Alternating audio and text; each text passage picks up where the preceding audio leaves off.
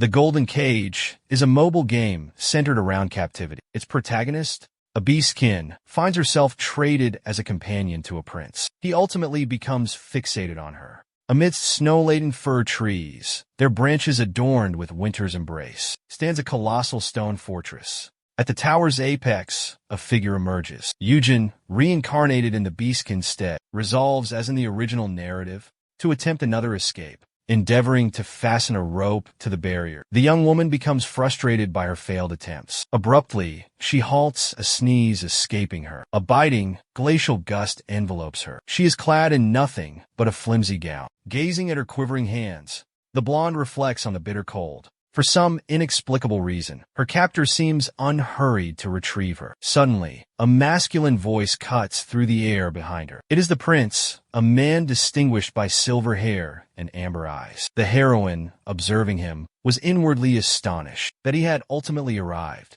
She mused that if she were truly a mythical beast girl, she would have leaped down long ago. Extending his hands towards the damsel, His Highness implored her to descend swiftly. Lingering there, he cautioned, was perilous. She sneezed once more, perplexed as to why the youth hadn't uttered the anticipated words. She awaited the pronouncements of the prince. The prince commenced an apology to the lady. However, the heroine was disoriented and vexed, for once again, his words failed to align with her expectations. The man proffered his palms closer to Eugen, but she tightly shut her eyes, yearning to hasten the arrival of the specific dialogue. She anticipated the emergence of the response options. The prince gingerly lowered the girl to the ground. Yet, she remained unresponsive, solely awaiting the precise phrases from her lord. The protagonist recalled that in the original narrative, at that precise instant, suspicion began to fester within him. A peculiar infatuation, bordering on obsession, took root. He contemplated interrogating her, his voice frigid, demanding an explanation for her flight. However, to the protagonist's astonishment, the prince merely draped a fur coat over her shoulders, a thoughtful gesture. He cautioned her against the biting cold, a gentle request. The lady recollects this event having no parallel in the game's narrative. A blush crept on Belobraska's face. She recognized a newfound warmth enveloping her. Abruptly, she commanded herself to regain composure. A response to his inquiry was imperative. Here, the lady, her voice devoid of emotion, almost mechanical, declared her intention to depart. An uncomfortable silence descended, a palpable tension between them. The beast girl's embarrassment intensified. Her words, "Where habla-t-on fabrication?" Merely a game, His Highness countered, refusing her request to leave. The heroine resolved to test a theory. Would the game's events trigger if she selected the correct option? Eugene, still flushed and frowning, informed him she wouldn't even entertain the notion of confinement. Suddenly, a startling sound caught the young woman off guard. The prince expressed his regrets for causing her distress, and inquired where she would venture in such frigid weather without provisions. The nobleman gently caressed the lady's hair, and extended an invitation for a stroll the following day. The girl mused that such a proposition was unforeseen, and that she had no intention of departing. Yet, abruptly, the fair-haired maiden jerked her hand away from his with indignation, and vehemently proclaimed her determination to flee this gilded cage. Then, her countenance darkened, and she lapsed into silence, anticipating that His Highness would finally acquiesce to her yearning for freedom, and spitefully grant her permission to depart. She envisioned being apprehended, rendering her escape a complete failure. However, the prince responded with a smile, apologizing that she disliked the aviary he had previously purchased, and vowing to have it promptly removed from the residence. Milady gazed at the man, astonishment etched on her face. She pondered where everything had gone awry. Meanwhile, the gentleman inquired if procuring an aquarium might be a more suitable course of action. Abruptly, the young lady erupted in another sneeze. The gentleman recoiled, visibly shaken by the sudden sound. Scooping the girl into his arms, the young man declared their immediate return to the palace imperative. She acquiesced without protest. The biting chill in the air solidified her agreement. Moments later, the prince and his companion reached their private chambers. A welcoming fire was ignited to dispel the lingering cold. Ensconced by the hearth, enveloped in a blanket and sipping tea, the blonde asserted her indomitable spirit to her captor. She vowed to perpetually pursue liberation. He conceded, a sly grin spreading across his face, which the girl observed. Intrigued, she questioned the source of his amusement. He countered with an inquiry of his own, asking what displeased her. The heroine lapsed into silence, Eugene recalled that in the original narrative, she was a captive creature yearning for freedom, and the prince, consumed by fury over her attempted escape, was meant to become utterly fixated on her. However, she couldn't fathom why he now regarded her with such warmth. His touch, as he gently caressed her cheek, was tender. Gazing into his eyes, she questioned if she felt at ease. The young woman reasoned it was inconsequential. Unlike the game's narrative, their animosity was absent. Thus, she presumed all would be well. Though the nobleman initially clung to his possessions, the girl abruptly challenged him with a sharp, accusatory tone. "Are you mocking me?" she demanded, her voice filled with indignation. Startled, he recoiled and questioned her intent. Eugene reiterated her inevitable flight. Yet His Highness serenely declared such an act would never be permitted. Further incensed by his pronouncement, she burrowed her face into the covers. "What are you implying?" she muffled. Then she commanded his departure. The anxious prince implored his beloved to emerge swiftly, but she declined, explaining that the master apparently derived amusement from observing her escape attempts. The maid exited the master's chambers, softly closing the door behind her. She sighed wearily, muttering, "Here we go again." As she collected the discarded teacups and saucers, she lamented to her companion, "Eugene's commencing his catch-me-if-you-can game again, putting our love to the test, as always." The girl inquired of her friend, "Do you believe the gentleman truly relishes this?" To which her friend responded, "If it pleases them both, then let it be." Elsewhere, the protagonist and the prince reclined amidst a plethora of plush, oversized cushions, intending to share a slumber. However, the girl found herself ill at ease. Annoyed, she demanded the prince arise, exclaiming, "You're crushing me!" Exasperated, the lady shoved the gentleman aside. In a swift motion, she propelled him away from her. Suddenly, the master, with a tender expression and lowered gaze, ardently seized her hand by the wrist. He savored the contact. Flustered, she abruptly retracted her hand. She pondered if he would release her even if she resorted to biting off his hand. Suddenly, the protagonist observed the prince's smile vanish. It had completely disappeared. Perplexed, she wondered why the nobleman had become so melancholy. The lady reminisced that in the original story, he possessed a starkly different personality. He was ruthless, impassive, and overwhelmingly powerful. Finally, the blonde-haired woman informed her master that she felt intensely uncomfortable. She implored him to maintain his distance. However, the prince, dismissing her plea, asserted that this was unlikely the case. He shoved her onto the pillows. Propping himself up on his arm, he loomed over her, his gaze intense and piercing. The nobleman continued to caress his companion's cheek, while the heroine, with widened eyes and a self-conscious smile, inquired about his words, questioning if he had instructed her. Yet, the nobleman inched even closer to her face and repeated his question. Eugene, flushing crimson, she marveled at his striking handsomeness. Overwhelmed with mortification, the lady exclaimed Michael's name, shielding her face with her hands. She implored him to cease his intense gaze. Abruptly, the prince nuzzled his face against her palm, gently caressing it. He vowed to grant her wish. He proclaimed the heroine the fairest of them all. The blonde was rendered speechless. She was utterly perplexed by the man before her. Where had the ruthless despot of the original narrative vanished? The scene transitioned to a flashback. Eugene, employed in a towering, high-rise office building, endured her boss's berating. The director hurled stacks of documents at her. He furiously demanded to know how she intended to continue producing such substandard reports. If she was generating such trivial reports, he raged about the insignificance of her reports. The irate man stormed away from the employee. Dejectedly, with her head bowed, she remained motionless and silent. Eugene started tidying the documents strewn across the floor, but was interrupted by two fellow employees. They inquired about her plans to continue working. However, the men's subsequent remarks stunned the heroine into silence. Her brow furrowed. They warned that another similar blunder would result in her dismissal. The girl's co-worker approached her, initially taken aback by the palpable tension surrounding her. He then inquired if she was all right.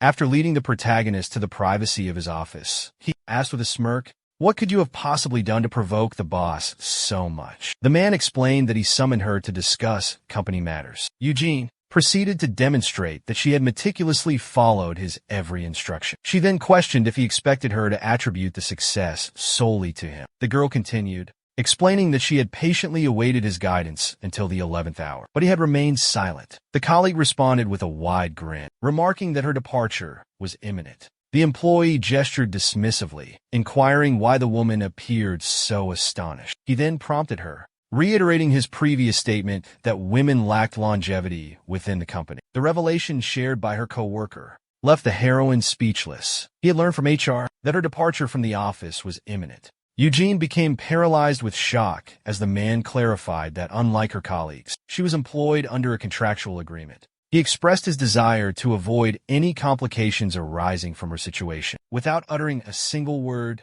the young woman exited the office. She grappled with the realization of why she had persisted for so long. Contractual obligations, a volatile superior, and inept supervisors. She had dedicated excessive time and energy to them all. Tears streamed down Eugene's face.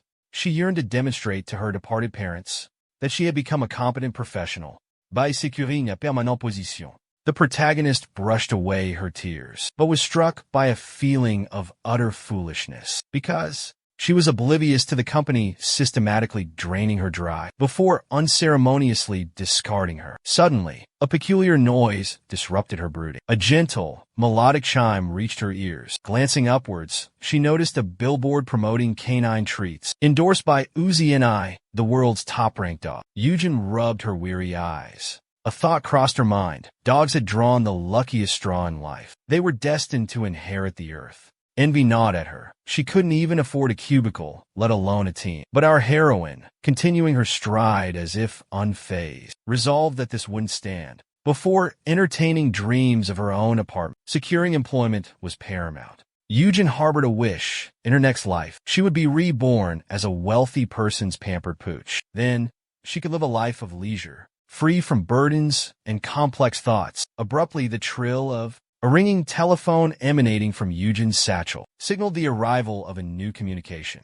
Simultaneously, the recently terminated employee reached the crosswalk. Her intention, to traverse the street. The pedestrian signal had already illuminated with a verdant hue. As fellow pedestrians briskly traversed the zebra stripes, our heroine, lagging behind the throng, glanced at her cellular device. A notification from the Golden Cage game materialized on the screen. Unexpectedly, out of thin air, a lorry materialized. The truck barreled down the roadway, exhibiting no intention of decelerating. A startled onlooker bellowed a warning to Eugen. A vehicle was hurtling towards her at maximum velocity. Tragically, she perceived the danger too late. In a fleeting instant, crimson stains marred the asphalt. The young woman's phone clattered to the ground nearby. The protagonist comprehended this was her demise. As her phone finalized access to the exclusive Golden Cage event, our protagonist's eyes abruptly fluttered open. Their appearance was strikingly different from before. Shifting her hand slightly, she realized she wasn't on pavement, but a frigid, grimy floor. A pungent, nauseating odor assaulted her nostrils. Glancing around, she found herself confined within a cage-like structure. It was populated by beings that seemed part child, part animal. Suddenly, a girl with auburn hair and animalistic ears materialized beside her. Inquiring if she was all right, the girl offered her a drink, explaining that she'd wept throughout the night. The protagonist was startled by this peculiar child. Attempting to respond, she found herself unable to vocalize. Dehydration had rendered her speechless. Observing this, the eared girl presented our heroine with a water vessel. She urged her to drink. Meanwhile, Eugen, grasping the tableware, her gaze fell upon her reflection in the water. A wave of astonishment washed over her, for instead of her familiar visage, she beheld a small child with snowy white hair. Choosing to dismiss the peculiarity, the girl quenched her thirst with a sip of water, draining the vessel entirely. The girl with auburn ears inquired cheerfully if the youngster felt any improvement. The child initially hesitated. Then a spark of recognition ignited within her. She knew this benevolent child. Emerald eyes, chestnut brown hair, and triangular ears were the telltale markers of the protagonist from the mobile game. Golden Cage, Canis, the central figure, surveyed her surroundings, seeking the presence of Prince Michael. She remembered the man's infatuation with Canis bordering on obsession, culminating in her confinement. He also reigned as the most acclaimed persona in the game. Here, Canis implored her newfound companion to compose herself, though her astonishment was understandable considering, as if every other candidate had been stationed here since the previous day. Eugen recalled that the presence of a white-haired child beside the heroine signified the character whose hair had turned white due to parental abandonment. This was also the individual Michael eliminates at the outset, as retribution against Canis. Our protagonist pondered that the prince seldom behaved irrationally. Canis, with a cheerful disposition, inquired about the girl's name. She then proceeded to introduce herself. In that instant, the blonde maiden grasped the reality of her in-game predicament. Prior to divulging her name, the central character contemplated her peculiar moniker in the Golden Cage. Ultimately, she opted to use her given name. She reasoned its pronunciation wouldn't pose a challenge, thus avoiding any complications. Kanna beamed, complimenting her friend on her lovely name. Then, she questioned if her companion had regained her composure. Affirming her calmness, she expressed gratitude for the water. The newcomer captivated the attention of the other beastmen. The mobile game's protagonist inquired of Eugen if she would elucidate her arrival. As customary, everyone present shared their narratives. The hero anxiously questioned why she was divulging her tale to them. Canis retorted that understanding one's arrival could potentially reveal an escape route. Specifically, she needed to depict what lay beyond the confines of the cage. Suddenly, Eugene recollected her presence in the Slave Emporium from the inaugural episode. There, the central character desperately sought a means of egress. However, she then grasped the extent of her ignorance. This realization she intended to convey to her newfound companion. Abruptly, a masculine voice, accompanied by the hoisting of a soiled crimson cloth from the ground, interrupted the girls, inquiring about its nature. The man revealed himself to be Michael. He was attired in a lavish suit, a cape, and brandished an opulent saber. The blonde's eyes gleamed, because she deduced that, being in a slave emporium, encountering this man was an inevitable first step. While admiring the regal bearing of the prince, the young woman also grasped the widespread adoration for 2D. The game's artwork was the most exquisite she had ever witnessed. Meanwhile, Mr. Michael lowered his austere gaze to Eugen and inquired about the peculiar entity before them. The nobleman and the silver-haired girl exchanged protracted glances, when abruptly a hand materialized before the latter's face, as if to shield her. The appendage belonged to Canis, who, glaring at Michael, emitted a feline hiss of anger. The man regarded her with composure, and remarked that the establishment was replete with unusual wares. He then questioned the proprietor about the contents of the cage. The shopkeeper, beaming, responded that it was a highly sought-after commodity, a juvenile beastman lacking a master.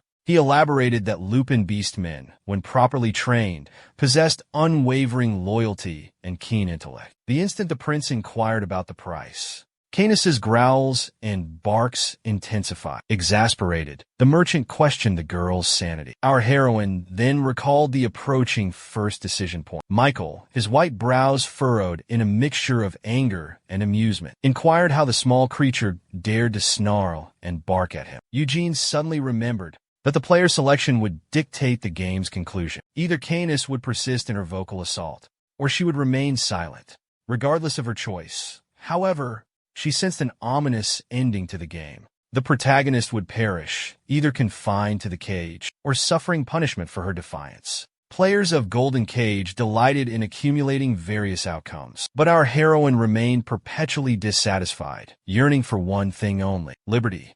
Gazing at Canis, the protagonist contemplated Canis' profound unhappiness. A life of such opulence held no value without the autonomy to alter it. Abruptly, Eugene regained her composure, because a thought struck her. Within the opulent moon palace, overflowing with riches, nothing could be altered or improved. Then, a memory surfaced from her previous existence, a dream of becoming a wealthy man's pampered canine. The heroine's jaw plummeted in astonishment at the unforeseen opportunity presented to her. Meanwhile, Mr. Michael serenely inquired about the small creature with the merchant. The brunette girl abruptly, Eugen, without any discernible provocation, commenced barking like a dog, vehemently and persistently. The other beastmen confined in the cage with the blonde gaped at her in utter disbelief, their eyes fixed on the girl producing the most clamorous barks. The prince queried the shopkeeper if she belonged to the beastmen race, to which he responded meekly in the negative.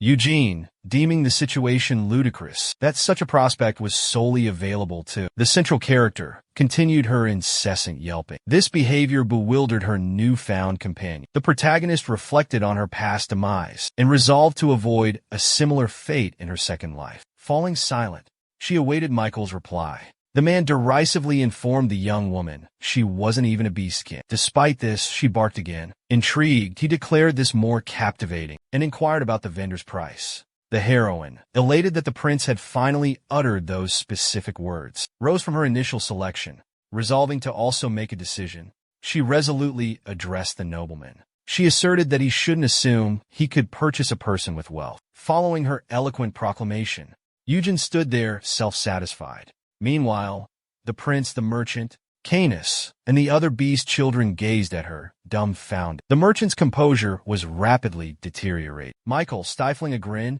remarked to the girl that she deemed herself human, despite having just barked. She reasoned that even humans vocalize barks occasionally. Then, she recalled Canis mentioning doing so in anger, that the prince regarded them as mere objects. Michael let out a chuckle. He mused that it would be quite amusing to nurture a savage, untainted by knowledge. He then informed the merchant of his intent to purchase her. Eugen was overjoyed, radiating with delight as her scheme unfolded flawlessly. Her happiness bloomed like a flower in full splendor. As the young girl was extracted from the confines of the cage, she contemplated the possibilities that lay before her. Despite not being the central figure in this narrative, she possessed a keen awareness of the crucial events required for the culminating act. This ensured a seamless progression towards the desired outcome. Kanai, still confined within the cage, cried out to her companion in a panicked voice. But she offered a cryptic smile, resolving that, unlike the others, she didn't yearn for liberation. Gazing out the window of the moving carriage, she reminisced about her past in Korea. Even there, she had been subservient to her employer. Now, her sole desires were centered around restful slumber and delectable cuisine. She marveled at the opulent castle perched atop the mountain. The heroine deduced that, as a prospective noblewoman, a grand residence would be far more suitable. Shortly thereafter, the prince arrived on horseback at the palace gates. A pair of sentinels greeted him there. The guards then, as our protagonist leaped from the carriage, accosted the coachman. They declared that henceforth they would handle the baggage themselves. Eugene promptly pursued his master. However, another guard detected her presence. Impeding the girl's progress with his spear, the man commanded her to halt. He proclaimed that further passage was forbidden to her. Yet, the girl remained undaunted. She summoned Michael at the top of her lungs. Hearing this, he flinched and came to an abrupt stop. The young servant continued to cry out for her master, while the guards persistently tried to silence her. They urged her to cease her clamor. Observing the girl peripherally, the prince directed the guards to release her and permit her entry. The humiliated guard instantly released the small child. Tragically, she had already succumbed to asphyxiation in his grasp. Now liberated,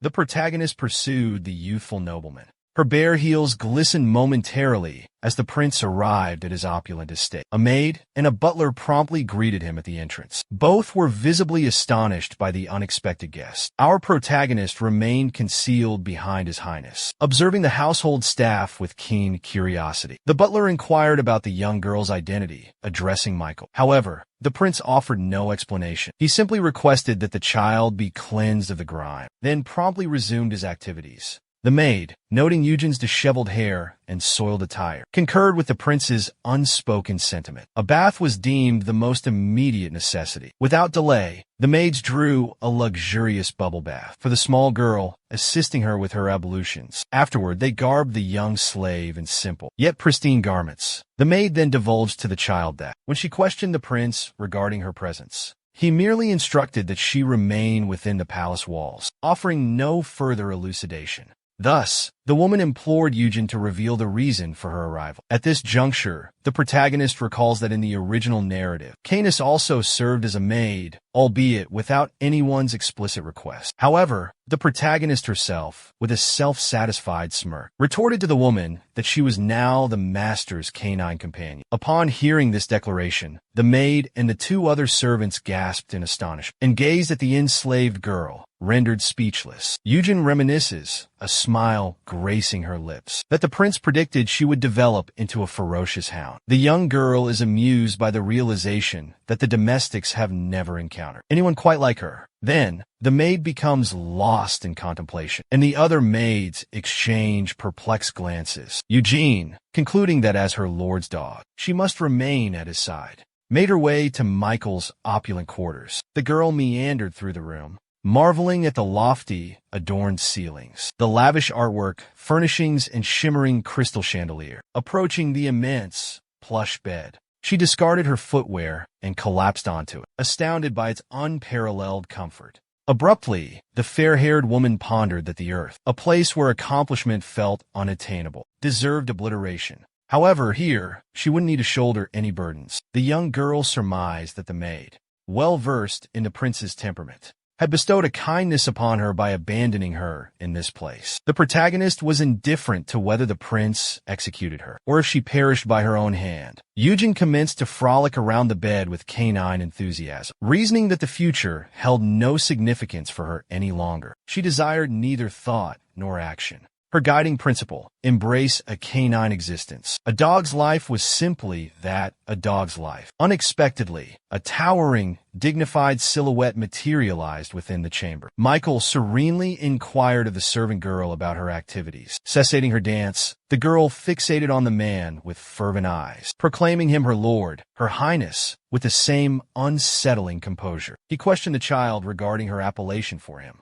With a jovial beam, she countered with a question, inquiring if he regarded her as his diminutive canine companion. The young heir and his maidservant, who had trailed him into the chamber, were engulfed in an uncomfortable silence. The protagonist was perplexed by this unexpected response. Yet, she initiated a series of barks, mimicking a canine with remarkable accuracy. The prince continued to observe her wordlessly. As the girl persisted in her barking, she inwardly questioned the unfolding events. Eugene informed His Highness that he had pledged to train her. Consequently, she was obligated to remain by his side at all times. Michael retorted icily that he forbade the dog from resting on his bed. The protagonist acknowledged the validity of his statement. The nobleman was hardly the type to permit a canine in his bedchamber. Meanwhile, the prince directed his servant to procure a doghouse. The butler's mind instantly buzzed with a flurry of activity. Evidently, the command implied confining the child to a kennel and relegating her to the garden. Observing his subordinate's vacillation, Michael exhaled wearily and requested separate quarters for the young lady. This prompted a sigh of relief from him. The attendant escorted the protagonist to her own chamber. It lacked the opulence of the prior accommodation, yet it possessed all the necessary conveniences. The child surveyed the sleeping quarters with wide-eyed wonder. The steward informed her that should she require anything, she simply needed to tug on the cord. Following this, the man bid the enslaved girl goodnight. All the tapers in the room were extinguished, leaving only the lunar glow to illuminate the space, drawing a coverlet around herself. Eugen recalled the prince's initial apathy towards Canis at the commencement of the game. However, he had proven to be more benevolent than anticipated. Concurrently, a specific recollection surfaced in Michael's mind. Due to this, he deduced that the predicament originated with the girl's utterances. It was a flashback of himself, his father, and his father's paramour, partaking in tea within the garden. When the woman expressed compassion for the caged beastman, it became a pivotal moment. A raven-haired, dark-eyed woman, shrouded in mystery, held Emperor Dietrich's heart captive. The sovereign was infatuated with Anat, whose beauty was ethereal. However, upon her arrival, Dietrich was already wed. His wife, a stunning woman with hair as white as snow, was no match for a man consumed by love. Neither marital vows nor newborn twins, a prince and a princess, held any significance. Following the empress's demise in a carriage incident, the scandalous allegation that the emperor orchestrated her death gained traction. One day, when servants presented Dietrich with his adolescent son, he commanded them to ensure that his heir would rapidly fulfill his aspirations. Subsequently, tutors inundated the boy's desk with a mountain of books, declaring that he must master imperialism that very day, in archaic tongues and the art of war. After a period, the aide elated the sovereign by proclaiming his son a prodigious talent. Academically speaking, the emperor declared he would bestow upon the boy a comprehensive royal education. The attendant ventured that the lad was already burdened with scholarly pursuits, but the ruler, in a fit of pique, questioned if he had prevaricated. When he lauded Michael as a genius,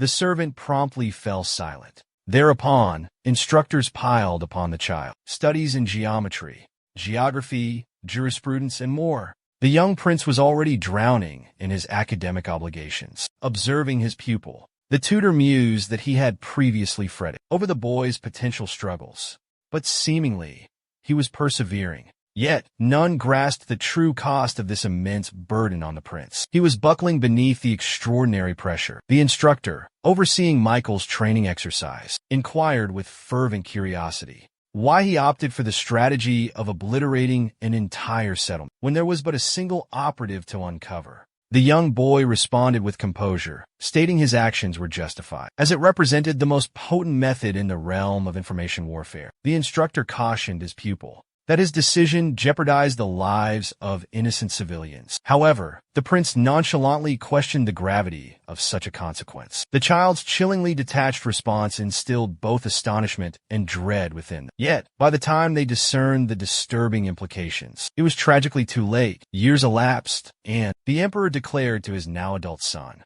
that the time had come for his involvement in matters of governance. He grasped the parchment and proclaimed it to be a petition from the provincial territories. Subsequently, he commanded that the situation be rectified and all matters be promptly resolved. He then flung the documents towards a kneeling Michael, who remained prostrate before him. Dietrich expressed his belief that he was well suited for the position. Furthermore, he had also addressed the taxation matter brought up at the nobles' assembly. He had deliberated on the fiscal concerns raised. Michael, for his part, simply heeded his father's directives. He remained silent and deferential, neither meeting his father's gaze nor uttering a single word. Now partaking in tea with her paramour and his offspring, Annette addressed the latter, stating that she had heard of his recent substantial assistance to Dietrich. The prince humbly downplayed his contributions, claiming nothing extraordinary. The maiden was taken aback by his unassuming demeanor. In this respect, he was entirely unlike his paternal figure. At this juncture, the king interjected into their discourse. He playfully admonished his mistress against admiring any man but himself. She retorted that the object of her attention was in fact his own son. Abruptly, the young nobleman's hand stilled when Annette expressed her sympathy for the beast man, whom she had witnessed confined in a cage during the theatrical performance. The emperor, with a smile, inquired of his beloved whether she desired their liberation.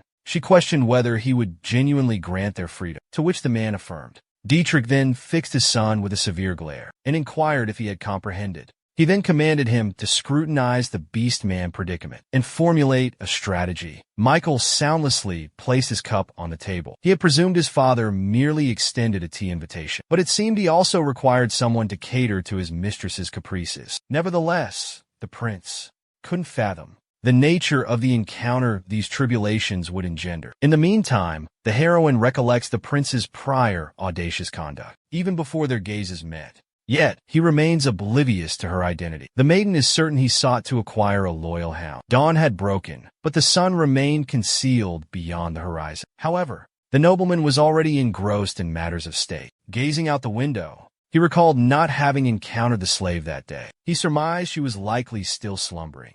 Moments later, the prince's personal valet announced that his breakfast of sizzling steak and savory soup was ready. Michael commenced his morning repast. Mid-meal, His Highness inquired of the attendant regarding the progress of his directives. The servant, however, unexpectedly questioned which commands he was referencing. A flicker of apprehension crossed the man's face. He drew a blank, unable to recall any specific instructions from the prince. In a flash of realization, it dawned on him that the prince was alluding to the recently acquired slave. Michael, impatient for a response, abruptly clattered his silverware against the table, declaring that incompetence in fulfilling one's obligations was unacceptable. The underling, with utmost subservience, dutifully responded that the girl had been allocated the prince's former playroom as quarters. She had been assigned a handmaiden and provided with personalized restraints. The young nobleman picked up the iron collar, examining it curiously. He questioned its purpose. The valet clarified that it was a detonatable device, should the captive attempt an escape.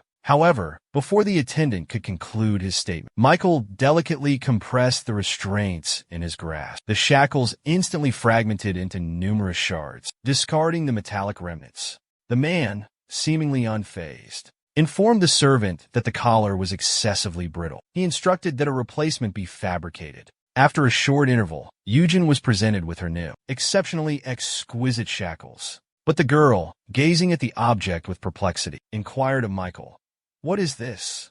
Observing the young girl inspect the collar, Michael pondered that her previous leniency, allowing her to remain in his quarters, stemmed from his generosity. He reasoned that wandering unsupervised was perilous, and thus she shouldn't depart the palace grounds. He elucidated to the girl that these were her restraints. Subsequently, he intended to elaborate further, but was abruptly interrupted by a distraction. The man became speechless upon witnessing Eugene's innocent, childlike grin. She proceeded to fasten the restraints upon herself. This action perplexed the young nobleman. Nonetheless, he inquired if the enslaved woman understood the significance of the object. Our heroine, inwardly astonished by the shackles Canis had procured for her, joyfully questioned the prince if the item was intended for her. Michael's eyes dilated slightly in astonishment. He was incredulous that she genuinely admired the collar to such an extent. At that moment, the protagonist, still reveling in the unexpected present, contemplated that Canis might have disapproved. However, for her, it represented a symbol of security. Meanwhile, Michael refrained from premature celebration. He pondered the blonde woman's convictions. Her unhesitating acceptance of the collar prompted a recollection of how the surrounding aristocrats invariably lauded him with a superficial smile, proclaiming his impartiality. Yet, he was acutely aware of the whispers circulating behind his back. They brand him a callous, heartless, ruthless despot. His Highness doesn't refute the accusations, but genuinely puzzles over Eugene's unwavering faith in him. Does she lack even a rudimentary sense of self-preservation? Having deemed his dog excessively gullible and dim-witted, the prince resolved that confining her to the palace was in her best interest. The attendant standing nearby contemplated when the heir's self-defense mechanisms, his methods of constructing a protective barrier, originally intended for spatial awareness and insulation from the elements, transformed into confining shackles. A radiant morning dawned, and two maids dutifully presented the young lady with a delectable breakfast in bed. One servant proffered a slice of cake, while the other, beaming,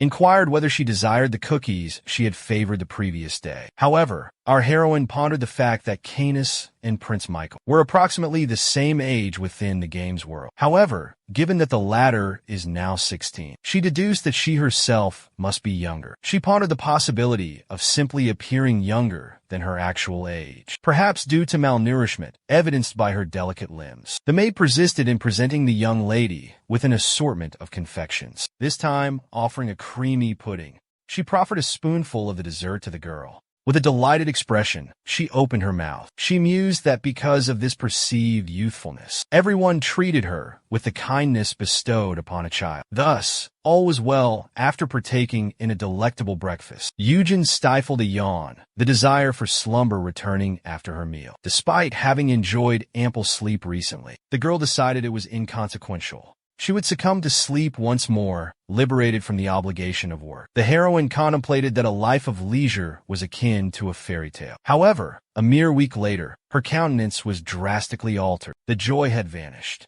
as the realization dawned upon her that for an entire week she had done nothing but indulge in sustenance and slumber, nourished and slumbering solely within the confines of her cherished bed, cocooned in a blanket. The protagonist sensed a lack of guidance, a void of communication. Yet, an inner voice whispered that metamorphosis was imminent. Abruptly, the young woman's focus was captivated by the sun's radiant warmth, streaming through the window pane. This epiphany illuminated her current yearning. Adorning herself in a graceful, pastel green gown, Eugen ventured into the garden, her gaze directed skyward. She pondered her last sojourn outdoors. Then, her eyes alighted upon a gazebo, a pavilion evocative of the Occident, whose elegance profoundly captivated the young lady. Upon reaching the structure, she shed her footwear and ascended the bench. Overcome by weariness from prolonged inactivity, she resolved to repose there.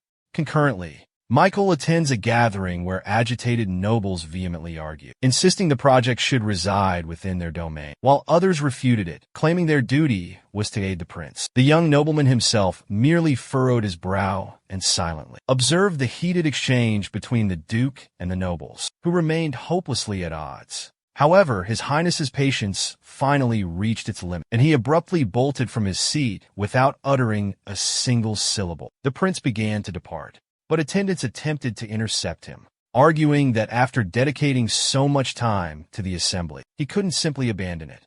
Michael, continuing his exit, seethed with indignation. He was infuriated that these aristocrats were already fixated on a new dilemma, before he had even addressed the Beastman crisis. Suddenly, the prince halted, concluding that eventually he would locate suitable replacements. The young man then resumed his hasty retreat, veering abruptly to the right, leaving the guards utterly bewildered, desperate to overtake him and restore his composure. Ultimately, the prince's footsteps guided him to the garden, where he made a beeline for the gazebo. Abruptly, an anomaly halted his progress. The two sentinels trailing him mirrored his cessation. Michael spotted his canine companion upon the gazebo's bench, peacefully slumbering, curled into a tight sphere. Anxiety instantly gripped his subordinates. This sanctuary was designated solely for His Highness, a place strictly forbidden to outsiders. This transgression occurred during a period of heightened irritability for the prince, oblivious to the intruder's proximity.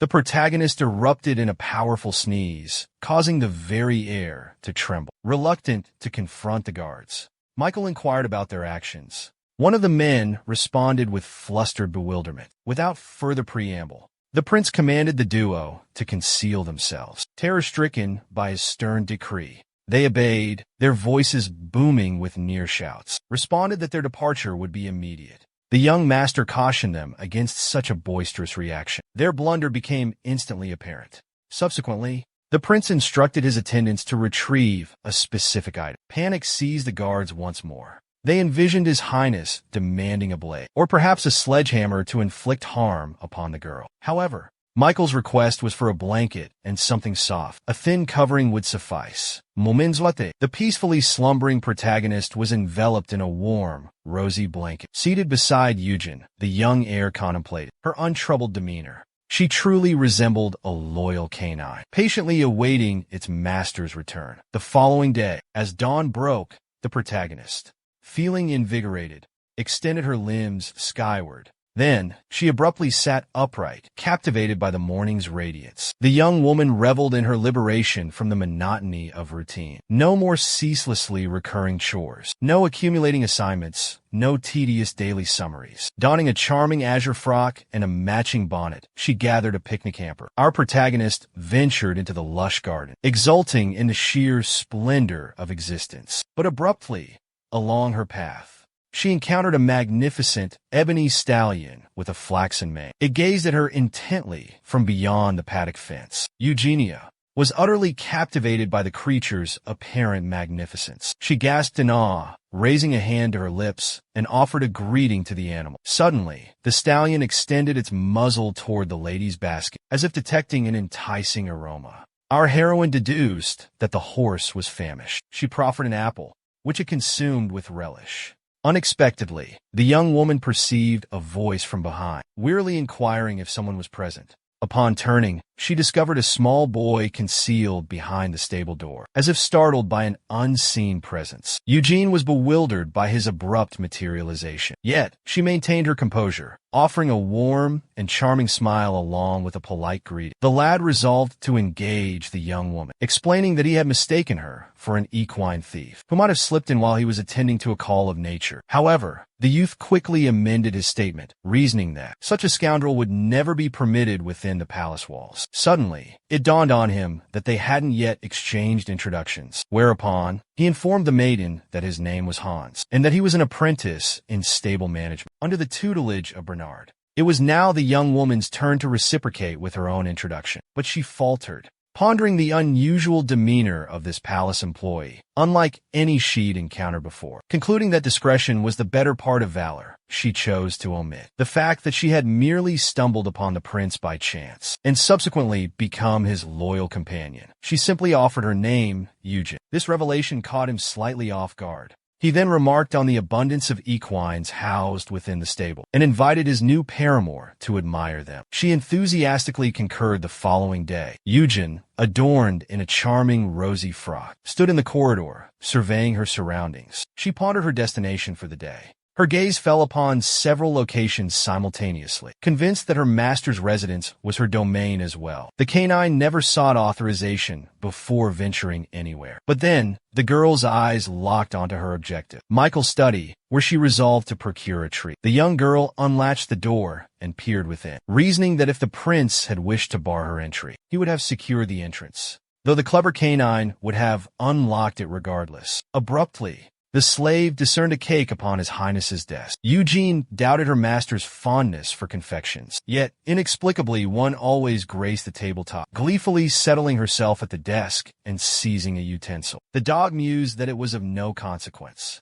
Regardless, it had to be consumed. Otherwise, it would perish. The true rationale behind the perpetual presence of a sweet treat on the prince's table was a direct command from the master himself. He decreed that desserts be left for his animal companion. The staff dutifully executed the instruction. Moments later, the protagonist departed the master's quarters, content with having satiated her appetite there as well. The young woman pondered her next destination. Despite having explored numerous lower levels, Briska grew weary of pacing. In her previous existence, she relished engaging with her mobile device. Now, she recalled her pastimes in its absence. A notion blossomed within the canine's mind. She turned to the attendant with a modest proposition, complying with the young lady's entreaty.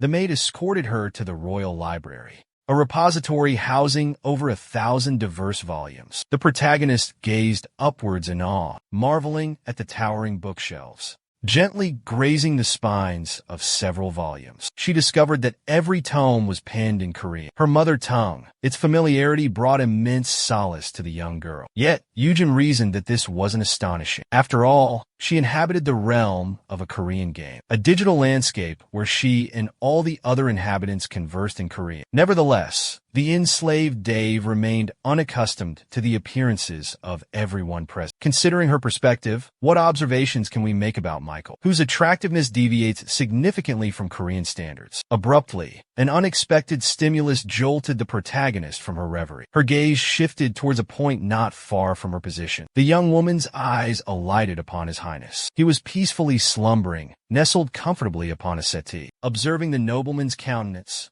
the canine companion perceived a weariness in his features, and the emperor, demonstrably lacking in paternal aptitude, had once again relegated all responsibilities to his offspring. The lady reflected on Michael's mature demeanor. Despite his tender age, a furrow suddenly creased the brow of the sleeping prince. In that instant, he murmured incomprehensibly. The protagonist drew closer to the man.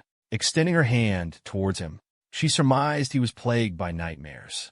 However, she hesitated abruptly. She contemplated whether to rouse the gentleman from his sleep, questioning if such an action was even permissible, and where the boundaries of acceptable behavior lay. Abruptly, the young man resumed muttering incomprehensible words, which startled the girl. She instinctively recoiled, withdrawing her hand. Ultimately, she rationalized that as a pet, she needn't be concerned. Such matters were beyond her purview.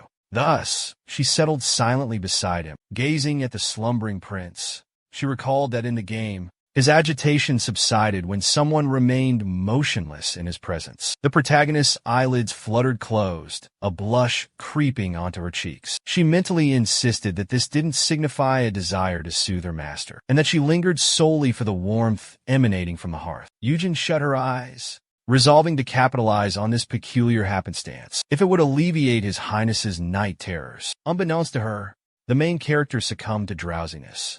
This caused her to lose her equilibrium, and her head came to rest upon Michael's shoulder.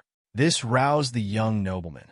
He subsequently glanced at his canine companion, who remained slumbering. The man attempted to stir, but this only caused the maiden to collapse face first onto his chest in a stupor. The infant never awakened, continuing to doze peacefully upon the prince. This astonished him considerably. Despite barely shifting, Michael serenely observed the girl's soft snores. He caressed her snowy white locks, pondering their warmth. Meanwhile, our protagonist, residing within her original form, lay amidst the darkness of her bed. Suddenly, a shrill 7 a.m. alarm pierced the silence, commanding her to arise. The insistent alarm persisted, only exacerbating the young woman's discomfort. Drenched in perspiration and half-conscious, she mumbled about her impending work obligations. Abruptly, she jolted awake in her prior physique, startled by a voice urging her to rise, if necessary. The voice continued, challenging her to do so in its presence. Eugen beheld the countenance of His Majesty, in close proximity to her.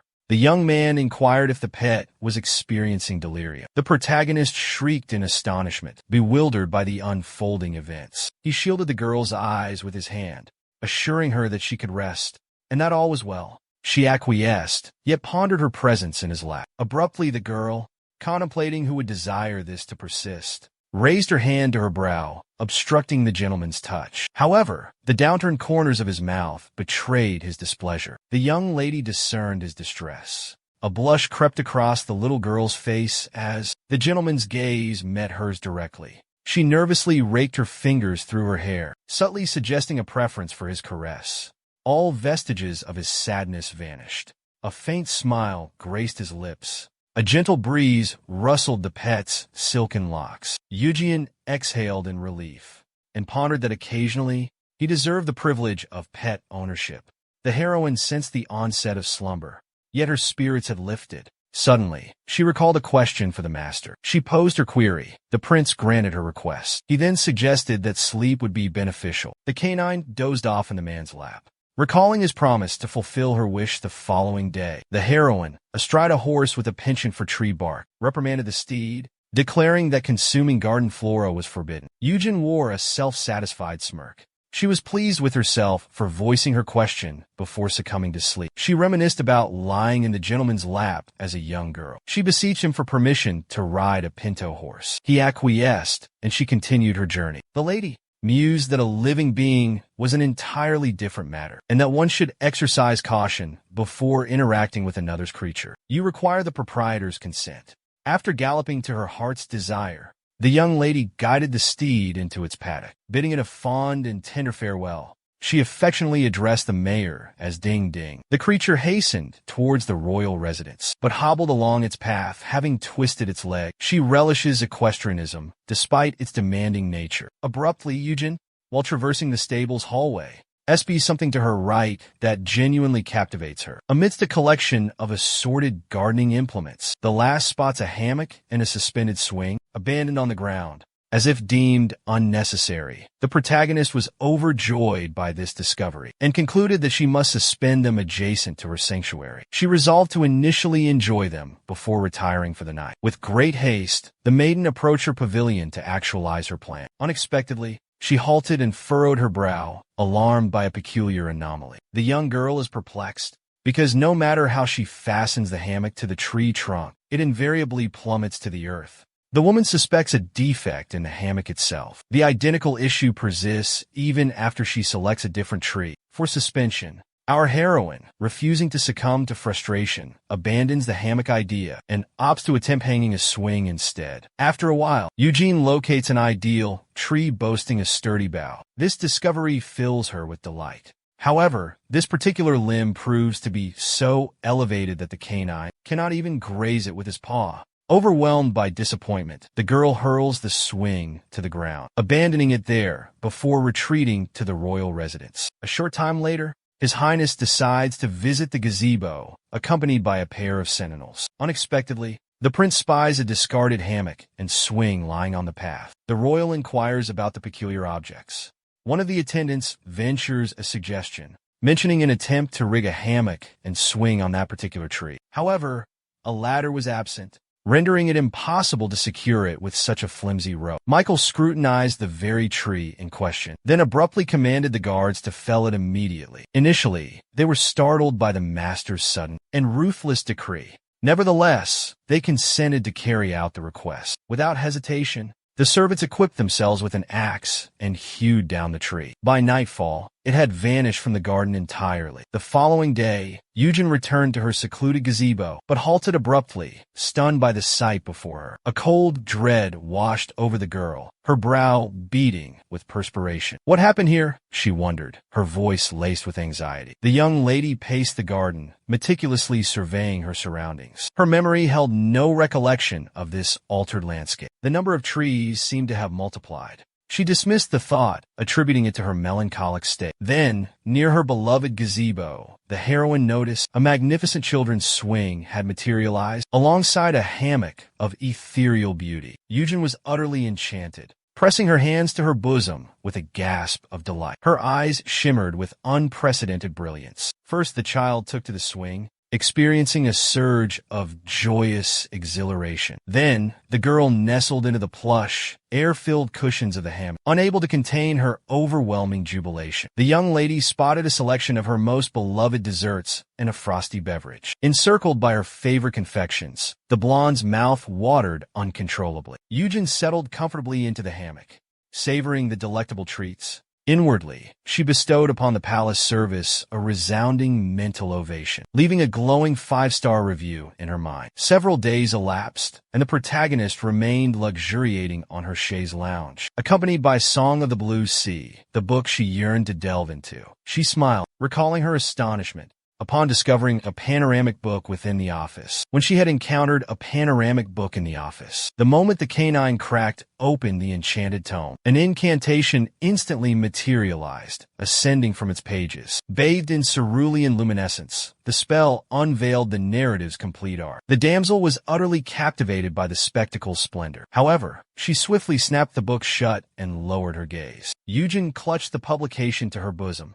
a single tear trickling down her cheek, moved by the witnessed beauty. Then, with a gasp of awe, she exclaimed that the architect of this masterpiece was undeniably a genius. The lass immediately dashed towards the royal residence, eager to discover and devour another such literary gem. Abruptly, she halted, her attention arrested by a pair of imposing closed doors, adorned with an exquisite fresco. The protagonist recalled that, seemingly, this was her inaugural venture into this particular corridor. This implied unexplored enclaves within the castle walls, territories she had yet to tread upon. Scrutinizing the illustration upon the doors, she discerned the depiction of humanity's triumph over beastly humanoids. She's perplexed by the depiction of the vanquished as larger than the victors. Cracking the door open and peering inside, the heroine observed nothing out of the ordinary, nothing to arouse suspicion. However, upon entering the apartment, a pristine white piano against the wall caught her eye. Instantly, the girl perched herself upon a chair and tapped the ivory keys. She mimicked a virtuoso, but instead of a melody, she produced a cacophony of incomprehensible sounds. Abruptly, a noise from behind disrupted her playful improvisation. Eugen froze, listening intently. Whirling around, she saw nothing unusual. Only a candlestick and numerous bookshelves lined the walls. The presence of the piano and bookcase triggered a thought. A puzzle began to materialize within the protagonist's mind. She cautiously approached the bookshelves,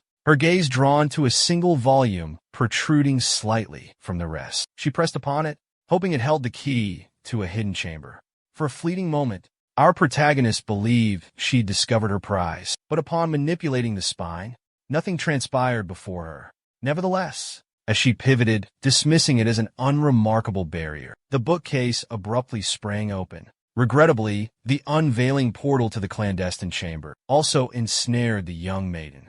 In a flash, our heroine found herself confined within the hidden room, while outside, all vestiges of her presence vanished. Moments later, the young gentleman realized his companion was absent, a development that displeased him greatly. He furiously interrogated his subordinates, demanding to know her whereabouts. The butler, nervously inclining his head, stammered that the search continued. The prince then inquired if they had attempted to trace her position. To this, the butler responded that a sorcerer would soon arrive for that purpose. The servant, perspiring with trepidation, recollected that he had constantly monitored the canine, utilizing the protective amulet bestowed upon him by His Highness. But everything went awry.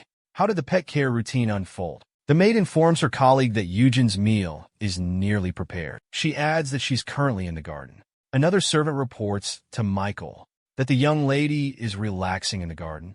The butler volunteers to retrieve her. However, the master declares he will fetch her personally. The young gentleman returns from the garden, carrying his slumbering canine companion. Thanks to her owner's intervention, the protagonist safely returns to her bed. But now, Michael, recalling Eugen's presence in his study, ponders her behaving like a pet. He visualizes her carelessly prancing about and extending her snout. The air reminisces about her, perched upon a small table, indulging in sweets, and gleefully greeting him as her master. Now, however, these are mere recollections. In truth, the girl has vanished without a trace. This greatly infuriates the gentleman.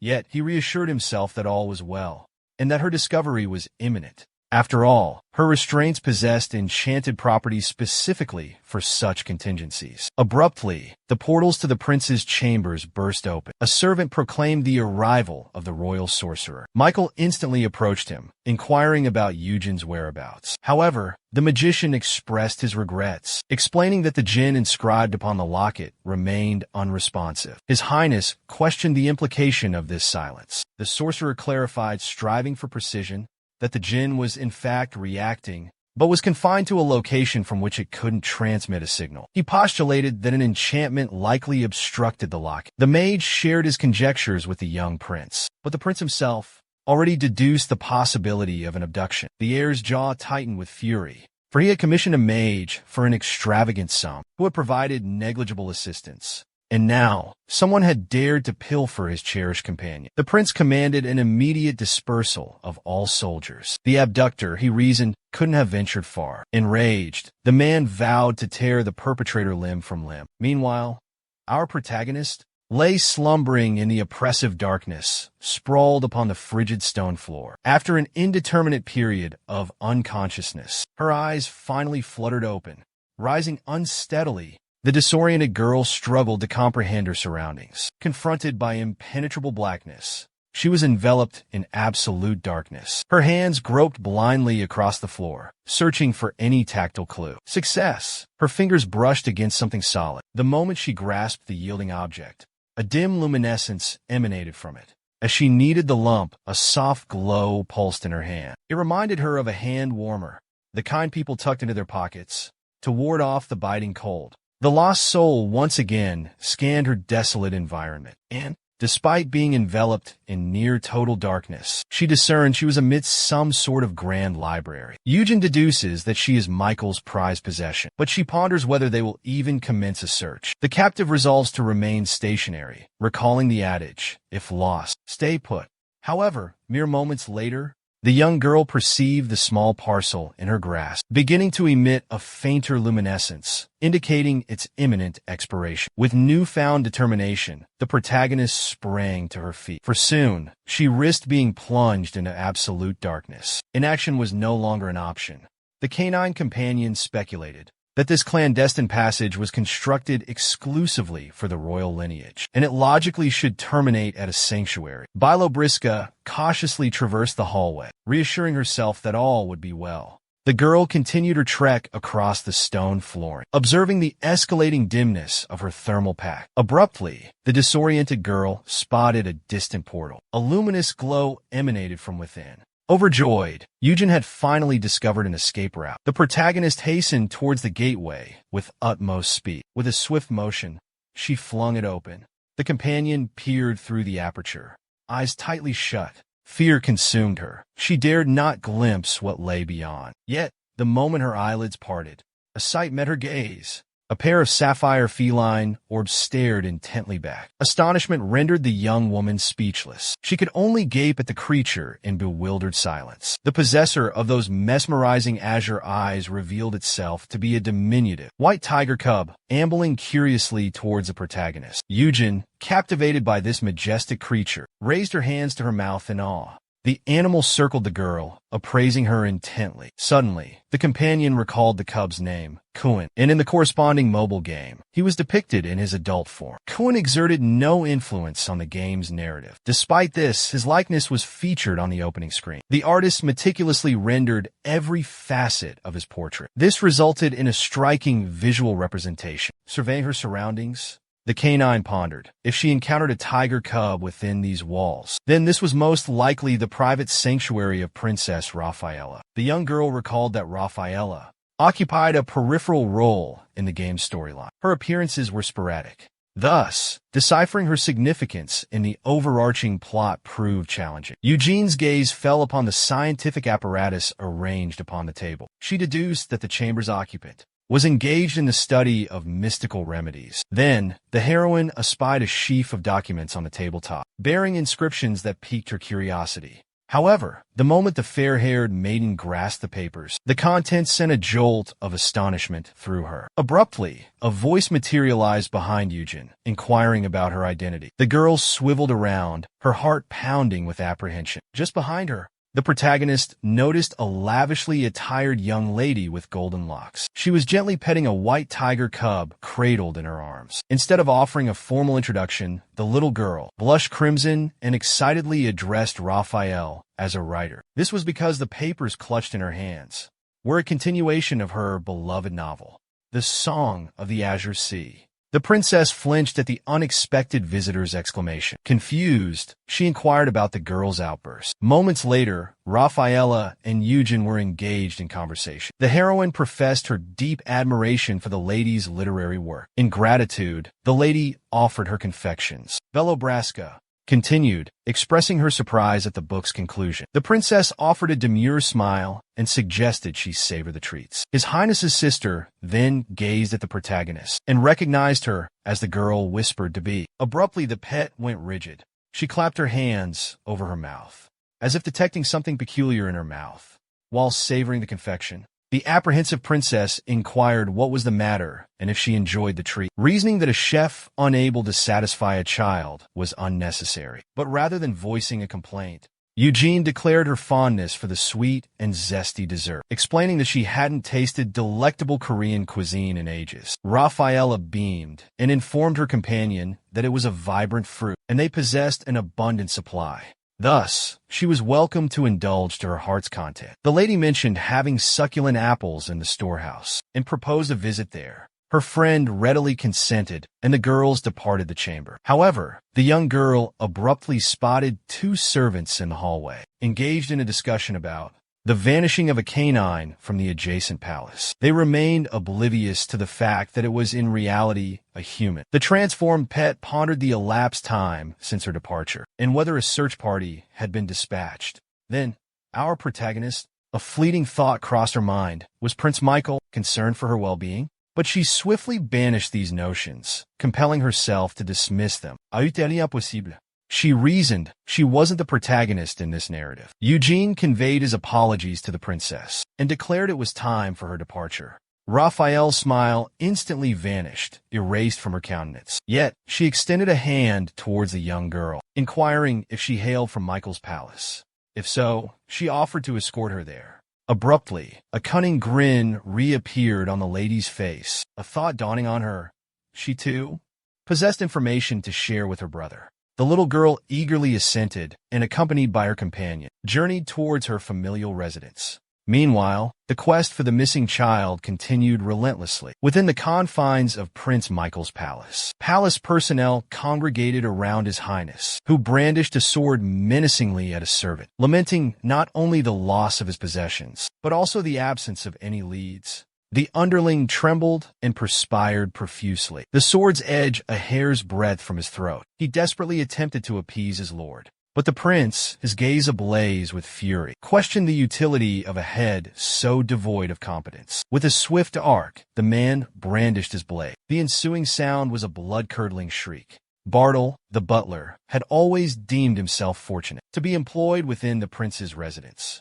Unlike the imperial palace, blunders were not met with capital punishment, or so he believed until this fateful day. Michael leveled his sword at the culpable servant. His Highness initiated his swing, but froze mid-motion, arrested by a feminine voice from behind. She addressed him as master. Whirling around, he beheld Eugen, her countenance unperturbed. The assembled subordinates were overjoyed by her safe return. Michael confiscated the sword from the culpable servant, whose entire existence seemed to flash before his eyes. The prince meticulously inspected every strand of fur, every fiber, every millimeter of his beloved pet's hide. The man breathed a sigh of relief. Initially, the girl appeared unharmed, bearing only superficial smudges on her garments. In the meantime, the canine surveyed his surroundings with exuberance, perplexed by the palpable tension and the reason for the impromptu gathering. The young maiden deduced that her instincts were accurate and that a strategic withdrawal was the optimal course of action. This was precisely her intention, But her escape was abruptly thwarted by the princess, who, astonished by the surrounding chaos, beckoned Prince Eugen. He was taken aback by this development, for it transpired that Raphael had not merely escorted her home in his carriage, he had also accompanied her. His Highness was utterly bewildered by his sister's disheveled state, that a perplexed frown etched itself upon his face as his gaze fixed upon her. The young man inquired as to the nature of the situation. The woman explained that the girl had requested to be returned, and that she had resolved to escort her. However, she also harbored a secret to divulge. Michael gazed intently at his sister, puzzled by her decision to bring her animal companion all the way to the royal residence. In the meantime, Raphael signaled discreetly to her attendant, who promptly unlatched the cage, concealed beneath a white sheet within the carriage. The princess retrieved her tiger cub. Bounding from its confinement, the cub playfully beckoned the protagonist. The young royal then gently placed the creature into the child's arms. Afterwards, she observed them closely, admiring their interaction. The noblewoman approached Eugen, declaring that the tiger suited her admirably. Therefore, she expressed her desire to claim her for herself. This declaration astonished the prince, who tenderly caressed the girl's cheek. The princess clarified that she already possessed a tiger cub, but inquired playfully if the girl wished to become her own little kitten. Suddenly, Michael intervened, placing himself protectively in front of his pet. He questioned his sister, demanding to know who suggested his dog could become her cat. She responded that she was captivated by the charming protagonist. The woman elucidated to her sibling that her presence there was to confer with him about this matter. Her reasoning stemmed from bearing his insignia upon her person. The man dismissed it as preposterous. However, the princess, gesturing towards the girl's shackles, inquired why she adorned such a modest necklace. Raphael interjected that Eugen would appear far more elegant wearing a pendant bearing her crest, embellished with a silver filigree to accentuate the grace of her neckline. Michael, however, retracted his sister's hand from his ward, commanding her to refrain from touching her.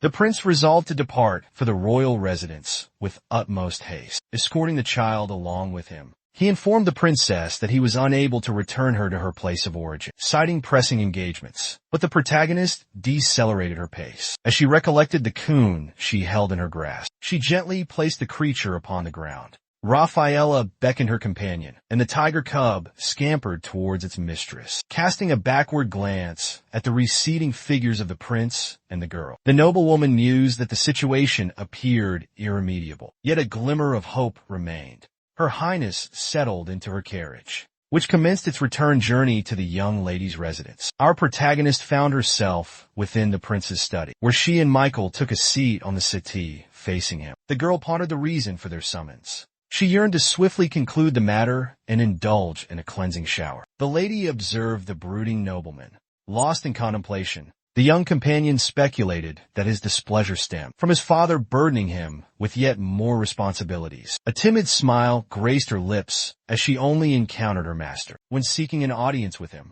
Consequently, she remained unskilled in deciphering his countenance. The last recalled that in the original narrative, Conus had unearthed the truth. Eugene possessed unwavering conviction that Michael would remain emotionally detached from her due to her lack of protagonist status. Abruptly, His Highness broke the silence. He inquired about the events that transpired in her departure from the royal grounds, and subsequently reappeared with the princess. The canine companion instantly gesticulated, eager to divulge her discovery to the nobleman. This fulfilled a pledge she had made to him. Within moments, the young girl recounted her exploration of the chamber containing the pianoforte, through which she gained access to a clandestine passageway. This hidden route ultimately led her to the chamber where she encountered Kuni. The prince responded to his loyal companion with a succinct, "I comprehend," subsequently granting her permission to retire and rest. This greatly pleased the damsel. As dusk descended, the prince,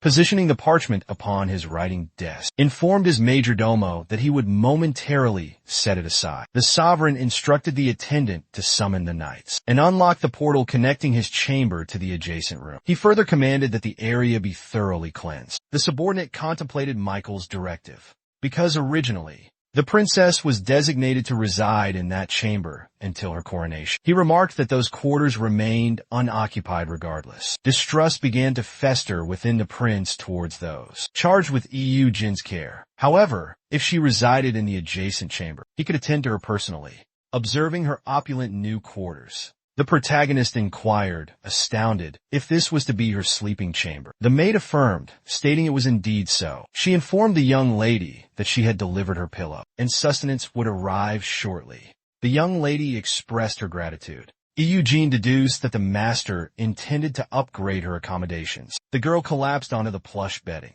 elated by its increased size and softness, encompassed by the vastness of the room. Abruptly, a rapping at the door jolted her. She promptly rose and granted entry, anticipating the arrival of her meal. However, instead of a maid bearing a tray, two knights materialized, a brunette man and a raven-haired girl. Our heroine gazed at the unfamiliar individuals, pondering their identities, having never encountered them before. Meanwhile, the man bent down towards the protagonist, offered a greeting, and inquired with a grin if she was the dog they'd been informed about. Abruptly, the female knight silenced her companion with a swift palm strike to his face. Approaching the fair-haired girl, the woman requested Felix compose himself. Massaging his crimson cheek, he acquiesced, acknowledging her seniority within their ranks. The female knight genuflected before Eugen, declared that per his highness's decree, they would henceforth serve as her personal protectors. The protagonist's eyes lit up,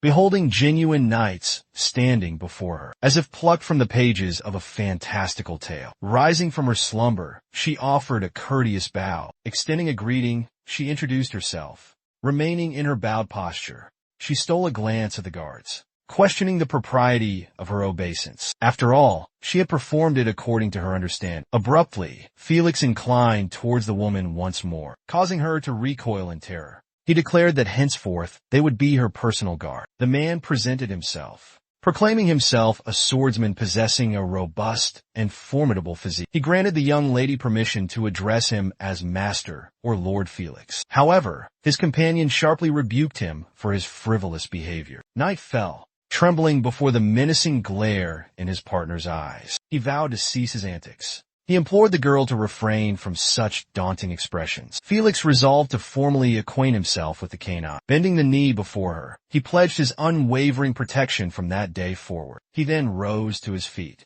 and straightened his posture. He inquired of his girlfriend if his conduct had been satisfactory. She, however, disregarded him entirely. The protagonist approached the table and beckoned Sir Hart to join them. The young woman's attention remained solely fixed upon the girl, completely overlooking the man. The sentinel expressed gratitude to the young girl for her generosity. Eugene inquired if she had partaken in a meal that day, overlooking Felix entirely. She replied in the negative. The girl enthusiastically asked the night girl if she would be amenable to dining with her. The melancholic gentleman remained silent. Harton responded with a smile that she would be absolutely delighted to accept the invitation. At the behest of the young lady, the attendants swiftly prepared a table within her quarters. It was laden with delectable confections and savory meat delicacies. The protagonist consumed the victuals with relish, finding immense satisfaction in sharing a meal with companions, especially with such esteemed knight figures. The girl gazed admiringly at Harton, who was serenely savoring her repast. Meanwhile, Eugene avoided any eye contact with the other knight individual. Abruptly, something captivated the fair-haired girl's attention, and she inquired of her favored companion if she had a fondness for sweets, as she had been consuming them continuously since taking her seat at the table. The young woman, her cheeks flushed, responded that as a knight, she ought to abstain from dietary variety. However, sugar was essential for revitalizing her energy. But Felix, with a grin,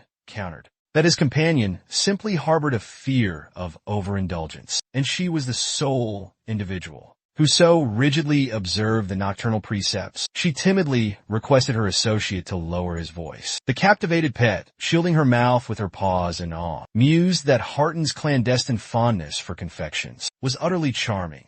The heroine presented the guard with a slice of strawberry cake, laden with luscious cream and a delicate biscuit, offering a taste. But as the little one attempted to sample the dessert, her paw twitched involuntarily. This resulted in the girl's nose becoming smeared with cream. Observing this, the night girl wouldn't abandon the small lady in her predicament, and offered assistance, wiping the cream from the pup's face with a napkin. Harton beamed, remarking that she looked considerably improved. The protagonist gazed at the woman with adoration in his eyes. She mused that not even her paramour from her previous life had ever bestowed such a look upon her. Felix, observing the exchange between the two women in silence, noted the sparkle in the young girl's eyes as she looked upon his companion.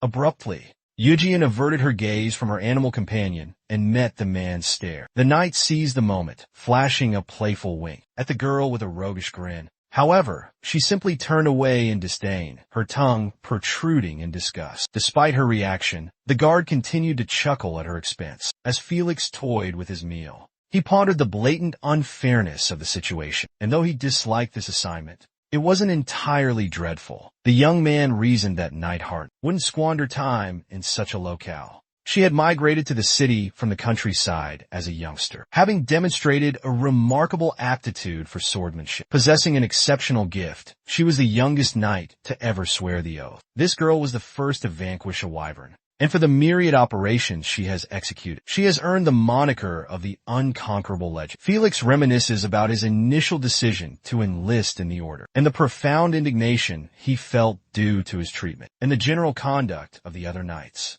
The man resents being compelled to perform trivial duties first, and subsequently relegated to canine supervision, although this was anticipated, as he lacks the imperial family's favor. Concurrently, our protagonist cheerfully inquired if the young lady desired some hot cocoa. She responded that she wouldn't decline her proposition. Following this, she expressed gratitude to the girl. Eugene's countenance radiated even brighter, and with zeal, she declared her own fondness for hot chocolate. Felix, observing his animal companion, contemplates that it was a cunning ploy. He harbored anxieties that he and his comrade would be reduced to servitude for the girl. However, it appears circumstances are not as dire. The gentleman also recalls his need to procure a copy of Harton's compiled writings. He contemplates discussing this matter with the young lady. Knight harbored this thought until Eugene gestured accusatorily at him and gleefully proclaimed his financial ruin.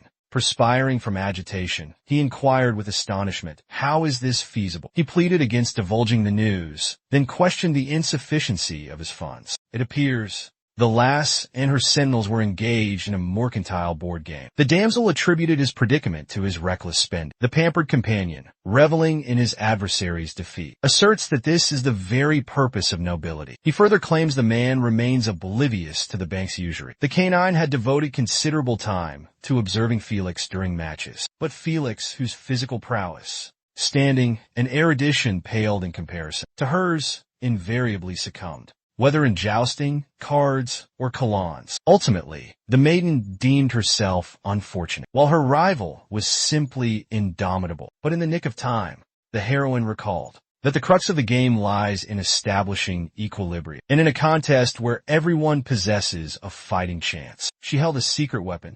Bellabriska proclaimed her identity: a virtuoso of Pruma, a board game centered around property acquisition. Gazing into the night, the young woman pondered that this man, stripped of his in-game fortune, possessed a grasp of financial principles, on par with a learned nobleman. Harton elucidated that land and possessions should be procured, commensurate with one's standing, and exceeding one's income would lead to insolvency. Felix inquired if any holdings remained, but Eugene countered that even their combined value was insufficient, and the bank wouldn't extend credit. The lass added that aristocratic lineages utilized debt as leverage, but she doubted such practices were deeply entrenched within society. The sentinels commenced a debate regarding their intellectual superiority, while the protagonist's laughter echoed unabated. The protagonist couldn't contain his amusement. Residing solo in the Grand Palace wasn't unpleasant, but her companions brought her significantly more joy. In the meantime, Prince Michael paused near his beloved animal's customary dining spot and fell into deep contemplation.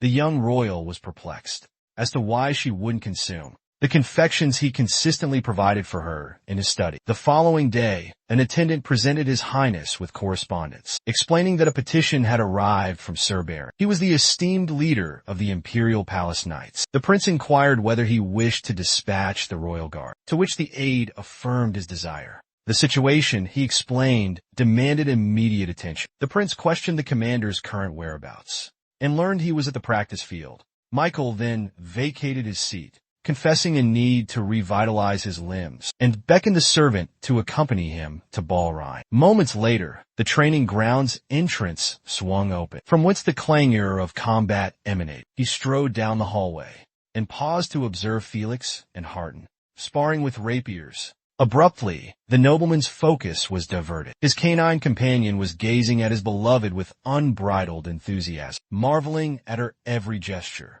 The man discerned that the young lady had been present the entire time, and that she appeared quite radiant throughout. The night's duel concluded. Harton vanquished her adversary, placing her blade against his throat. The defeated man's sword clattered to the ground with a resounding clang. Eugen, witnessing his heart's desire triumph, exuberantly applauded. Suddenly, His Highness grew vigilant and heeded his pet's vocalizations. The small girl proffered a towel to Harton, offering her the opportunity to cleanse the perspiration from her brow. She remarked on Harton's valiant effort. Harton beamed. Michael, consumed by rage at the sight before him, clawed his fingers into the stone wall, his fury unrestrained. Spiderweb cracks radiated outwards. That girl, he seethed, was far too devoted to them. Abruptly, a figure materialized beside the agitated noble. "Sir Baron," the newcomer announced. The knight inquired why the master hadn't summoned him sooner. "I perused your correspondence," the prince responded. "Tell me," he continued, "are you in need of a skilled warrior?" "Indeed, your highness," the baron affirmed without hesitation. He suspected the prince intended to utilize Harton as a mere escort, a pet to be whisked away. The commander prepared to elucidate his requirement for a formidable knight, one capable of handling a delicate situation. But the prince, abruptly and unexpectedly, granted permission for the baron to take the girl.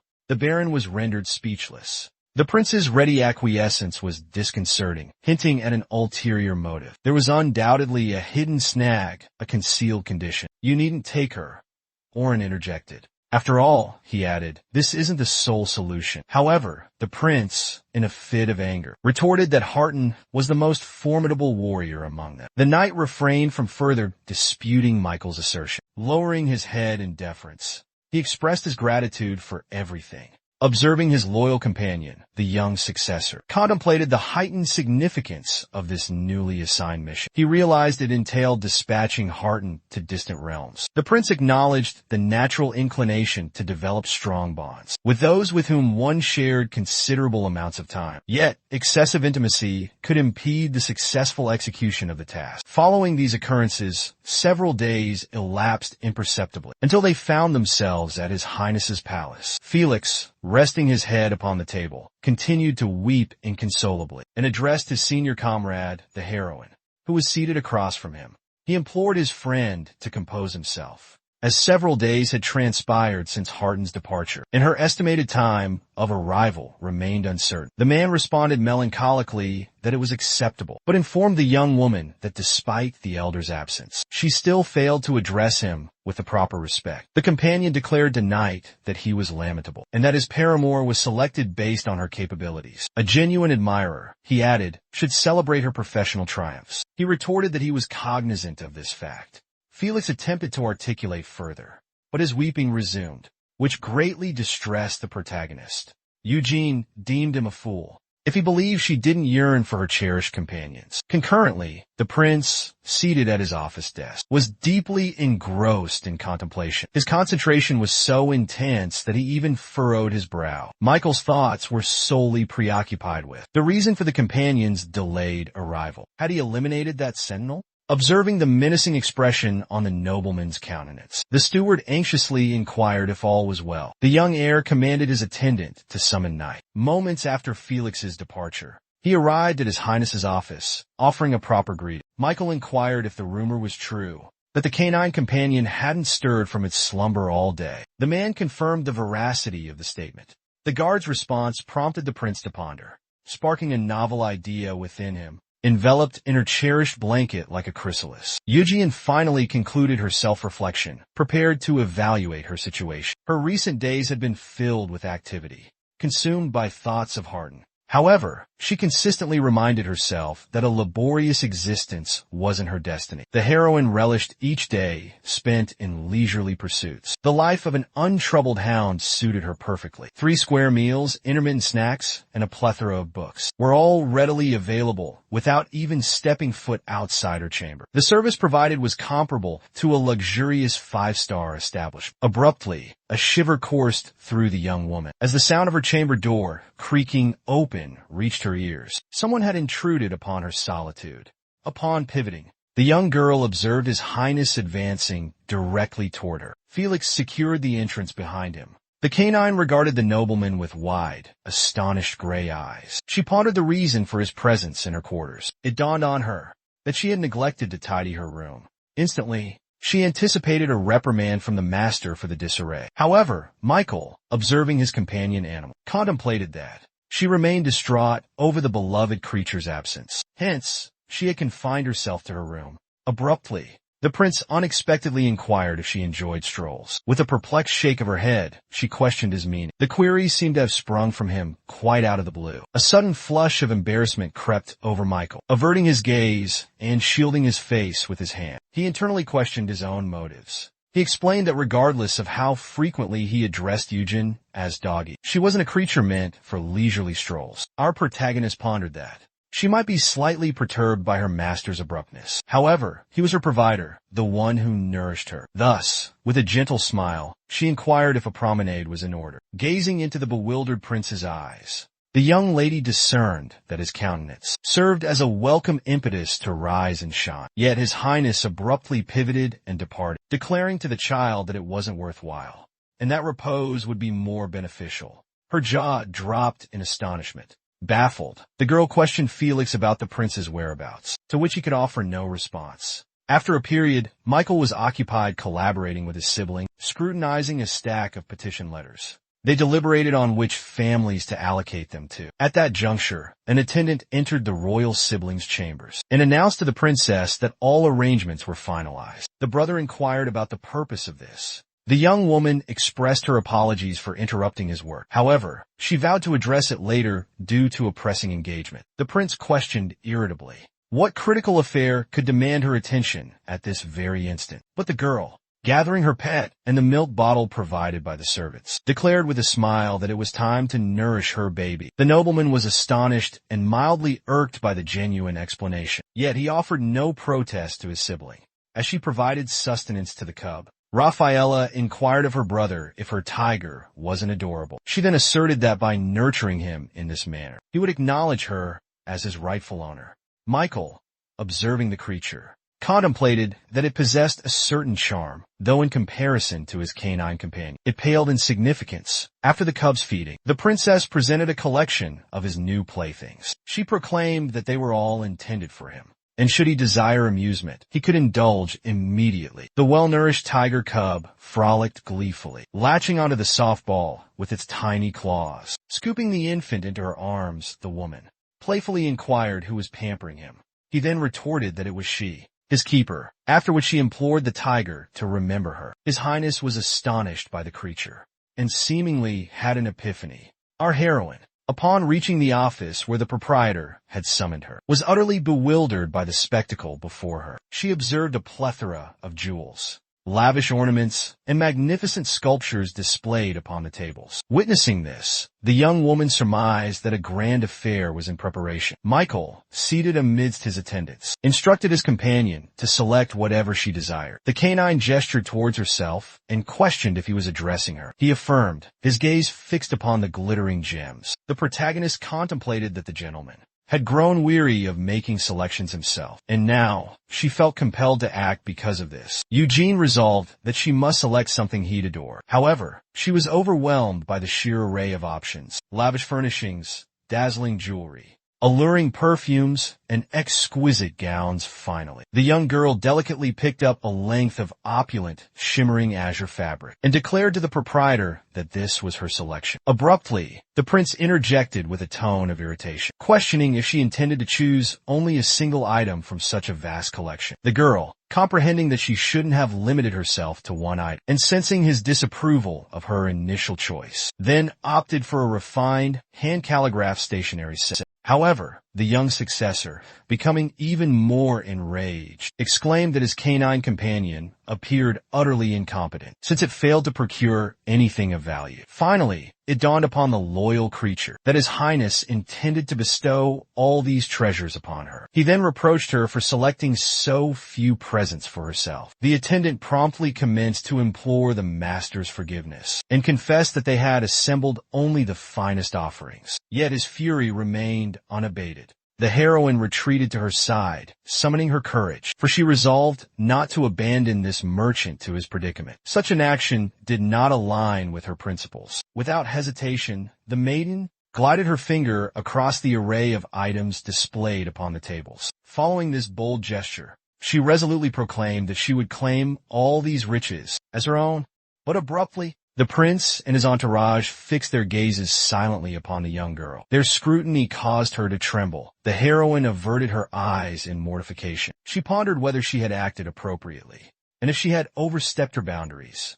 But Michael, his frown dissolving, informed his darling that her desire would be granted. His Highness inquired of the vendor if there were any further wares available. The merchant affirmed that there were indeed more. Eugen stood motionless, incredulous at her own actions. The salesman proposed that the child peruse other creations by the same artist that had captured her fancy, but she was completely oblivious to his suggestion, for she was utterly ecstatic, overwhelmed by the proprietor's lavish generosity. Observing the radiant joy in his beloved's eyes, the young master offered a self-satisfied smirk. An hour elapsed, and the protagonist, having completed adorning the princess palace with her newly acquired treasures, gleefully proclaimed her satisfaction with the outcome. But abruptly, a realization dawned upon the girl. She yearned to exhibit her interior design. She envisioned showcasing her avant-garde and postmodern aesthetic to an admiring audience. Recalling the benefactor who had procured these items, she hastened towards him, reasoning that if he had expended such funds on her, he had to factor it in. Therefore, she would guide him to the chamber. Peeking into his study, the young girl observed him engrossed in his labors. Michael registered the creature's presence, but dismissed it.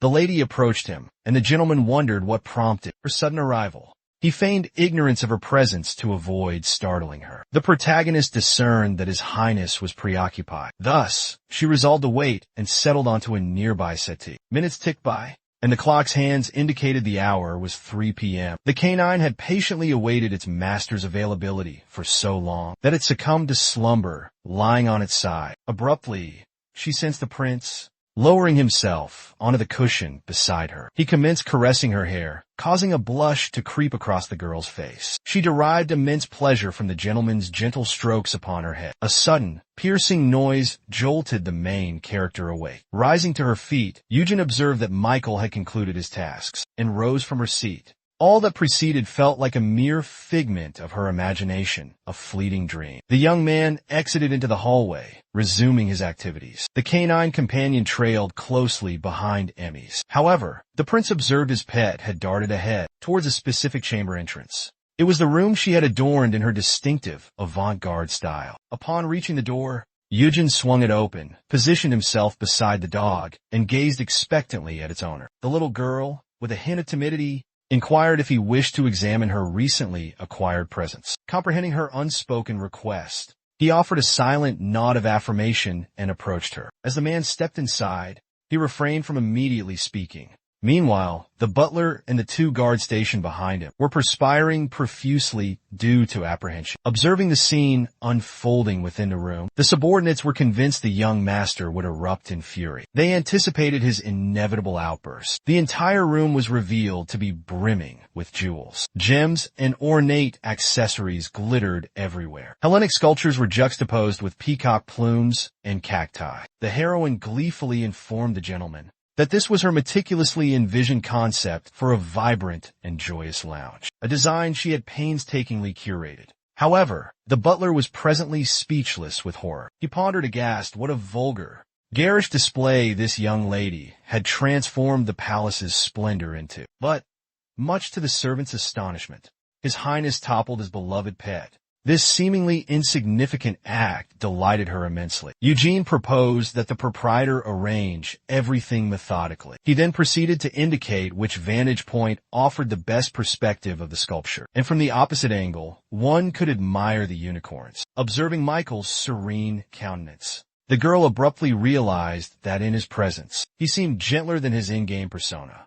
Moments later, the prince, while attending another assembly, he heatedly interrogated his father, demanding to know his purpose. The emperor declared to his son his command, the creation of a lake. This lake, he specified, would be replenished solely by rainwater. He inquired, "Are you proposing a renovation of the imperial palace gardens?" The king affirmed his son's interpretation. He emphasized his desire for the lake's swift completion. The sovereign addressed Lord Onacourt, seated at his side, inquiring about the estimated construction duration. Lord Onacourt faltered, hesitant to respond. Another nobleman interjected, asserting that regarding lakes, they already possessed one renowned for its splendor. He proffered a design proposition. The attendees erupted in a debate, each championing the superiority of their own lake's beauty. The prince remained utterly unfazed by the ensuing clamor. Michael initially maintained his composure, mindful of his father's presence. However, his father's hubris, coupled with the audacity of his sycophants, ignited a furious rage within him. Their condescending arrogance proved unbearable. Upon the meeting's adjournment,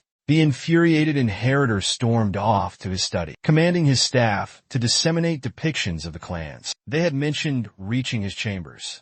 The prince flung open the doors, yearning for solitude with utmost haste. However, the young nobleman never anticipated encountering his canine companion in his office. Indulging in confections at his petite table, Michael was so astonished by her presence that he stood there dumbfounded, rooted to the spot, gazing at the girl with utter bewilderment. Yet in the next instant, the man averted his gaze in mortification, shielding his face with his hand. But a cold sweat erupted upon the heir's visage. He couldn't fathom that Eugene had witnessed him in such a discomposed condition. Without uttering a single syllable, Michael settled onto the sofa in the corner, distant from his pet. The heroine, seated at her table and offering a sheepish grin, contemplated that this was the maiden instance she had observed the gentleman in such a furious state. The girl recalled that if he were touched in this condition, he would unleash devastation upon everyone. A sudden realization struck the young girl. His expression seemed strikingly familiar, as if she had encountered it somewhere in the recesses of her memory. Then it dawned on her. That was the same furious countenance he wore in the game. Placing his fork upon the table,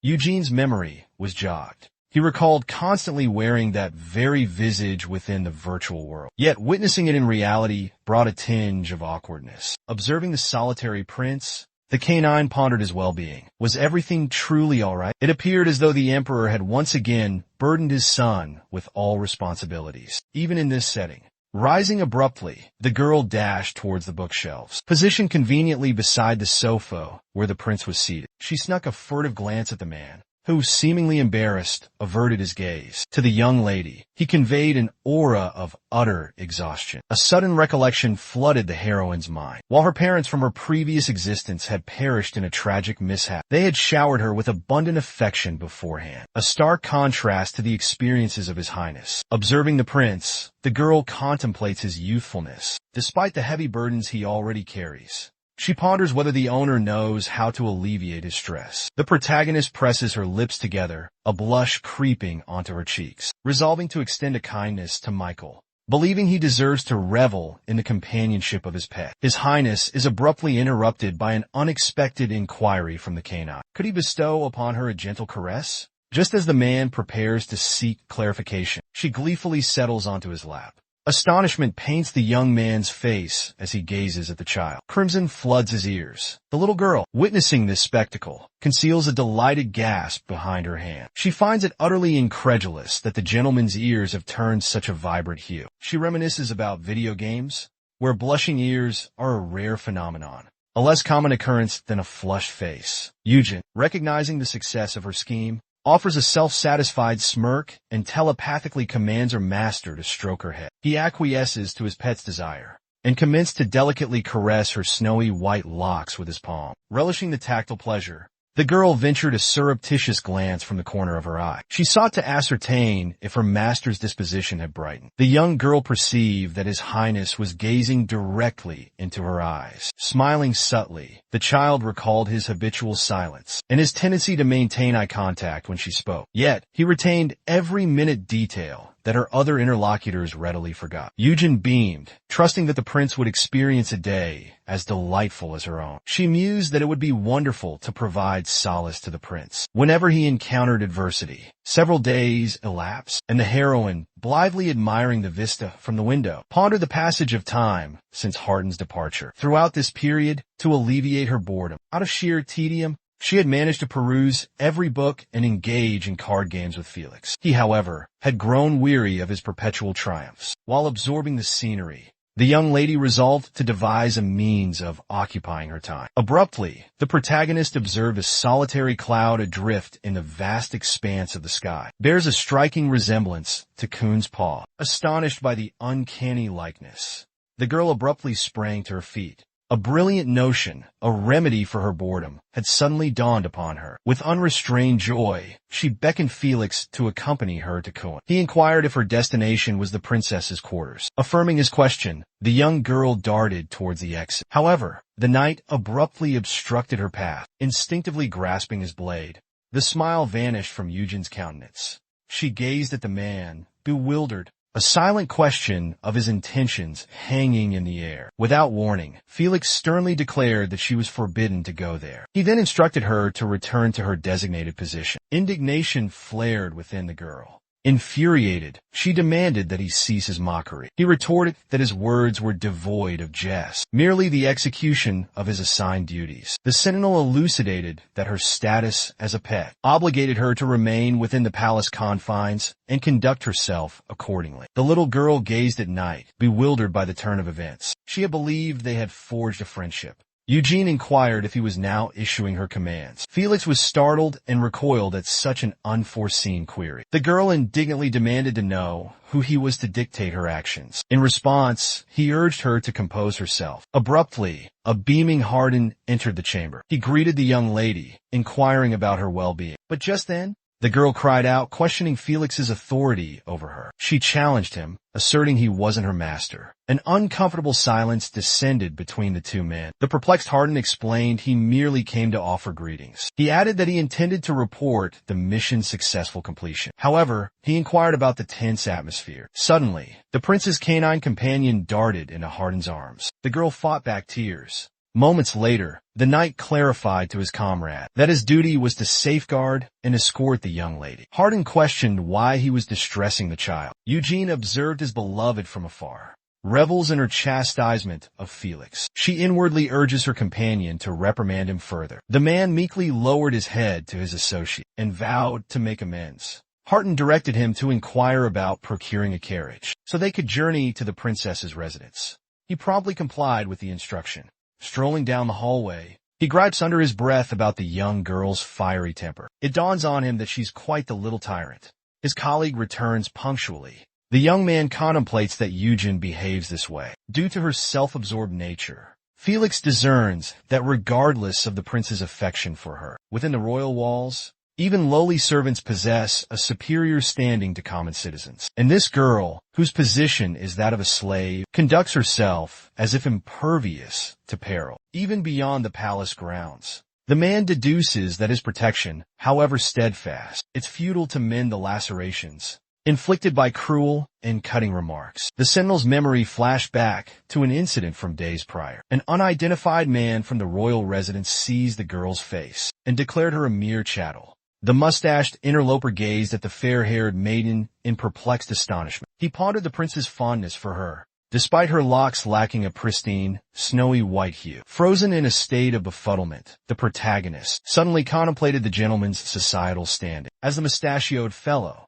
expressed his indignation at His Highness' selection of Eugen, the young woman swiftly appraised the situation, meticulously scrutinizing the man's visage. She concluded her examination. Her deduction: he was likely the faction's commander, not a bumbling superior or anything of the sort. The canine companion discerned that this stranger lacked significant importance. Yet, resentment lingered within her, for she had been instructed one way, and yet the opposite transpired. The group's commander berated the young girl for naively depending on the prince's benevolence. He accused her of ignorance of protocol and unseemly conduct. She merely smiled, recognizing her position as nothing more than a pet. Abruptly, behind the mustachioed man, the girl detected someone approaching them directly. Consequently, she desperately implored the disgruntled gentleman to cease his sudden barrage of insults. From behind the newcomer, His Highness's voice inquired about the commotion. He whirled around in astonishment. The mustachioed man shrieked in terror at the sight of the prince himself, standing before him. The protagonist grinned, relieved at her timely intervention. Recalling this, Felix clutched his head, enraged for escorting Eugen to class and momentarily leaving her unattended. Yet, she still managed to find herself in a predicament. The knight realized that if word of the nobleman's fate spread, hence, a recurrence of this situation is improbable. The prince, after all, decreed his elimination. Subsequently, following the incident, whispers circulated amongst the aristocracy, advising caution regarding the enslaved girl. The guard discerns that this bodes ill for Eugene. In the aftermath, the girl feigns indifference, yet he's certain she harbors apprehension. Following these occurrences, the creature autonomously sought refuge within the princess's quarters. Felix contemplates the potential ramifications had she inadvertently stumbled upon the emperor's palace. Erroneously, of course, he would have undoubtedly mandated her decapitation. Dreading such a grim fate, the young man ascertained that the child's presence beyond the castle walls was perilous indeed. The knight embraced the prince's overprotective nature, exuding unwavering self-assurance. The man valiantly lifted his hands, deeming it excessively perilous. Our protagonist remained within the princess's opulent residence. She frolicked merrily with Quinn in the verdant gardens. Scooping up the tiger cub, she tumbled to the ground in a playful heap. Eugene, beaming, exclaimed to the feline that he had grown considerably. He had become a robust and weighty Raffaella. Raffaella, delicately savoring tea at an adjacent table, remarked warmly that the young girl's disposition seemed noticeably brighter. The child inquired of Her Highness how she discerned this, and she responded that her countenance revealed everything. Initially, Eugene attributed her joy to embracing the tiger cub. However, she quickly reconsidered, amending her statement by clarifying that she had merely envisioned Quinn as her companion. Astonished, the princess urged the little girl to cease such preposterous claims, for surely no one would spurn the friendship of such an adorable kitten. Eugene offered a bashful smile, inwardly reflecting, what a benevolent woman. Raffaella implored the fair-haired child to elaborate on the events that transpired. Within moments, our heroine recounted her ordeal to the attentive princess, and that she had sought her out after Felix observed her melancholy. However, Her Highness abruptly inquired in a severe tone who dared to displease her feline companion, declaring the evening utterly intolerable. The noblewoman gripped her teacup's handle with such force that it fractured. Observing this, the protagonist offered a timid smile, trembling with apprehension. But then, the princess abruptly proclaimed to the young lady her desire for Eugene's head. Her guard, Eugen, was utterly astonished. He questioned the lady, bewildered by her words. Raffaella chuckled, assuring the girl it was merely a jest, and though imperial law was stringent, she couldn't execute a man so casually. The lady consulted her pet, proposing banishment to a distant land, a place from which there would be no return. Mistaking this for another playful remark, she inquired if launching him into the cosmos wouldn't be preferable. The princess's sister countered that they'd already encountered one individual, with aspirations of reaching the stars, fueled by gunpowder, yet detonated before achieving celestial heights. The princess delicately rested her teacup upon its saucer, contemplating whether Eugene grasped the implications. Should she desire it, they would launch the man into oblivion. The damsel was indifferent to the destination, be it a scorching desert, a monstrous den, or a glacial wall of demise. However, Her Highness's focus was abruptly captured by the girl's inquiry. She inquired if she had encountered the azure sea flowers chronicled in the literary work, The Ballad of the Azure Sea. Raffaella questioned the little girl about her affinity for the color blue. The child affirmed her fondness for the hue, She elaborated on her admiration for sea flowers and aquatic environments in general. Our protagonist momentarily closed her eyes, yearning for a refreshing plunge into the water. During her previous existence as an office worker, she frequented the natatorium. Suddenly, the princess arose from her seat and declared to her young companion that she would escort her. Bewildered, the girl inquired as to their destination. The young lady simply gazed at the kitten with a gentle smile and offered her hand towards it. Rafaela, accompanied by her tiny companion, arrived at her brother's office. She inquired of him whether the pathway to the lake was complete. The prince fixed a stern gaze upon his sister and questioned her reason for needing this information. The lady explained that the emperor had commissioned the construction of an artificial lake intended for his mistress, but due to her protests, a route to the lake adjacent to the palace was constructed instead, and they desired to journey there. The pet excitedly inquired if they could truly reach their destination, to which the princess responded that with a little patience, she would dispatch a carriage for her. Abruptly, as the girl exclaimed her delight, His Highness clenched the quill in his hand with fury, with such force that it nearly shattered. The man is enraged, because he was the one overseeing the road's development. This knowledge vexes him, yet for some inexplicable reason, Eugen expresses gratitude to Rafaela, overlooking him. The princess inquired of the young girl regarding her desired activity at the lakeside. She expressed a strong yearning for a swim. The lady consented, but requested the child to articulate her wishes beforehand. She assumed their usual routine of boating or enjoying a picnic. Abruptly, Michael interposed himself, shielding his canine companion. He declared that no assistance was necessary, vowing to personally attend to his pet. Exasperated, the girl questioned her brother's intentions, suspecting sabotage. The young heir retorted that he was merely preempting the appropriation of another's belongings by soiled hands, from seizing what rightfully belonged to others. A palpable tension descended upon the gathering. Apprehensively, the protagonist sought refuge behind the owner's form. However, the prince addressed the child, extending his hand towards her. He beckoned her to accompany him. With a smile, Eugene relinquished her hand and trailed behind the dignitaries. The princess, her countenance sullied by a pout, observed the departing duo and vowed to ascertain who remained untainted. Trailing the prince, the protagonist flushed crimson as a profound sense of relief washed over her. Her hands still clasped in the gentleman's, the lady pondered the root of her prior disillusionment with Felix.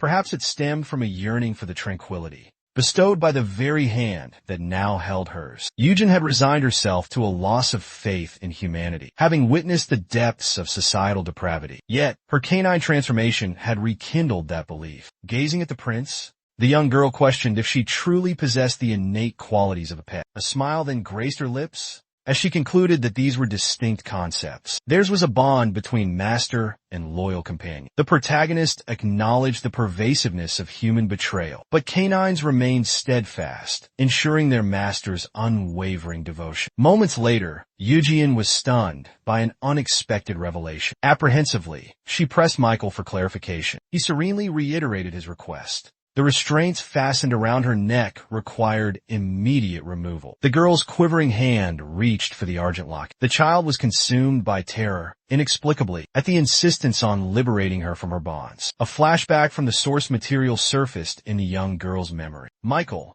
grasping Canis's collar, smirked and inquired about her happiness. The girl, adorned with animalistic features, retorted vehemently that she had been content until his reappearance. The gentleman, grinning broadly, proffered the collar to the maid, questioning her departure without donning it. Such an action was forbidden. It symbolized her ownership, her belonging to him. Stooping towards the therianthrope girl, Michael declared his inability to reprimand her, attributing it to her captivating beauty. After securing the shackles around his captive's neck, the man asserted her innocence, claiming she had merely strayed from the righteous path. Dread began to consume her when His Highness insinuated that someone incompetent had misled her. Consequently, he declared that those responsible for her misguidance must face retribution. The chamber doors swung open, revealing the hallway beyond, where the girl beheld the servants apprehended by the knights. The prince addressed his favored companion, accusing them of idleness during her absence. The maid was petrified by this allegation, but the young lord leaned in, whispering with a sinister grin that their inaction warranted collective punishment. Canis, panicked, implored Michael, desperately attempting to clarify that she had merely committed an error. The beastkin trembled and wept in terror. His Highness smirked, delighted that his name now graced his pet's lips. However, the master continued, asserting that he couldn't allow such inept individuals near her. Following this pronouncement, the slave witnessed crimson splatters of blood. Through this recollection, Eugen discerns that the owner was possessed, and these restraints serve as a testament to that possession, and a symbol of possession. That explains the young girl's terror. When Michael requested she remove her collar, she assumed he no longer required her services. The prince is momentarily preoccupied, and the little girl's apprehension remains unabated. She's bewildered by the unfolding events. Perhaps because she's not the central figure in this narrative, or perhaps because this predates the primary storyline. Then, the young nobleman presents the child with a petite locket adorned with a white stone. He suggests she accept it in lieu of the collar. The young man clarifies that it's his personal emblem, and she would be exempt from labor.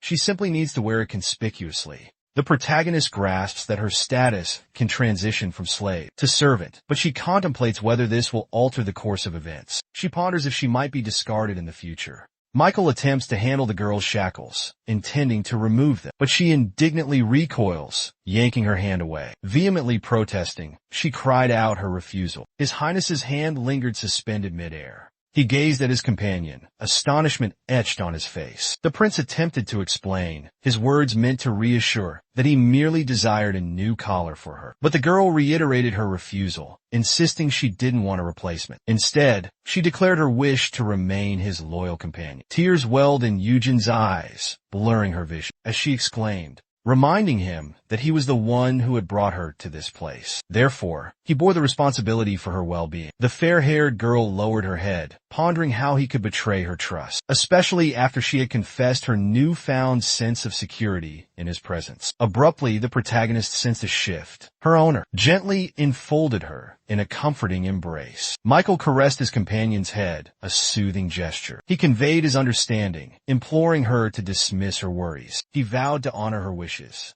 The girl remained silent, offering no verbal response to her master. Instead, she wept, clinging tightly to his chest. Her master maintained his hold, refusing to release her from his protective embrace. Fails to grasp the supposed significance of transitioning from slave to servant. The man grinned and embraced the girl more tightly. Inwardly, he reiterated that Eugen was akin to a puppy he possessed. Michael shut his eyes, pondering the naivete of his dog. She was oblivious to the peril she was in within his embrace. After a period, the prince, preoccupied with his duties, presented the locket to the steward, declaring he no longer required it. The attendant inclined his head and accepted the trinket. The man was gratified by his Highness's pleasant disposition. The young nobleman reflected on the girl's reluctance to remove the necklace. He needed to ensure no unsavory nobles approached her. The prince recalled the girl's vehement insistence that she would never depart from this location, and her refusal to become a servant. Abruptly, a cunning expression crept onto the man's countenance. An intriguing notion had sprung to mind. The following day, the royal heir, as instructed, heeded the lord's account. They combat hunger in the Taraha province. Michael declared this commendable, advising judicious use of allocated funds. However, upon the prince's remark about an apparent interest in the man's pet, the man vehemently denied any such inclination. He fervently insisted that nothing could be further from the truth. The lord promptly lowered his head, believing his demise imminent. He recalled the butler, who forfeited a hand for defying the lord's canine companion. Meanwhile, Michael, calmly perusing the documents, decreed that the girl would remain in adjacent chambers. A profound silence blanketed the hall, as everyone, including the nobleman, suspected his Highness harbored a grievance, for which retribution would be swift. Smiling at the lord, Michael contemplated their interpretation of his truthful statement. He pondered their perception. The young man mused that the girl had acclimated flawlessly, even though she lacks royal lineage. As long as she finds contentment here, he won't implement any alterations. Preoccupied with his father's directives, the prince pondered a novel concept. Engrossed in paternal duties, he contemplated his pet embodying the role of a genuine princess. Upon the official's departure from Michael's office, they commenced a private discussion. Their topic: how a mere servant could reside within the princess's royal quarters. The gentlemen unanimously concluded that this revelation demanded immediate and widespread dissemination. It would swiftly become global news. At last, the princess, as pledged, organized a lakeside picnic for the kitten and its caretaker. 3 knights, including Felix, the guardian of their security, stood watch nearby. Felix, among others, ensured the safety of the holiday makers. The table showcased an array of delectable treats: cakes, muffins, strawberry pudding, and cookies. Rafaela inquired whether the young girl enjoyed the confections. Her response was filled with delight, that their flavor was simply divine.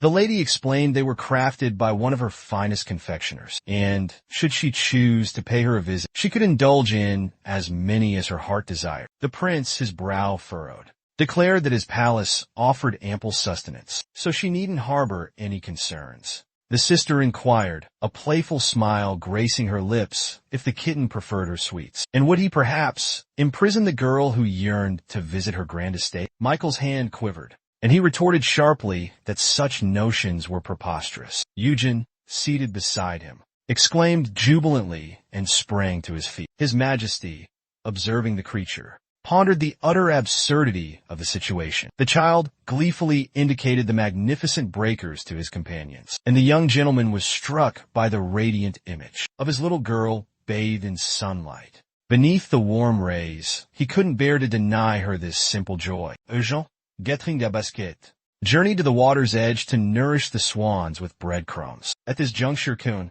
who was slumbering nearby, abruptly snapped his eyes open, captivated by something of immense interest, observing the joyful girl providing sustenance to the avian creatures. The tiger cub deduced that she was his companion, and the swans were exquisitely beautiful playthings. Enthralled by the prospect of frolicking with the birds, the feline leaped to his feet and dashed towards them. Rafaela, perceiving her pet's exuberance, vociferously bellowed the command, "No!" However, the young tiger remained deaf to her cries. He pounced upon the child, who whirled around, bewildered by the unfolding events. As a result of Kuhn's unforeseen onslaught, the protagonist plummeted directly into the water. This generated a tremendous, resounding splash amidst the cascading torrents, and panicked birds scattering in every direction. The girl supplanted the pet owner on the bank, who joyously exclaimed her name. For a fleeting moment, she forgot everything around her. Eugen was astonished that Michael had addressed her directly. For the very first time, the princess, noticing the kitten's predicament, abruptly froze, stunned. She pondered if perhaps her opportunity had finally arrived. However, a wave of bewilderment washed over her, leaving her rooted to the spot. Her sibling rushed to the damsel's aid. Without a moment's delay, the prince plunged into the depths after his beloved, who had already descended far beneath the surface. The man swam towards the canine, who was desperately struggling to conserve its breath for as long as possible. He swiftly grasped her. With great haste, the young lord surfaced, cradling Eugen in his embrace. The knights hastened to assist his highness, but Felix faltered, remaining rooted to the spot. The guard scoffed internally, deeming him a fool. He stood idle as the prince plunged into the water. The protagonist, drenched to the bone, sputtered, attempting to clear her airways, and Michael, who was equally soaked with not a thread dry, assured her that all was well. He instructed her to breathe deeply through her nose. Tears welled in the girl's eyes, born of fright and the shock of the unexpected fall. Panic seized her. She couldn't recall how to swim. Abruptly, the blonde glanced upwards at her master and found him observing her with a penetrating, an impassive stare, water streaming down his visage. The nobleman bellowed at the knights, demanding to know why they remained motionless. He commanded them to fetch a towel and hot tea immediately. The instant his highness emerged from the water, carrying the stricken woman,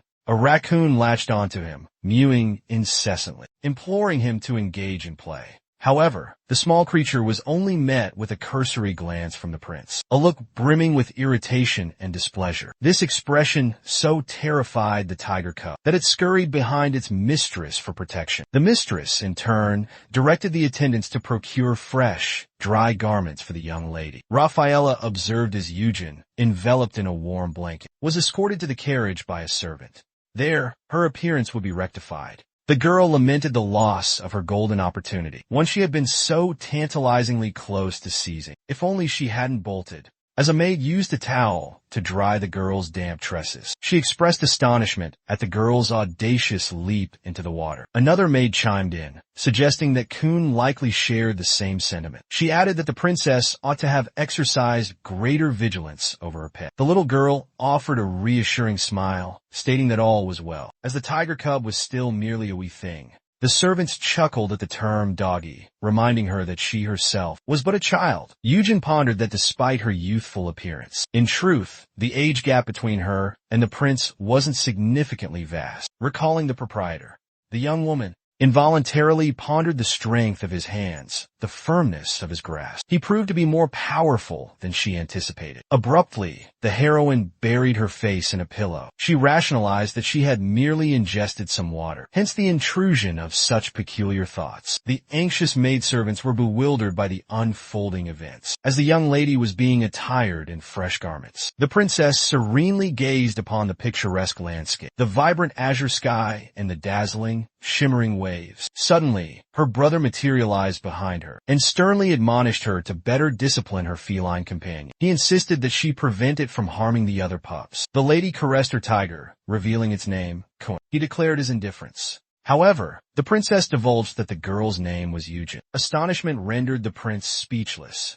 His eyes conveyed a thoughtful contemplation, provoked by his sister's words. But a fleeting moment later, he arched a brow in bewilderment, inquiring about her cryptic statement. Abruptly, the attendant declared to the assembled nobles that Eugen had completed her wardrobe transformation. The young lady rejoined her companions, adorned in a sophisticated beige gown. Rafaela hastened to her side, solicitously inquiring about her well-being. Her Highness delicately cupped the darling's face and questioned whether Kun had inflicted any scratches. She responded in the negative. Michael, having observed his sibling and the canine, resolved to depart and attend to his affairs. This action captured Eugen's notice. Without warning, the little girl boisterously addressed her guardian. The prince, startled, froze mid-stride, his back still towards the child. He opted to maintain his immobility, resisting the urge to turn. His reasoning was that a sudden encounter with his gaze might frighten her. Unexpectedly, the heroine,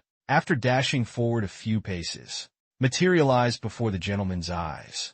Her gaze met his highness's directly. A crimson blush crept across the girl's cheeks. She requested a moment of his time, a secret yearning to be shared. The young man, offering silent consent, braced himself to receive his cherished companion's confidence. Inwardly, he marveled at the captivating allure of her puppy dog eyes. Perhaps, the gentleman mused, that was the very essence of her charm. Eugen's eyes shimmered like a tranquil lake, beckoning one to plunge into its depths. A sudden epiphany struck Michael. He was the prince in this fairy tale. He was the one taking the plunge, not for a damsel, but for something far more profound. Besides, she was far too resilient to succumb to the watery embrace, especially with the unmistakable presence of a nearby vessel. Yet, before reason could intervene, his legs propelled him towards her. The man had always harbored a disdain for practicality. He vividly recalled the moment he rescued her from the water's grasp. His hands had trembled, ignited by the radiant warmth emanating from her. He couldn't comprehend why the protagonist, in this particular instance, with hands concealed behind her back and a bashful gaze, struggled to articulate her thoughts, seemingly paralyzed by shyness. But then, foregoing any verbal expression,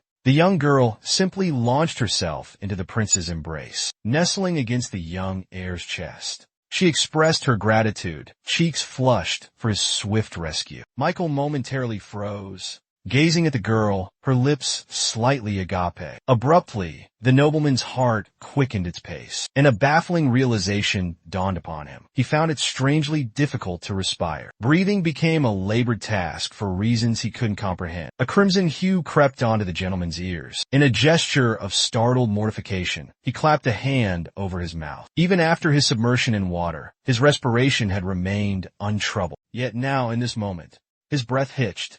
Meanwhile, the protagonist continued to revel in the embrace of the prince, her thoughts confirming his dependability, just as she'd anticipated. Suddenly, her eyes flew open. The impropriety of her actions struck her.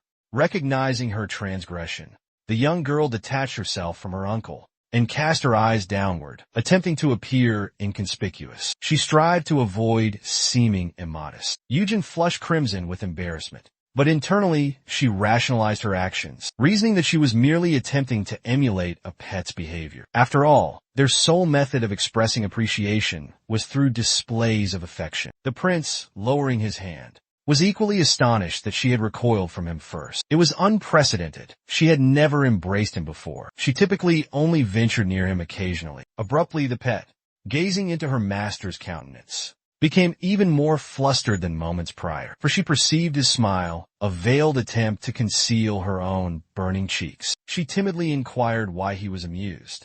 His Highness, gently caressing her hair, explained that her reaction was entirely natural, and his protective instincts were unsurprising, for she was his possession. The young man's hand brushed against her cheek, and her face erupted into the vibrant hue of a tomato. Without warning, the heroine exclaimed, "I must get back to the carriage at once." She sprinted towards it, securing the cabin door and collapsing onto the sofa. She exhaled deeply, seeking composure. She reassured herself it was just a mishap. Her hands flew to her chest. A sudden doubt plagued the blonde. Was it truly an accident? Perhaps his reaction stemmed from mere surprise at her expression. Eugen recalled her frequent performances of the Golden Cage, yet she had never witnessed the prince in such a state. Twilight soon descended upon the kingdom. The opulent palace windows became ablaze with light. As customary, the protagonist entered a chamber only to be greeted by Felix. With a bowed head, Felix confessed to his previous transgression. Startled by the unexpected apology, the girl questioned him again, her voice filled with astonishment. He reiterated his remorse, admitting his error. More accurately, he confessed to failing his assigned duty. For this failure, he implored her forgiveness. The knight pondered why articulating this sentiment proved so challenging. The sentinel abruptly discerned that if the little one had erred, his demeanor would have been drastically different. Felix resolved to confront the reality of the situation. Despite Eugen's diminutive stature, she was making an effort. She resembled a self-absorbed feline. But in truth, she harbored concern for everyone in existence. The lad was reluctant to forsake his training due to escort duties. Consequently, he needed to allocate time for practice with Hart and me. Throughout this endeavor, he occasionally confided in the canine companion, divulging his inner turmoil. The maiden couldn't comprehend the source of Felix's widespread admiration. Empty-headed, she deemed him endearing, and frequently quipped about compliments directed towards him. However, the guard, scratching his nose, recognized that she was indeed his comrade. The lady endeavors to nurture everyone. Therefore, he should attempt to be more open with her. At last, the knight uttered the appropriate phrases. He expressed remorse and acknowledged his prior discourtesy towards her. Due to a non-existent predicament, the heroine felt a tinge of mortification. Yet, without sacrificing her dignity, she conceded that if he insisted, she would likely concur.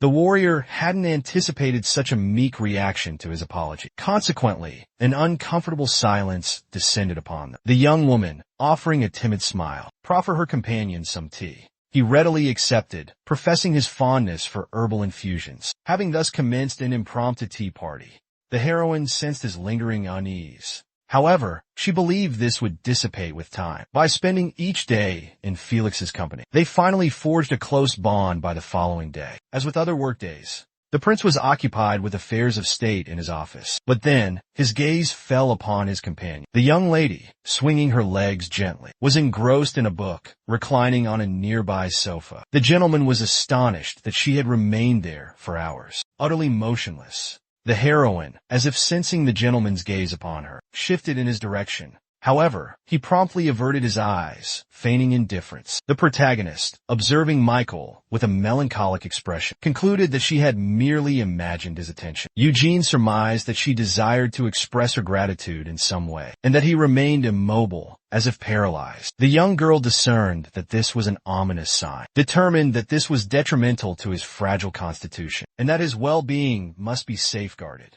She arose from the settee and approached the prince, positioned directly before him. The girl boldly proposed a stroll. The valet and the sentinels, stationed near the young lord, were utterly astounded that the little girl was compelling him to action. Shortly thereafter, the central figure was joyfully making her way to her beloved spot in the garden. Trailed by his highness, the girl settled onto the swing, while Michael glanced around, seeking a place to perch. At last he opted for a stone bench, positioned directly across from the swaying seat. The young lady inquired why the gentleman toiled so relentlessly. He responded that such were the obligations of a prince. The little girl, astonished, pressed further, questioning his heavy workload. Michael explained that it was the established practice for the emperor's successor. Eugen furrowed her brow, pondering that in this realm, the notion of child labor seemed non-existent, and if youngsters matured under such conditions, they would perpetually face exploitation. Abruptly, His Highness's eyes widened as the canine inquired what precisely this entailed.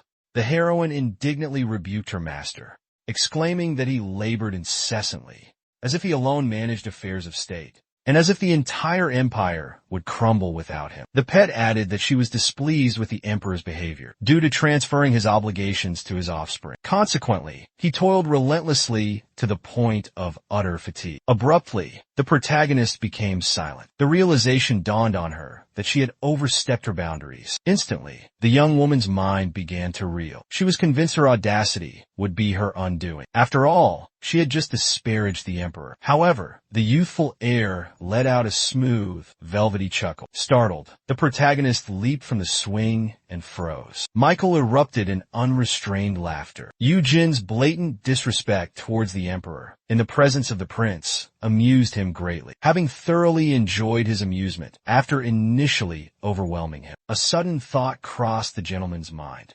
Perhaps, he mused, he was pleased with his decision to bring her that day. Gazing intently at the young woman, he contemplated the implications of her insolence. He concluded there would be no repercussions, as he was the sole witness. Observing the stunned girl, the man reflected that she belonged to him. She would forever remain by his side. The heroine offered a warm, gentle smile. She perceived the weight of his concerns, stemming from the emperor's situation and his newfound cheerfulness. She believed she wouldn't face reprimand. The canine companion understood her master's prioritization of her, above even the monarch or the nation's safety. She reveled in following him, and he, in turn, cherished nurturing his dog. Moments later, the fair-haired woman entered the culinary space, donning an apron and wielding a whisk. She proclaimed her obligation to express gratitude to her benefactor. However, she paused, glancing back at Felix, adding that she intended to cook alongside a companion. He, unnerved by her demeanor, reiterated his apologies, presenting her notebook sketch to the palace's head chef. Her illustration depicted, the protagonist stated, that she desired to create precisely that type of confection. The baker clarified that she meant a fairy cake, and he expressed his fondness for those as well. Eugen was astonished that cupcakes were locally referred to as fairy cakes. After adding a splash of milk to the dish, the canine commenced delicately whisking the liquid. Her limb swiftly grew weary from the exertion. However, a glimpse at Felix revealed that he was already relaxing, having completed his task. He had successfully frothed the milk ahead of her. This ignited a spark of frustration within the young girl, and fueled her resolve to persist in her meddling. Because her pace was slower than the despised Jacques Felix. Exhausted from the arduous effort, the young girl collapsed onto the chair, gasping her final breath. However, the chef declared it was now time to transfer the dough into a piping bag. But as night fell and he commenced this undertaking, he inadvertently compressed the bag,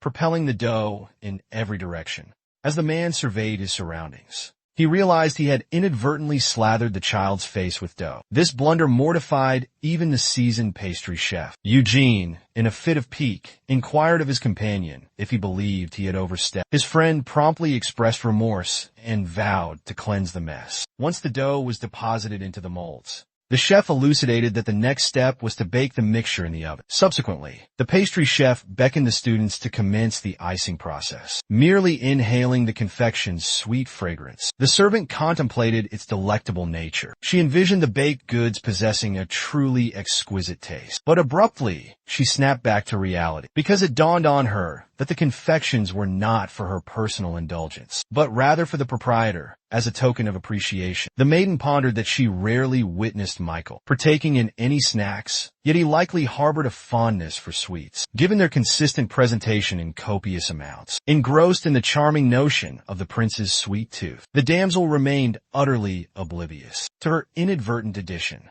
of a veritable mountain of sugar to the mixing bowl. Upon recognizing her blunder, our heroine inquired of the cook whether a complete restart was necessary. However, he bashfully responded that all was well, and she could proceed according to her preferences. Presently, the cupcakes were thoroughly baked. The head chef, retrieving them from the oven, declared it was time to adorn them with frosting. Meticulously, the protagonist applied cream to each cake, utilizing a piping bag. At last, she presented exquisite cupcakes, embellished with strawberry cream, chocolate shavings, and delightful sprinkles. Upon reaching the threshold of the master's study, she utterly astonished the attendant stationed there. He nervously inquired as to what the small child was pulling along. Beaming brightly, she presented a trolley laden with confectionaries. She declared that it was a tribute for His Highness. A wave of trepidation washed over the man upon hearing this. However, he was even more bewildered by the realization that the girl was essentially delivering mounds of sucrose. Balobrisca requested an audience with Michael. He acquiesced, internally fretting that after a decade of service, his tenure was undeniably drawing to a close. The young gentleman was engrossed in his customary duties, when abruptly, the portal to his office swung open. A canine companion joyously greeted him. The prince observed Eugene grinning radiantly, propelling a cart brimming with victuals. But Michael was unexpectedly consumed by a surge of fury that the steward had permitted the lass to maneuver such a cumbersome conveyance unaided, had permitted the girl to haul such a ponderous cart by herself. The man pondered his presence there. However, the gentleman's contemplation was shattered by the little girl's unexpected sob. She informed the man she had brought him tokens of gratitude. The young lady's cheeks flushed crimson. She elaborated, explaining this was her method of expressing thanks for rescuing her, for plunging into the lake, and subsequently caring for her. Ultimately, the heroine summarized her gratitude, thanking him for everything. Michael, gazing at the pastries, noticed "thank you" inscribed upon them. Each character meticulously crafted from chocolate. His Highness's ears burned scarlet as he admired the child's confectionery masterpiece. He reiterated his prior vow to perpetually safeguard her, because she was under his protection. Conquering her shyness, the protagonist attempted to articulate further sentiments, but he mused the predicament stemmed from her being his. She was endearingly sweet, yet remarkably unpredictable. His recurring impulse to abduct her ceased to astonish him. The prince resolved to conceal Eugene somewhere, deep within the palace walls.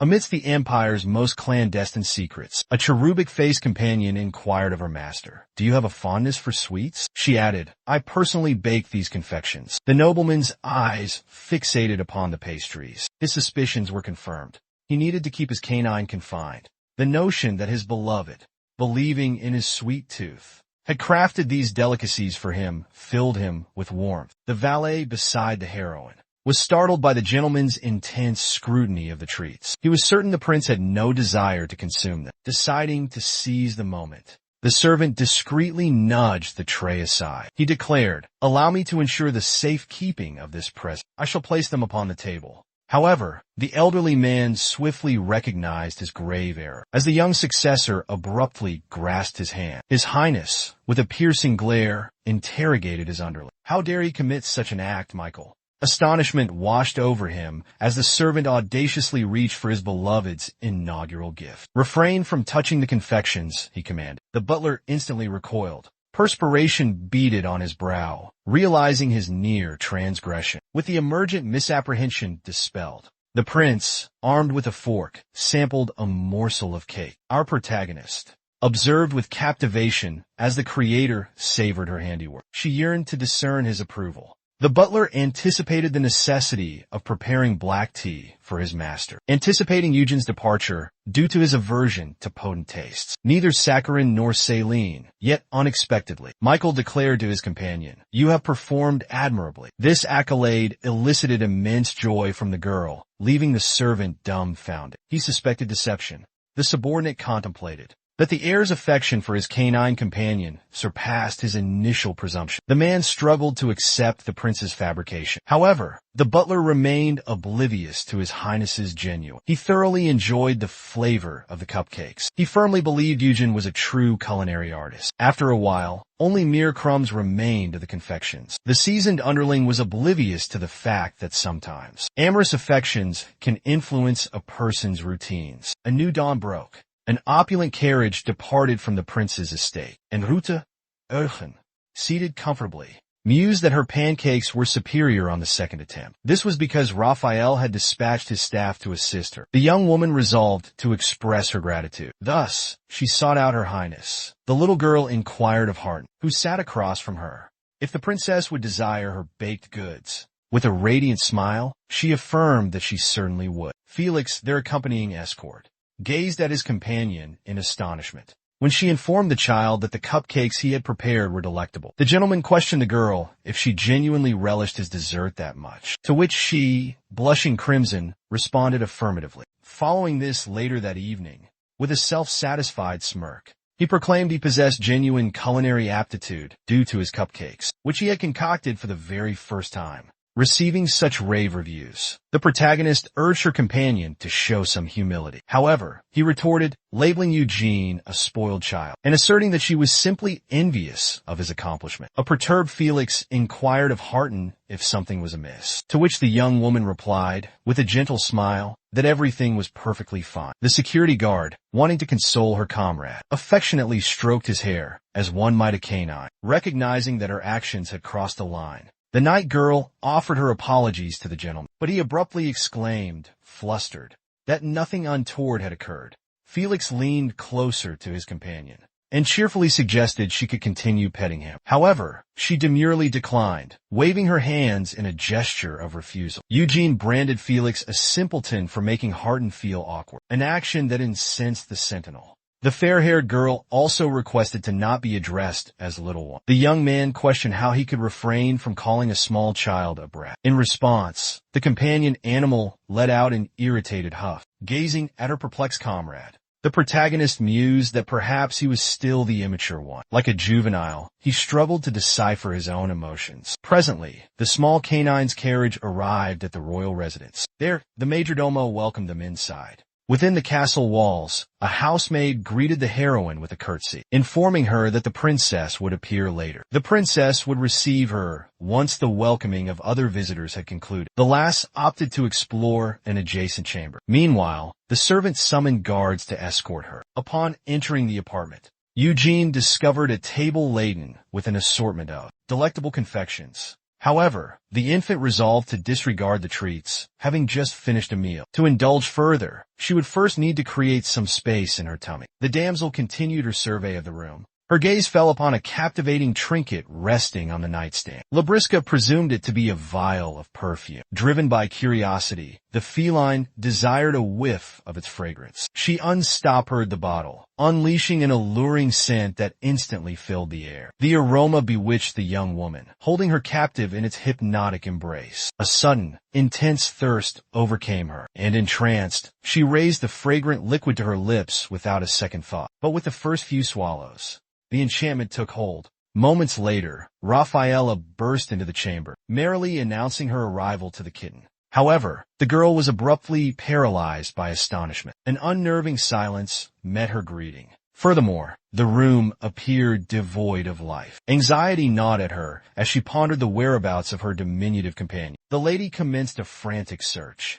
when her eyes landed upon an uncapped jar lying upon the floor. As she sought further indications, a faint sound grazed her ears. A delicate, high-pitched voice desperately pleaded for her attention. The moment Raphael pivoted at the noise, his eyes landed on Eugen perched upon the nightstand. The creature had dwindled to the dimensions of a matchbox. A Thumbelina with snowy locks flailed her tiny limbs and beckoned her companion. The author stooped towards the diminutive figure, his eyes wide with disbelief. He inquired, his voice laced with astonishment, if it was truly her. Overwhelmed by sorrow, the protagonist simply questioned, how? The princess, her hand clasped over her mouth in awe, mused that her reduction concoction had functioned flawlessly. She further pondered, albeit acknowledging the impropriety of the thought, on the sheer adorableness of Eugen's miniature form. Like a sprite, the girl extended a hand towards the minuscule being. She proposed relocating him, suggesting that maintaining balance on the pedestal might prove challenging. Rafaela lowered her fingers towards the petite creature. Gingerly, it clambered onto her extended digits. The woman, cradling the kitten-sized Eugen, paced the chamber. This action unsettled the protagonist, filling him with unease. A sudden chill of terror gripped the small child. She teetered precariously on the edge of a fall. The princess's unremarkable footsteps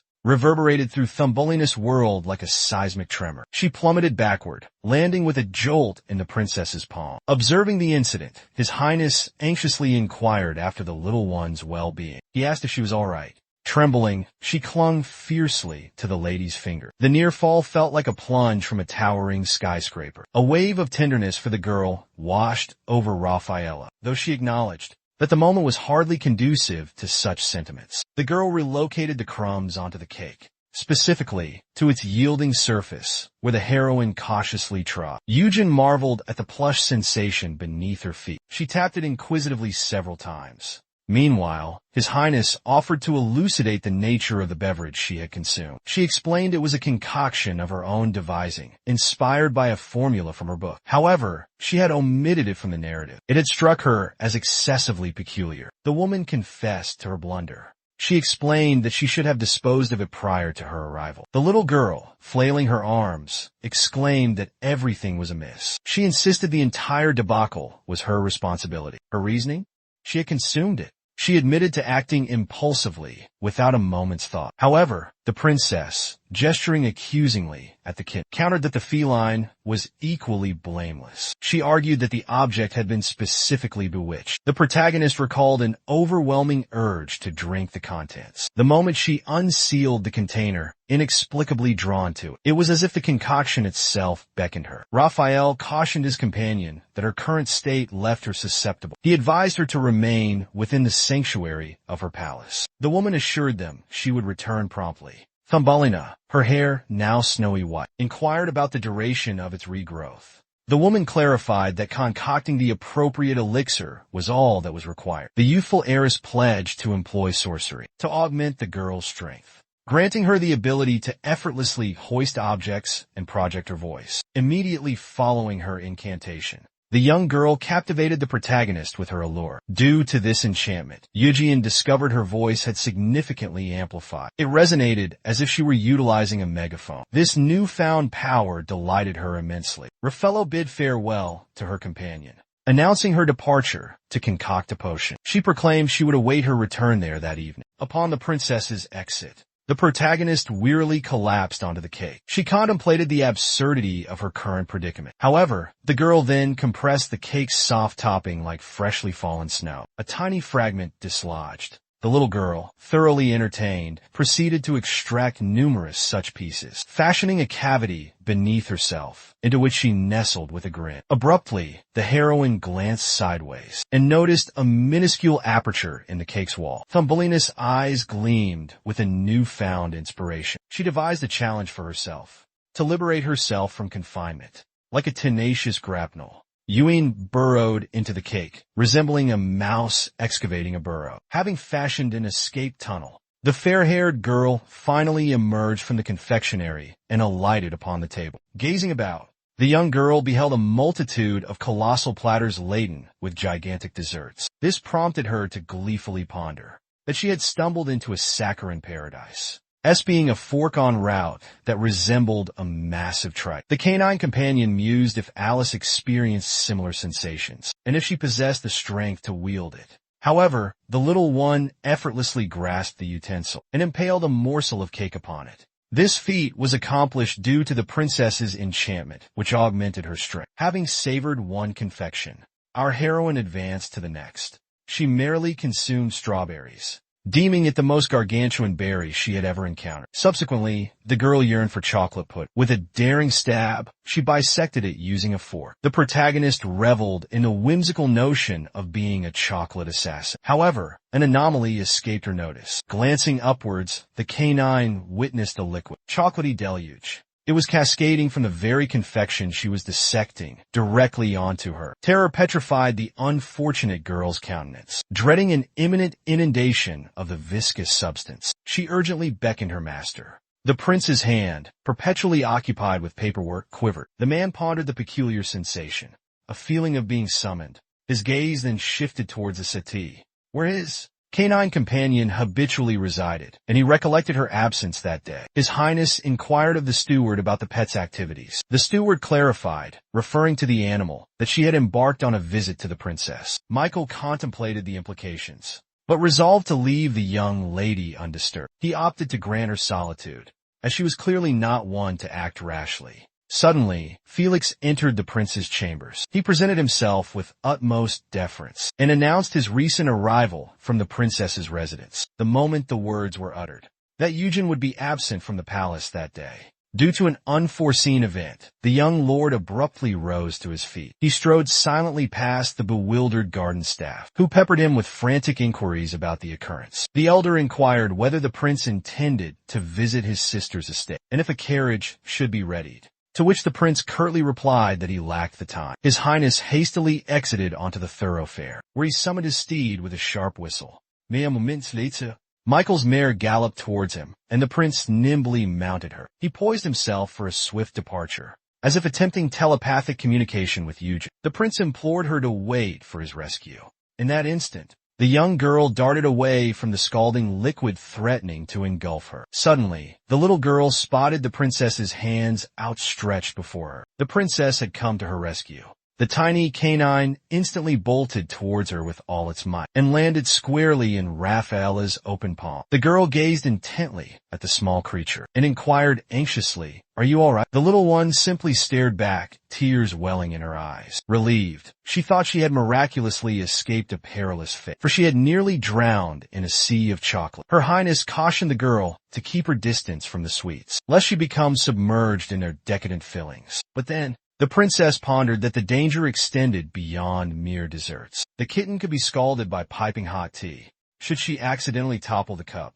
Then, the princess glanced at the plate of jelly, and surmised that Eugen might become entrapped and suffocate within its gelatinous depths. A horrifying realization dawned upon the princess. This table was a veritable dessert inferno for her tiny companion. The woman observed the fair-haired girl, quivering with apprehension. She discerned that the situation was perilous for the young girl, and that a more secure location was imperative. Suddenly, an idea sparked in the girl's mind, a plan she resolved to execute. The princess escorted Yuga to her chambers, where she unveiled a miniature replica of her castle, a childhood plaything. It was a gift bestowed upon her in her younger years. The protagonist gained entry to the toy castle through a diminutive portal, and marveled at its striking resemblance to the actual palace, albeit scaled down. It was meticulously crafted, replete with intricate details. Rafaela lifted the roof of the miniature dwelling to peer down at Thumbelina, inquiring if she was comfortable.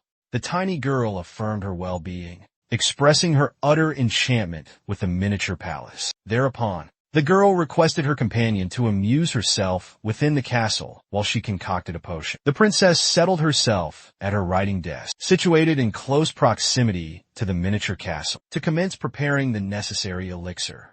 Once the required concoction was complete, the young lady merely needed to snap her fingers to trigger its inherent enchantment. Eugen gazed out from the playhouse balcony, utterly captivated by this sorcery. However, he then expressed remorse to his companion for interrupting her concentration. She reassured him, suggesting he allow the potion to steep. The heroine assented, remarking to Rafaela that she had never witnessed her crafting mystical elixirs before. She then inquired about the possibility of mastering magic. Removing her spectacles, she explained that inherent aptitude was necessary. Her Highness presented a diminutive crystal sphere, clarifying that it could discern the potency and magnitude of magical energies. She requested Eugen to examine it.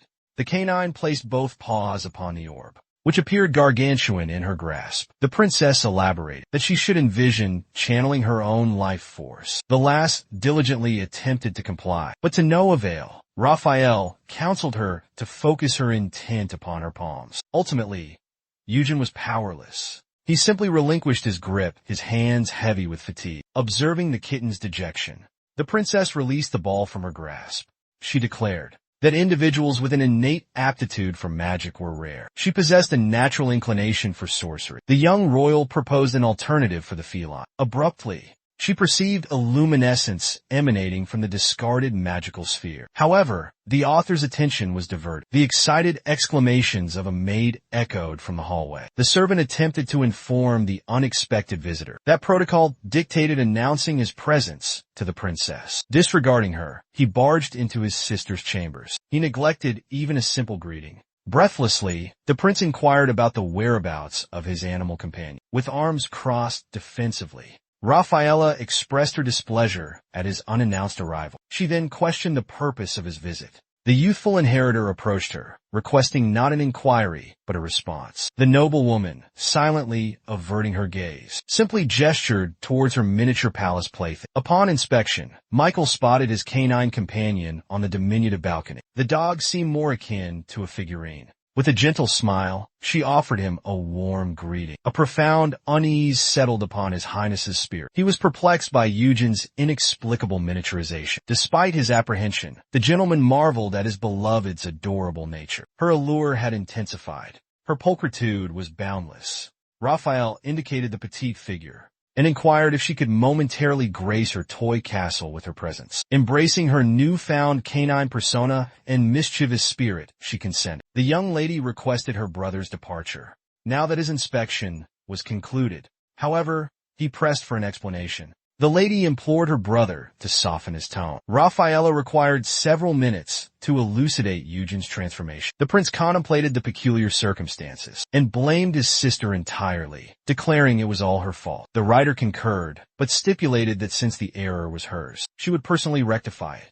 Her brother offered no objection to this. He planned to abscond with a miniature replica of the palace, in which resided the silver-haired, diminutive Thumbelina. Michael requested the potion be sent to him upon its completion. The princess, filled with indignation, demanded the master cease his actions and inquired if he intended to depart with Eugene. He retorted, questioning what was so astonishing about that notion. The girl pressed the prince, asking if he grasped the peril his companion faced, inhabiting such a minuscule form. He responded that he would safeguard her. Abruptly, the man's eyes widened in alarm when Rafaela questioned what fate would befall her garments. Upon their reversion to their original dimensions, Her Highness, with a playful smirk, inquired of her brother if he wished to observe the spectacle. The prince, bewildered, responded with a question. Asking what she meant, Michael recoiled when the canine's cries beckoned him from within the vibrant toy emporium. The young girl peered out from the diminutive doorway and gazed up at her guardian with wide, expectant eyes. A look of utter bewilderment washed over the gentleman's face the instant his eyes locked with the girl's. His ears flushed crimson with mortification. Moments later, the man marched towards the exit, announcing his departure. His sister, recognizing that he had finally grasped the situation, bid him farewell with a wave. Michael implored the princess to contact him the moment the enchantment on the young lady was dispelled. He declared his intention to accompany her on her journey home. Finally, Her Highness cautioned Raphael against repeating her errors. She offered him a parting smile and a gentle wave, silently urging him to depart swiftly. Once the prince had made his exit, the girl informed Eugene that his imagination had run wild, conjuring up a fantastical scenario. She clarified that she had never claimed the garments would expand along with the wearer. The lady elucidated to her young companion that, should her concoction prove ineffective, she could spend the day slumbering in her chambers. This prospect filled her with delight. The princess's potion was not complete until nightfall, and its effects only manifested the following morning. Upon consuming the elixir, the protagonist reverted to her original form. She was already seated beside the proprietor inside the conveyance. It was transporting her back to her residence. However, something peculiar caught her attention. The prince, gently grasping her hand, inquired if she was experiencing any discomfort. The canine contemplated that despite her physical growth, Michael's hands remained remarkably large. Michael's hands still dwarfed her, even now. Moreover, the young gentleman seemed genuinely concerned for her well-being. He leaned in close, scrutinizing her with meticulous care. Pet pondered if this resembled an interrogation. Was Michael questioning her like a suspected wrongdoer about the previous night's events? She responded that nothing had transpired. The situation then felt more like a media briefing. The master inquired about her current state. She cheerfully declared her perfect health. Michael informed his companion that upon arrival, he would summon a mage to assess her. Observing the nobleman, she discerned his profound anxiety. The carriage advanced towards the royal residence. Our protagonist reflected on the numerous incidents of the past few days. She resolved to limit her movements to alleviate the prince's worries. Upon returning to the royal residence,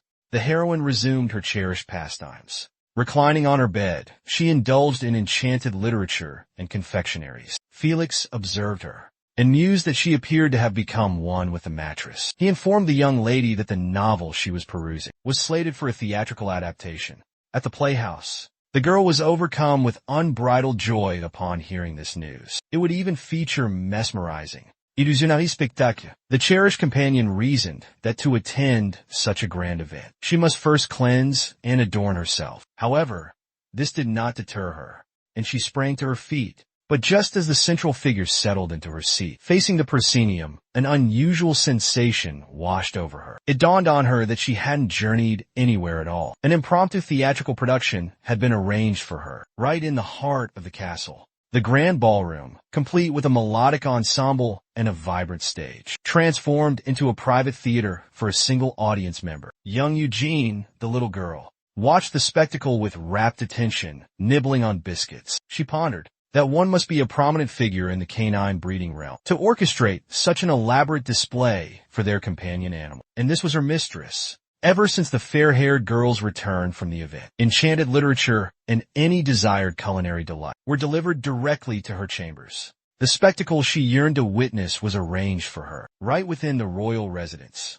The girl most enjoyed the play's debut. Several days elapsed, and the canine, after letting a small cake tumble to the ground, contemplated her fortunate and comfortable existence in confinement. Up until this very instant, gazing at her reflection, the protagonist was utterly aghast at her appearance. She had gained weight. Eugen boisterously summoned the knights, Felix and Harton, who were stationed nearby. The little one approached them, inquiring excitedly if she had undergone any transformations. The man questioned what troubled her. The girl declared she was as delightful as ever. The pet expressed gratitude, yet her apprehension lingered. She found their words incredulous. The lady surmised they were blinded by their own narrow perspectives. Upon visiting Raffaella, the girl inquired if she had gained any weight. She responded that she remained as adorable as a kitten. The little girl reiterated her thanks for the flattery, but a sense of unease persisted. Everyone around her seemed excessively amiable. Finally, the child ventured into the owner's office, where she posed the same question about weight gain.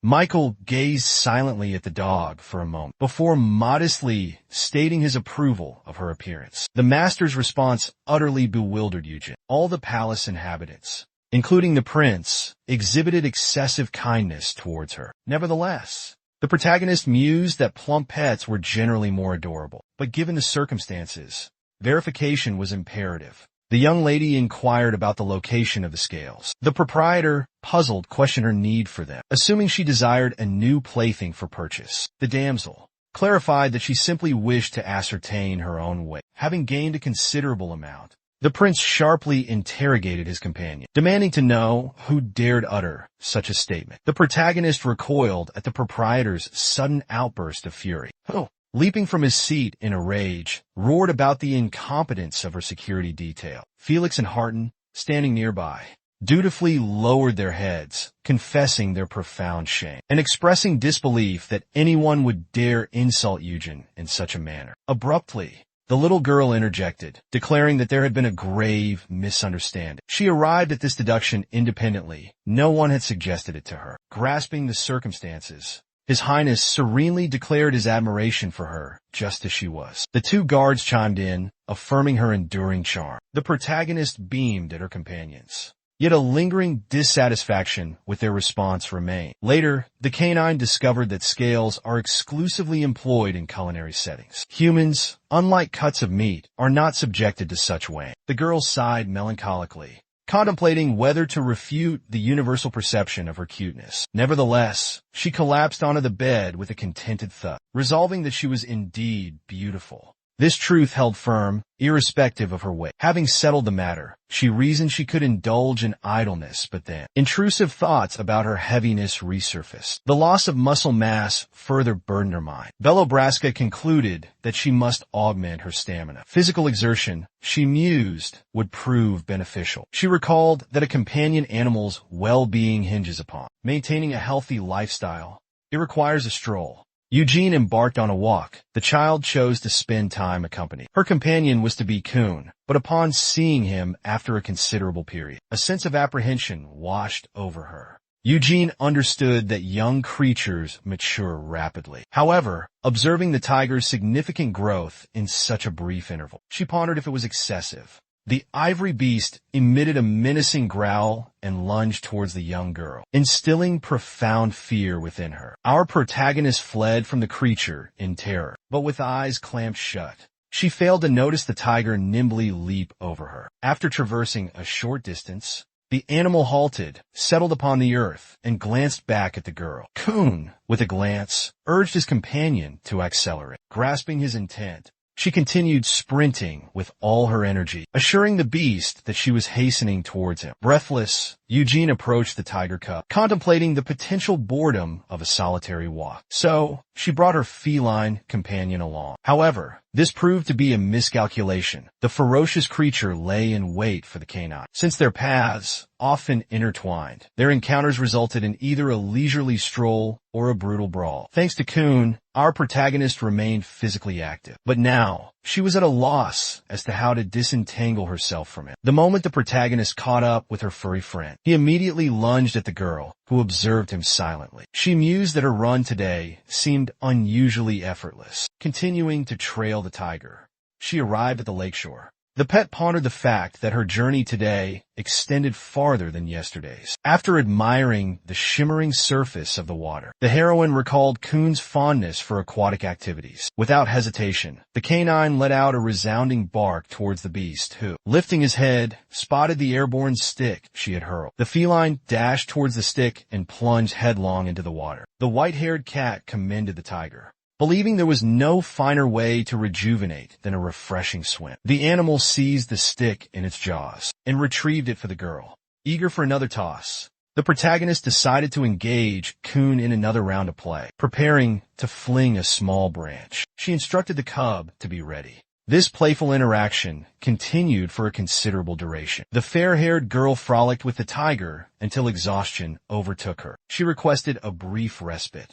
Without warning, the tiger cub suddenly darted to the side. The quadruped's unexpected action bewildered the young lady. When the pet vanished from the view of the girl and her two protectors, a piercing shriek abruptly echoed. Alarmed, they rushed towards the origin of the sound. The protagonist frantically called out for Kuhn, but from behind, she heard a girl's voice pleading with the beast to retreat. The girl spun around immediately. Observing the young lady's terror of the predator, she firmly commanded, "No." The tiger cub obeyed, settling onto the ground as he approached the apprehensive brunette, inquiring if she was all right. She confessed her fear of him. Eugene glanced around, surveying the scene. He noticed attendants flanking the mistress. Yet, inexplicably, they remained immobile, offering no assistance. Later, the heroine and the damsel she'd rescued shared a leisurely picnic. The latter divulged that the tiger had startled her. She then inquired, with a hint of trepidation, if he also bit, to which the heroine reassured her that he was docile. However, she clarified that she wasn't his master. The brunette countered this, asserting that she was in fact the one issuing his commands. The blonde demurred, waving her hands dismissively, explaining that she was merely accompanying him on a stroll. Kuhn, she declared, belonged to Raffaella. The young woman confessed her initial fear of being devoured. The canine offered her apologies for the fright. She added that she hadn't realized anyone else was present on the shore. Apart from themselves, she assured her that all was well, and that children needn't be burdened with every detail. Eugene smiled inwardly, observing that the lady herself possessed a childlike air. The young maiden then inquired about her rescuer's name. Introducing herself as Annette, she elaborated, revealing her full title, Countess Onit Medier. Upon hearing this, Our heroine instantly recalled observing the master at work. She remembered the butlers relaying an increasing number of Countess Onit's requests to him. Bilobrska swiftly deduced that before her stood the emperor's cherished consort, otherwise known as Setro Jinsan. The protagonist introduced herself nonchalantly, presuming Anat to be a child as well. Despite her purported age of 20, Anat's appearance did not align with the individual Setro expected. The Countess pensively remarked to her youthful companion that her name evoked a sense of familiarity. Setro explained her infrequent ventures beyond the palace walls, but shared her decision to stroll near the lake that day. The little girl inquired if she enjoyed her outing.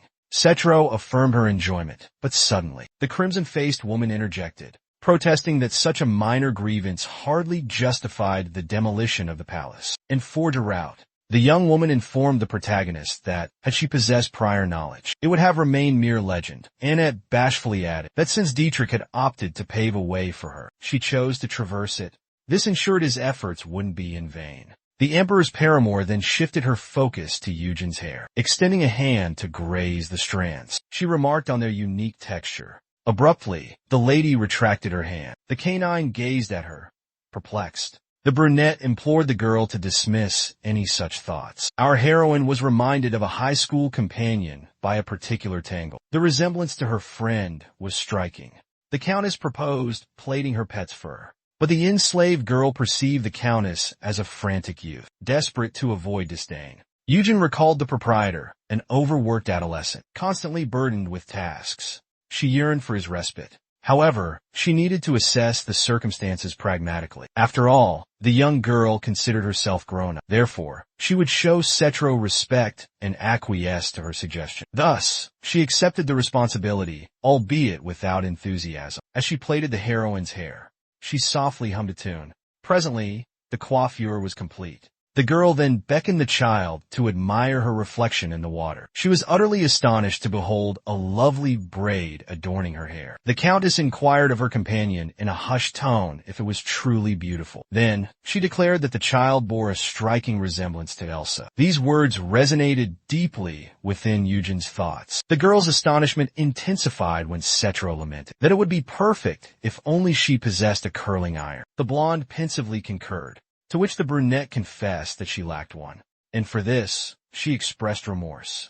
A bead of perspiration trickled down the bewildered heroine's visage. She was certain she hadn't misconstrued Jensen's remark concerning Elsa, and the curling iron, an object non-existent in this realm. A sudden question arose in her mind. Who was Onit? Did this enigmatic figure possess knowledge of the tangible world? The emperor's cherished consort began to elaborate, revealing the existence of alternative curling irons. These took the form of heated rods. The companion pondered, could she also hail from Korea? This notion stemmed from her raven hair and dark eyes. If so, perhaps Onit held insights into Eugen's past. Abruptly, the dark-haired woman inquired if the young girl frequented this location. Startled, the child anxiously questioned what had been said. Lost in contemplation, she had not heard the initial query. The Countess reduced the distance between them, taking a seat closer to the girl. She expressed her desire for future encounters. The fair-haired child timidly responded that she seldom ventured near the lake. The girl suggested alternative meeting places. They could convene anywhere. The protagonist experienced a surge of unease at the noblewoman's words. As the Countess delicately grasped her hands in farewell, her embarrassment intensified. Onit beamed directly at her young companion. The anticipation of a response only amplified the awkwardness she felt. At last, she divulged that they would meet again. This revelation filled the young girl with elation. Eugene contemplated that patience was necessary. After all, Setro was the owner's stepmother. The following day, our protagonist, nestled in bed with a book, pondered her misfortune from the previous day. She concluded that maintaining a discreet presence for a while was prudent. However, Felix's sudden outburst ripped her from the pages of her book. He furiously demanded of Harden, "How could you keep this from me?" The creature glanced at her protectors. She observed the man interrogating the guard, questioning why he had to learn such tidings from outsiders. Abruptly, the young woman posed a serious inquiry to her companion. "Why should I inform him of the marriage proposal?" Eugene bolted upright in bed, startled, and implored her beloved, "Are you truly going to wed?" But an irate Felix pressed the girl, demanding, "What preposterous notion is this? And who is this ludicrous, corpulent, What narcissistic imbecile she could possibly wed. Observing his companion's indignation, Harton offered a contrived apology for his proposition. The two knights exchanged heated glares. The canine sensed the sudden shift to a more oppressive atmosphere. The guard informed her comrade that she still had other knights to interview. She then departed abruptly, the door slamming shut behind her. Felix seethed, muttering under his breath that his beloved's betrothed was an utter buffoon. He possessed nothing but a title and the accompanying prestige. Seated on the bed, the protagonist felt a pang of awkwardness, reflecting that, fundamentally, all families paled in comparison to the emperor's immeasurable power. The man angrily proclaimed that the groom-to-be was unworthy of even being considered an imperial knight. He likened him to an unkempt pony. However, the young girl countered that this was untrue, and that not everyone was blessed with aesthetically pleasing features. Consumed by a surge of fury, Felix attempted to articulate further, but succumbed to a crestfallen silence. His quiet dejection spoke volumes. The creature gazed at its companion with astonishment, observing the crimson hue in his eyes. Later, amidst a convivial gathering featuring tea and confections, following a dialogue with the knight, the heroine deduced that a scion of nobility had presented Harton with a proposition. Felix grumbled that the intended was hardly a descendant of such distinguished lineage. Eugen countered that it was merely his conjecture. Bilo Briscoe averted his gaze, pondering the striking resemblance to a matrimonial agreement. The union of Harton, a commoner who had attained status, yet lacked acceptance within the aristocratic echelon, and a family yearning for a link to the royal court. The sentinel peevishly inquired of his companion whether she was aware of his betrothed's purported homeliness as a child, and that she remained vertically challenged even with elevated footwear. However, the instant the young girl inquired about Felix's affections for Harton, he instantly flushed crimson, anxiously questioning her meaning. Embarrassed, he pleaded with her to retract her statement, claiming she was mistaken in her assumptions. But the girl, already certain of her deductions, playfully asked Bill Briscoe if her companion required assistance in matters of the heart. The man scoffed, turning away dramatically and questioning her reasoning. Yet,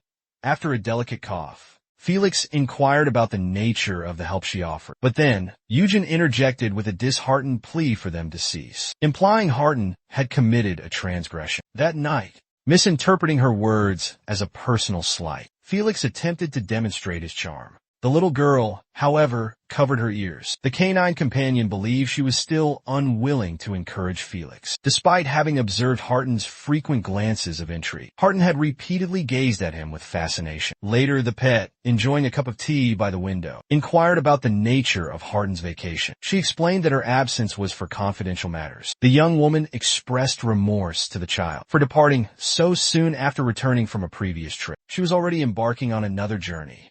The little girl conveyed her understanding. Following this exchange, the young woman hastily departed. However, Felix observed her intently as his companion took her leave. A faint flush tinged the man's melancholic countenance. Several days elapsed, and our protagonist, engrossed in a book while reclining on her bed, expressed astonishment when the security guard mentioned his impending vacation. He affirmed this with a smile. He then introduced the canine to its temporary caretaker for the duration of his and Harton's absence. Despite her own astonishment, the blonde granted Felix permission to depart. She was utterly speechless with shock. The protagonist slammed her book shut in frustration, fuming that the pair acted with such blatant disregard for others. After envisioning Felix and Harton as enamored partners, the young lady grasped a stark realization. This romantic pairing was the very reason the trio could never truly be comrades. She was now utterly isolated. Our protagonist pondered if this solitude would persist indefinitely. Should matrimony bind Felix and Harton? Abruptly, the girl became acutely aware of the profound discomfort she felt in the presence of the unknown sentinel. Thus, she resolved to return to her employer. However, upon entering his chamber, she was met with an eerie quietude. The room was devoid of occupants. Distressed by even Michael's absence, Eugene collapsed onto the settee. But then, it dawned on the little girl that recent days had left her utterly depleted. Consequently, slumber swiftly claimed her. Without warning, the protagonist roused, not within her own physical form, but inhabiting the corporeal shell of a raven-haired maiden from the tangible realm, a maiden whose visage was marred by crimson stains. Upon regaining consciousness, she was horrified to discover herself sprawled on the tarmac, sandwiched between two individuals, pinned beneath an overturned vehicle. A putrid, unfamiliar odor, reminiscent of decaying fish, assaulted Eugene's nostrils, inducing a sudden wave of dizziness. To the girl's right, a woman, bathed in crimson, stirred awake. The young woman's eyes widened in recognition. It was her mother. The protagonist cried out, her voice filled with desperation, reaching for her mother, and attempted to move her hand, but found herself paralyzed, confused by the disconcerting dampness clinging to her fingers. She failed to grasp the horrifying truth. They were coated in blood. With a trembling hand, the woman caressed her daughter's cheek and whispered that she was still too young, her life barely begun. Tears welled in Eugene's eyes, blurring her vision, as she pleaded with her mother to hold on just a little longer until help arrived. She reassured her, her voice trembling, that their government officials were renowned for their swift response. Simultaneously, the main character mentally commanded herself to regain composure, to snap out of her shock. After attempting to shift her shoulder, she discovered her limbs were paralyzed. Abruptly, the girl's father, lying to her left, addressed her. Expectorating blood, he implored his child's forgiveness. She urged him not to fret. Fighting through agonizing pain, the father declared his princess breathtakingly radiant the moment he first cradled her. The man confided in his daughter that his greatest desire was her lifelong happiness. However, he lamented his failure to safeguard her and beseeched her pardon. Tears cascaded down Eugene's face, but she responded with a smile, questioning his words, as she vowed to eternally remain by her parents' sides. Ominous clouds converged above the ill-fated family. As the protagonist's mother and father uttered their final pronouncements, the couple's bodies went still, signaling that their allotted time had expired. The young woman ensnared between them erupted into a torrent of anguished sobs. However, our protagonist summoned the resolve to offer a comforting smile, implored her mother and father to cast aside their worries, vowing to lead a fulfilling and virtuous life. The young girl's smile broadened as tears cascaded down her cheeks. Once more, she beseeched her parents to find peace and tranquility in the afterlife. The protagonist jolted awake, inhabiting the same small frame of a silver-haired child. Rising from the settee, she glanced towards the prince's writing desk, noting his continued absence. Eugene approached the window pane, resting her hand upon the cool glass, pondering her unfulfilled pledge. The little girl reminisced that for a period, remaining within the confines of her home had been an ordeal, following the demise of her beloved parents. Initially, she trembled uncontrollably from the profound loss, before succumbing to quiet sobs, engulfed by poignant memories. Eventually, the girl's tears subsided, but the persistent void, the gnawing emptiness, never truly abated. In her previous existence, Eugene frequently toiled late into the night, simply to evade the solitude of her empty dwelling. Following sunset, her dwelling became as pitch black as the surrounding environment. The inky blackness never truly became comfortable or customary. The youngster collapsed onto the floor, utterly spent. A realization dawned upon her. She utterly despised this oppressive darkness. Abruptly, a hand delicately caressed her cheek, tilting her face upwards. It was Michael, gazing into the canine's eyes. He stated that he discerned her tears. He inquired as to the cause of her distress. Instead of answering, Eugene erupted into a torrent of howls and sobs. Tears streamed down her face unrestrained. His Highness was thoroughly startled by this outburst. The girl, still weeping profusely, lunged into his arms. The man tenderly stroked his companion's fur. He reassured the small girl, asserting that all was well. As he soothed her, Michael pondered the evident burden weighing upon her heart. However, he was at a loss as to how to alleviate her suffering. Maintaining his embrace on the small dog, he resolved to exhaust all efforts to help her, hoping to soothe her tears. His genuine desire was to console her and uplift her spirits. The young girl nestled her face against her mentor's chest, unable to stem the flow of tears. His Highness, with a gentle tone, addressed her, assuring her that all was well. Abruptly, the little girl registered that the nobleman had uttered her name. She reflected on her decision to embrace the protagonist role. It dawned on her She was now enamored with the prince. The realization struck her with the force of a revelation. Her feelings for the prince had blossomed into a full-blown infatuation. But before the fair-haired maiden grasped this truth, she had already grown profoundly attached to him, yearning for his presence. Repeatedly, the heroine glanced upwards, seeking her guardian's gaze. His smile illuminated her understanding. He had become her sanctuary, her haven. The protagonist couldn't pinpoint the moment it commenced. There was no specific catalyst. Following the traumatic incident, she had fled from her troubles, neglecting her own well-being. Eugen sensed that pausing, even momentarily, would trigger her immediate unraveling. But amidst this isolation, this feeling of utter solitude, a compassionate hand gently caressed her hair. The gesture evoked a poignant reminder of all she'd forfeited. When night terrors besieged her, Michael's soothing whispers would extricate her from the horrifying abyss. And when loneliness threatened to consume the young girl, she sought refuge within the palace walls. The retreating sun cast a warm glow upon her as she entered. In these instances, she consistently marveled at the prince's intentional early conclusion of his duties. He would patiently await her arrival. For the first time since bidding farewell to her kin, someone eagerly anticipated her presence. The prince, akin to a radiant sunbeam for the small hero, exuded a warmth both comforting and intensely brilliant. He became her sanctuary, finding solace in his highness's embrace. The girl reflected on the encompassing warmth. Eugen finally discerned that she could confide the truth to her parents. She was all right, perfectly fine.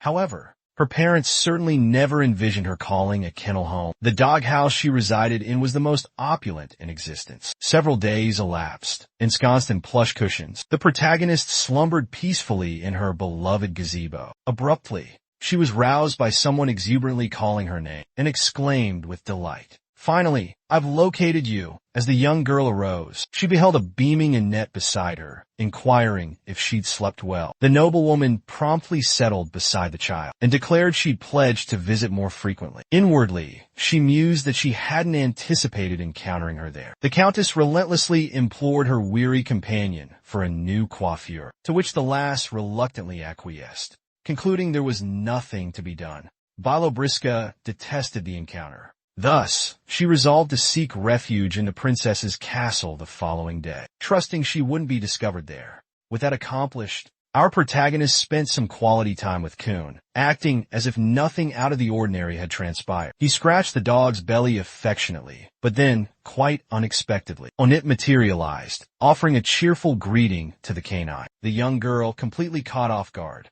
inadvertently squeezed the tiger's tail in her grasp. Eugen became incredibly flustered in the feline's presence and promptly pleaded for the animal's pardon. Jensen gazed at the creature, inquiring if it was the same tiger they had encountered before. The brunette swiftly escorted her companion to the gazebo, inviting her to take a brief respite. The pet pondered how she had initially arrived at the princess's residence. The moment the girl settled at the table, a maid, sporting a less than enthusiastic grin, inquired about the child's well-being. Without pausing for a response, the girl launched into an incessant stream of chatter, prattling on about various topics related to hairdressing. Meanwhile, Eugene, utterly disinterested in the conversation, simply let out a yawn. The following day, Princess Raffaella was astonished when the emperor's favorite sought her out once more. With a remorseful glance, she acquiesced. Subsequently, she implored forgiveness. Following an uncomfortable pause, the countess arose from the settee.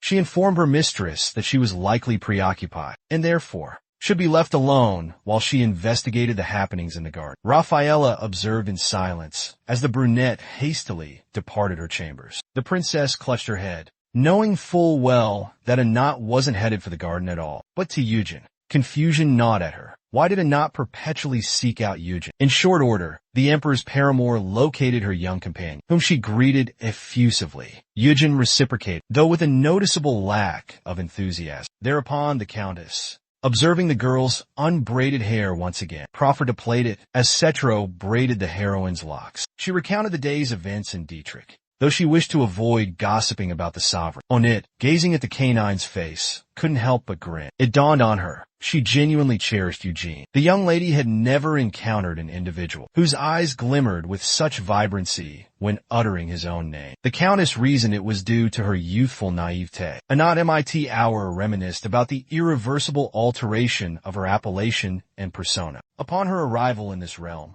in her prior existence in Korea, she was a cosmetology pupil with immense promise. However, one fateful day, everything transformed when she chose to pursue a feline down a shadowy alleyway. Subsequently, she found herself transported to an alternate universe, encountering a captivating stranger. In Dietrich's presence, her mind achieved unprecedented clarity, and when his gaze met hers, his countenance initially softened. Anat pondered if she had become a participant in a fictional narrative, where she embodied the role of an affluent woman, attended to by her domestic staff. She entered a realm of effortless luxury, where every whim was instantly gratified. A dashing admirer showered her with affection. To Meteor, it all felt like an ethereal fantasy. But all things, however enchanting, must eventually conclude. One fateful day, a grand feast was convened within the imperial palace, honoring esteemed dignitaries. Observing Cetro, the emperor's physician, courtiers whispered speculations about the nature of her treatments. Given the emperor's unwavering fortitude, even amidst the chaos of war, a noblewoman dismissed the rumors to Duke Jorvin, asserting their absurdity. She cautioned him against voicing such unfounded claims publicly. The Countess, inadvertently eavesdropping on their exchange, recoiled in horror as the gossip-monger continued, revealing Anat's numerous attempts to soothe his Majesty's troubled psyche. Suddenly, the dark-haired woman's paramour materialized beside her, also attuned to the circulating whispers. He declared the cacophony unbearable.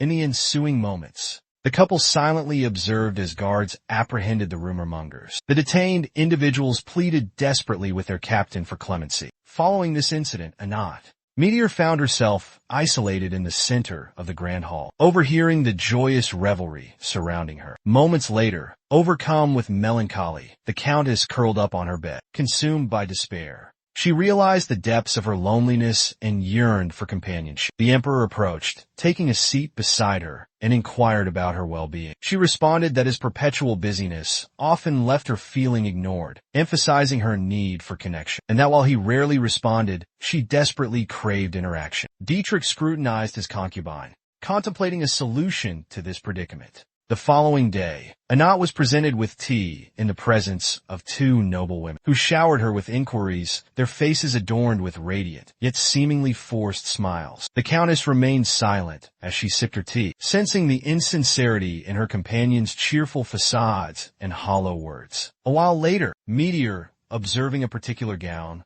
turned to the seamstress. She inquired if the dress represented the current fashion trends, subtly alluding to the peculiar design of its sleeves. Flustered, the young woman admitted that she, too, now noticed the unusual feature. Even she conceded it was excessive. It subsequently surfaced that the dressmaker originated from a lineage that had amassed a fortune in vogue. Tears welled in the Countess's eyes. She was gripped by the feeling of exacerbating the situation. She couldn't comprehend who was bringing joy to those around her. Then, it dawned on her. Everything was satisfactory. Companions were unnecessary. She possessed Dietrich, the most strikingly handsome man in existence, an influential man who adored her. Abruptly, one fateful day, the Emperor hurled a plate of food to the ground. It shattered into countless fragments. In it, slumbering on a nearby bed, bolted upright, inquiring about the commotion, she witnessed her beloved brandishing his sword at the servant girl. His Majesty, without retracting his blade from the maid, elucidated that she had presented a dish he found displeasing. Consequently, he intended to chastise her, but the dark-haired woman abruptly interjected. Astounded, they questioned who would treat their subordinates with such disdain. Immediately following his cherished one's pronouncement, Dietrich relinquished his grip on the blade, letting it clatter to the ground. Imploring her pardon, he enveloped the girl in an embrace. He remarked that she seemed to have been in a melancholic state since daybreak. Anat contemplated the remorse she would endure if such an incident recurred. After all, she desired camaraderie with that attendant. The sovereign inquired of his consort, what actions he could undertake to alleviate her distress. However, she reasoned that she couldn't harbor anger towards her beloved, for he was her sole companion, her one and only. The nobleman, gazing upon his adored, deemed her his cherubic guardian. Everything was instantly apparent, requiring no further elucidation. He discerned her significance in his life, her profound impact upon his being. Spectral whispers had haunted Dietrichson's youth, commencing with his initiation into the realm of warfare. Yet, these phantom voices abruptly ceased. Upon his initial contact with the enigmatic stranger adorned with raven locks and an unusual, seemingly an impossibly intimate distance, one day, the emperor, brimming with joy, stormed into his beloved's chambers. He declared he would orchestrate for her the most lavish coronation the continent had ever witnessed. But abruptly, the young woman, trembling uncontrollably, inquired if the whispers were true. His Majesty, with composed demeanor, asked what rumor she spoke of. She blurted out, aghast, that she hadn't known he was already wed, and that another woman held his affections. Moreover, the empress had perished quite unexpectedly. The concubine was taken aback when the man dismissed her concerns, urging her to ignore such idle chatter. He then directed her to select jewels befitting the grand occasion. Later, as the couple retired for the night, sleep eluded the girl, plagued by terrifying visions. The specter of the deceased empress, a woman with hair as white as snow and eyes as dark as night, materialized before her, vowing to claim her for her own. Jolted from this horrific nightmare, Meteor awoke with a scream, drenched in perspiration and tears. Overwhelmed by sorrow, she curled into a fetal position in her bed. A longing to be reunited with her mother washed over her, fueling her desire to escape. After a period of time, the young woman mustered the courage to confess her yearning for home to her beloved. She implored him to aid her in her endeavor. His response was abrupt and harsh. He interrogated the countess, his voice laced with steel. "How dare you even contemplate leaving me?" Trembling, she stammered a denial, her voice barely a whisper. Dietrich pressed further, inquiring what his mistress lacked, asserted that he possessed the means to fulfill her every whim. He then pointedly questioned the depth of her affection for him, not assured the king of her love, but confessed her overwhelming homesickness for her parents. That very day, she found herself confined to a solitary chamber, utterly isolated. No one was permitted to see her, save for Dietrich himself. However, sometime thereafter, the emperor stormed into her room, his voice thick with panic. Before him unfolded a horrific scene. The brunette held a blade against her own throat. She demanded to know if he truly loved her, then pleaded for her release. In that case, afterward, the unconscious maiden was placed upon the bed, her neck bandaged. His Majesty silently observed his slumbering beloved. The nearby sorcerer declared he had enchanted her, as commanded. He mused on the enduring utility of magic. Anat's recollections could be erased at will. However, due to consequential repercussions, other memories might also vanish. Unless intentionally forgotten, the mage elucidated to the nobleman that tampering with crucial aspects of a person's history, such as their formative years, could result in insanity. Dietrich lamented this unfortunate predicament. It meant suppressing the memories of her homeland was impossible. Anat could not simply become a hollow vessel devoid of her past. Swiftly, the countess awakened, rubbing her eyes as if from an ordinary slumber. She addressed her paramour. He inquired about her rest. She replied that it felt peculiar. The emperor deceived the young woman, explaining that she had merely drifted to sleep in a chair, and he had gently transported her to the bed. Their connection began anew, progressing effortlessly until the empress's lapdog interjected. The man lunged at Meteor with a blade, vehemently proclaiming her a sorceress. However, before the assailant could act, Dietrich instinctively shielded the concubine with his own form. Multiple sentinels engaged the swordsman, swiftly apprehending him. Abruptly, Dietrich, choosing to pivot and gaze at his beloved, discovered her lying senselessly upon the ground. As the ill-fated woman rested in bed, the sovereign inquired of the mage whether her memories appeared to be resurfacing. He affirmed that they were. Immediately following this declaration, His Majesty wordlessly gestured to the guard, positioned near the entrance, and he commenced executing the command. A single stroke of the blade, and the sorcerer crumpled to the floor. A crimson pool bloomed beneath him. Dietrich, his voice glacial, commanded his attendants to procure a more capable mage, one who possessed greater aptitude. When the raven-haired woman revived from her swoon, the emperor beckoned her to the gazebo. He then presented her with a steaming cup of tea, urging her to imbibe. Innocently, she inquired if he intended to partake as well, and questioned why he had dismissed the steward. Unless, perhaps, she preferred solitude. The man seated across from her silently observed as his beloved sampled the tea. Abruptly, in that very instant, after Anat tasted the concoction, her expression transformed from joyful to frigid and impassive. The lady interrogated her paramour, demanding to know what she had just done. He responded that she had consumed the tea he had offered. The emperor mused, a smirk playing on his lips. That magic's after effects proved more advantageous than memory itself. The enchantment had erased all but the essential from Meteor's recollection. The man takes immense pleasure in the fact that his paramour can recall nothing but him. Some time elapses for his angel. Cetro, perched on the bed with a vacant expression, ponders why everything has felt like a haze these past few days, but glancing at the maid beside her, who is stooped over shattered breakfast crockery, she recognizes the servant. The Countess assists the servant to her feet, rebuking Dietrich for his excessive harshness towards others. After all, it was merely breakfast. Dietrich, deciding to prepare tea for his mistress, again suspects she's troubled by something that she cannot even recollect. The emperor, presenting his lover with a teacup, expresses his regrets for disturbing her slumber that morning, and then requests she imbibe the beverage.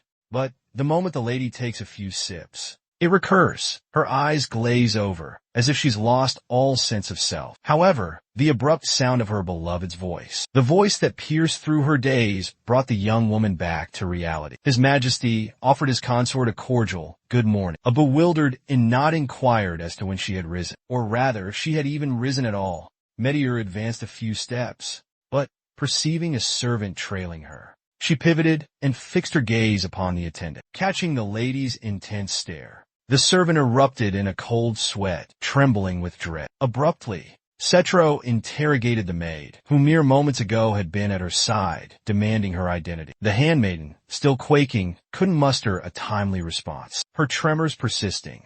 Dietrich implored his beloved to be seated, a request to which she acquiesced. The instant the maid stumbled out of the chamber, she struggled to regulate her ragged breaths. Terror gripped the young girl. She was utterly baffled as to how she had escaped unscathed. Then, the headmaid's cautionary words resonated within her. Form no attachments to your masters, for you are but a cipher to them, and avoid them unless absolutely necessary. The maid concluded that the emperor's concubine was deranged. One moment she was filled with laughter and mirth, the next consumed by a gloomy despair. Several days passed. Anat strolled through an enchanting rose garden, ablaze with crimson blooms. A gentle smile graced her lips.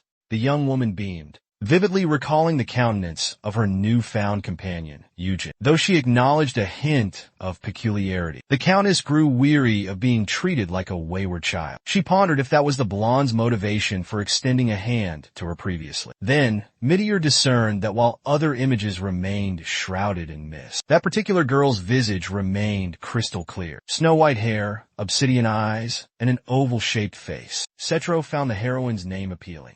It resonated with a sense of familiarity. The reason eluded her. Yet, simply gazing in her eyes brought a profound sense of tranquility. Eugen savored the confections. Abruptly, her gaze shifted to the master, who inquired if she had grown weary of entertaining the emperor's consort. The prince reassured his companion, stating he had ceased his attentions, because he presumed she favored another. Inwardly, she fumed, thinking she wasn't merely playing, but genuinely enjoying herself with His Highness. With a grin, the prince admonished the young girl that displeasure with her presence would result in her being forbidden from setting foot within the palace walls. The girl recalled a dialogue with Meteor, in which Meteor professed her enjoyment of the girl's company. Meteor had confided that she had few confidants with whom she could speak so freely. The young companion pondered her inability to abandon the Countess, for the Countess was like a vulnerable child in her eyes, requiring constant care and attention. She found this endearing.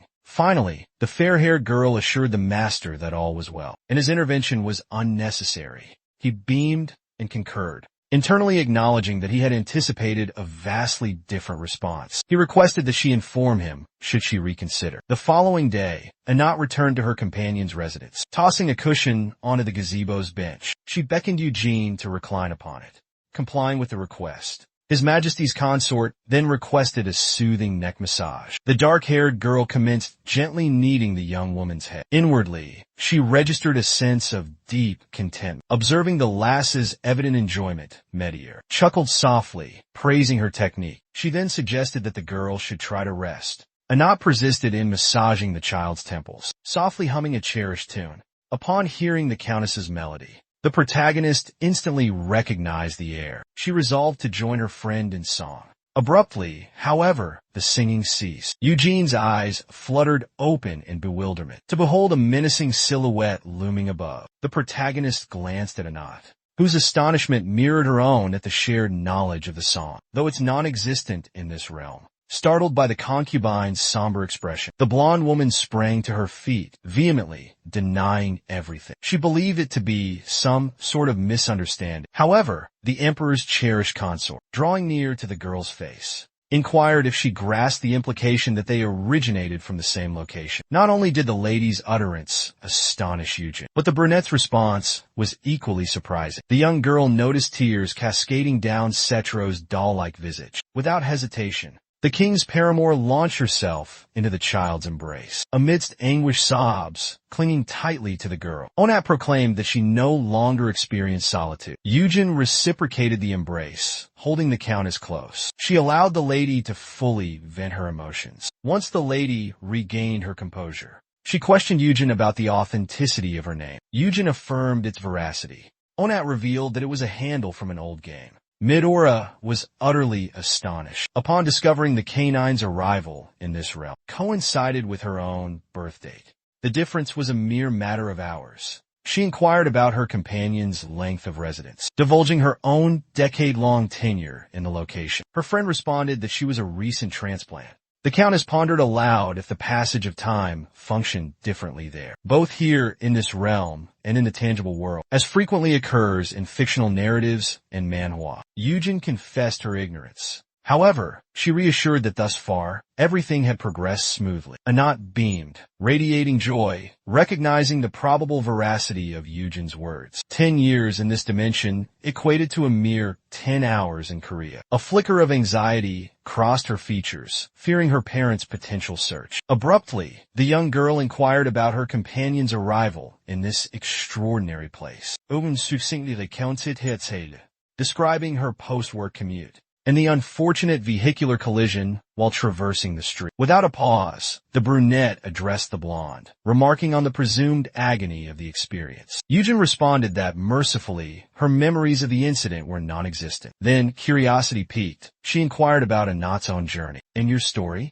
The girl confessed to simply pursuing a feline. Astonishment painted Eugen's face as she questioned if Anat had perhaps entered a game. The Countess, perplexed, inquired about the nature of these other games. The young girl clarified that within this particular game, she possessed an unusual moniker, lost to the recesses of her memory. The woman stated she utilized the same alias in numerous locations. Bello Briska inquired if she wasn't known as Onit within the Gilded Cage. However, Meteor then questioned the nature of this Gilded Cage. To this, the companion enthusiastically declared they were engaging in this very game. Cetro was utterly astonished when the canine elaborated that she had suffered a mishap immediately after receiving the in-game notification and subsequently awakened in this unfamiliar place. The young girl inquired if any preceding in-game events had transpired. She proceeded to trail the feline companion. However, Annette fixed the child with a menacing glare. She interrogated if this signified their entry into the game's reality, and that her own arrival was facilitated by the Gilded Cage. The girl seized Eugen's arms with a painful and furious grip. She demanded to know if escape was possible, because that's the inherent nature of games.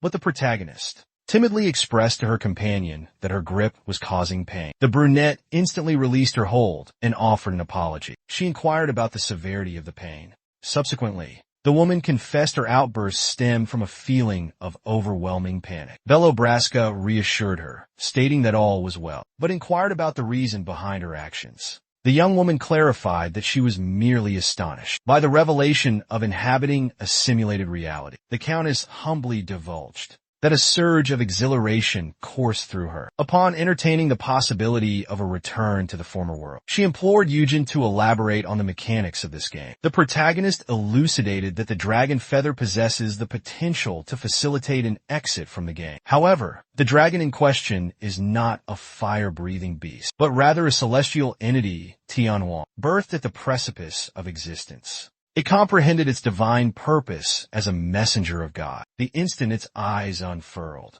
Dragon feathers are vestiges left within the cradle by an avian creature that has ascended to the divine realm. These feathers are rumored to harbor a fragment of power, capable of manifesting a gateway. It instantly proposed ascertaining the avian species, retrieve a plume, and return. But with a gentle smile, she countered that while she wished matters were that straightforward, the Countess, joyfully, proclaimed her conviction that the in-game artifact would guide them, because, as she herself had stated, the prince and princess were merely characters within the game. Bellobrasco was stung by Cetro's words. She yearned to express that she regarded Michael and Raffaella as individuals, not digital entities. Yet, she held her tongue. The concubine zealously resolved to acquire the feather. To achieve this, she would amass every plume in the realm to validate her hypothesis. The young woman reassured Eugen, telling him not to fret, as she would request 2 feathers for them. But then, abruptly retracting her statement with a wave of her hand, she declared it unnecessary. Annette was utterly bewildered, and vehemently denied any such action. With a melancholic tone, she inquired if the girl yearned to return. This query rendered the protagonist speechless. Her eyes dilated in astonishment. A period of time had elapsed since those occurrences, yet within the royal palace,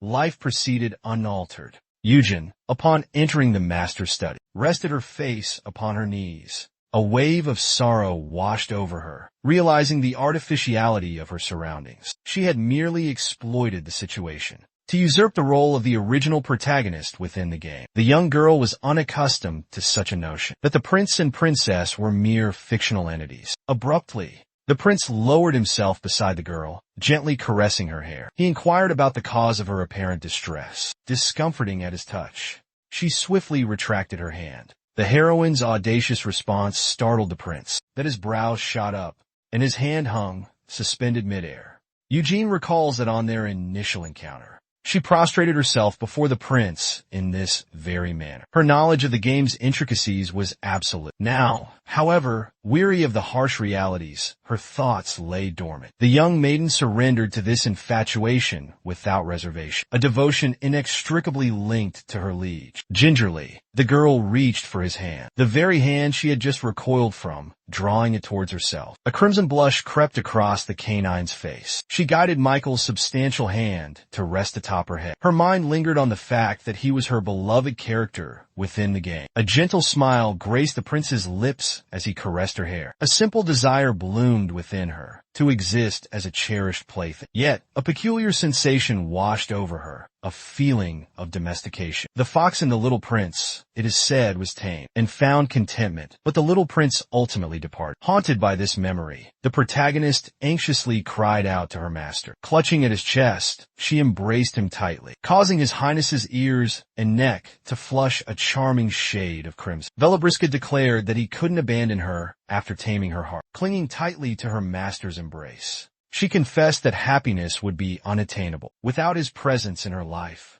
Meanwhile, Anat audaciously marched directly towards the emperor's office. There, 2 sentinels detected her presence. One guard warned her against entering, promising to announce her arrival. He assured her that he would inform the emperor of her visit. However, the countess abruptly commanded him to stand aside. The instant the lady stormed into the chamber, every occupant, including Dietrich, immediately shifted their gaze towards her. The man greeted his beloved angel. Approaching him, the girl revealed that she harbored a single, deeply cherished desire. Midier cast her glance upon the nobles assembled behind her. She mused that their reactions were inconsequential. Regardless of her actions, the king would invariably address her as his own. The young woman is perplexed, unable to grasp why she bears the blame for her inability to curb the emperor's lavish spending. She perches upon his lap, gently encircling his shoulders with her arm. Her sole desire, she confesses, is the plumage of the world's most prized avian creature. This legendary feather is known as the dragon feather. The dark-haired maiden reflects that in her solitude, her only solace lies within these powerful arms. She believes she must rescue her beloved. Dietrich assures his cherished one with a tender smile that the world's most precious plume rightfully belongs with his most treasured possession. Therefore, he vows to obtain it. Cupping the emperor's face, the girl leans in for a kiss. She ponders if her presence here is merely happenstance, and she is not a celestial being dispatched for Dietrich. Anat fervently embraces the man in a passionate kiss. A yearning for home washes over her with overwhelming intensity. Later, Dietrich finds himself solitary in his chambers, contemplating his fondness for his concubine. He reminisces about their playful banter and the lavish presents he bestowed upon her. He relishes the fact she doesn't delve into her recollections, and now seldom recalls her homeland. However, there's a snag. The sovereign is aware his heir has been conversing with a servant girl lately, yet the details elude him. This abrupt memory lapse incenses him. A rap at the door breaks the silence. Moments later, a visitor enters the monarch's chambers. The mage genuflects and inquires why his majesty summoned him. The king questions the progress of the potion previously discussed. The sorcerer elucidates that forgetfulness is an unintended consequence, but the emperor sternly counters. Was it the mage's purpose to ensure this outcome? The conjurer attempts to explain the delicate intricacies of magic, but Dietrich, slamming his fist on the chair arm in frustration, denounces the man as incompetent. He won't tolerate such feeble justifications for a direct command. Then, the sorcerer proposes that if Onit truly possesses divinity, perhaps magic isn't the culprit. The king demands clarification. He elaborated, stating that if this recollection originates from a deity within the pantheon, then this pertains to the spirit realm and falls under the purview of divine studies. His Majesty's eyes narrowed with disdain. He internally scoffed, deeming theology mere superstition. This notion was utterly preposterous to Dietrich. However, unable to summon any of the empire's clergymen, he was forced to await the intervention of the mages to resolve the enigma. The nobleman demanded the sorcerer cease his nonsensical prattle and contribute something of value. The mage prostrated himself before the emperor and declared his unwavering obedience. Eugene perched upon the bed, tapping her heel impatiently. A particular detail deeply troubled the young lady. Recently, securing an audience with the prince had become increasingly challenging. Her anxiety remained unabated. She paced restlessly, consumed by worries for his well-being. Resolutely, the young girl sprang to her feet. Inaction was no longer an option. She had been intentionally maintaining her distance, mindful of his pressing responsibilities. But today, curiosity led her to peek inside his office. She gently opened the door, trying not to disturb the peace. However, upon surveying the room, the young woman noticed the unusual stillness. No one was in sight.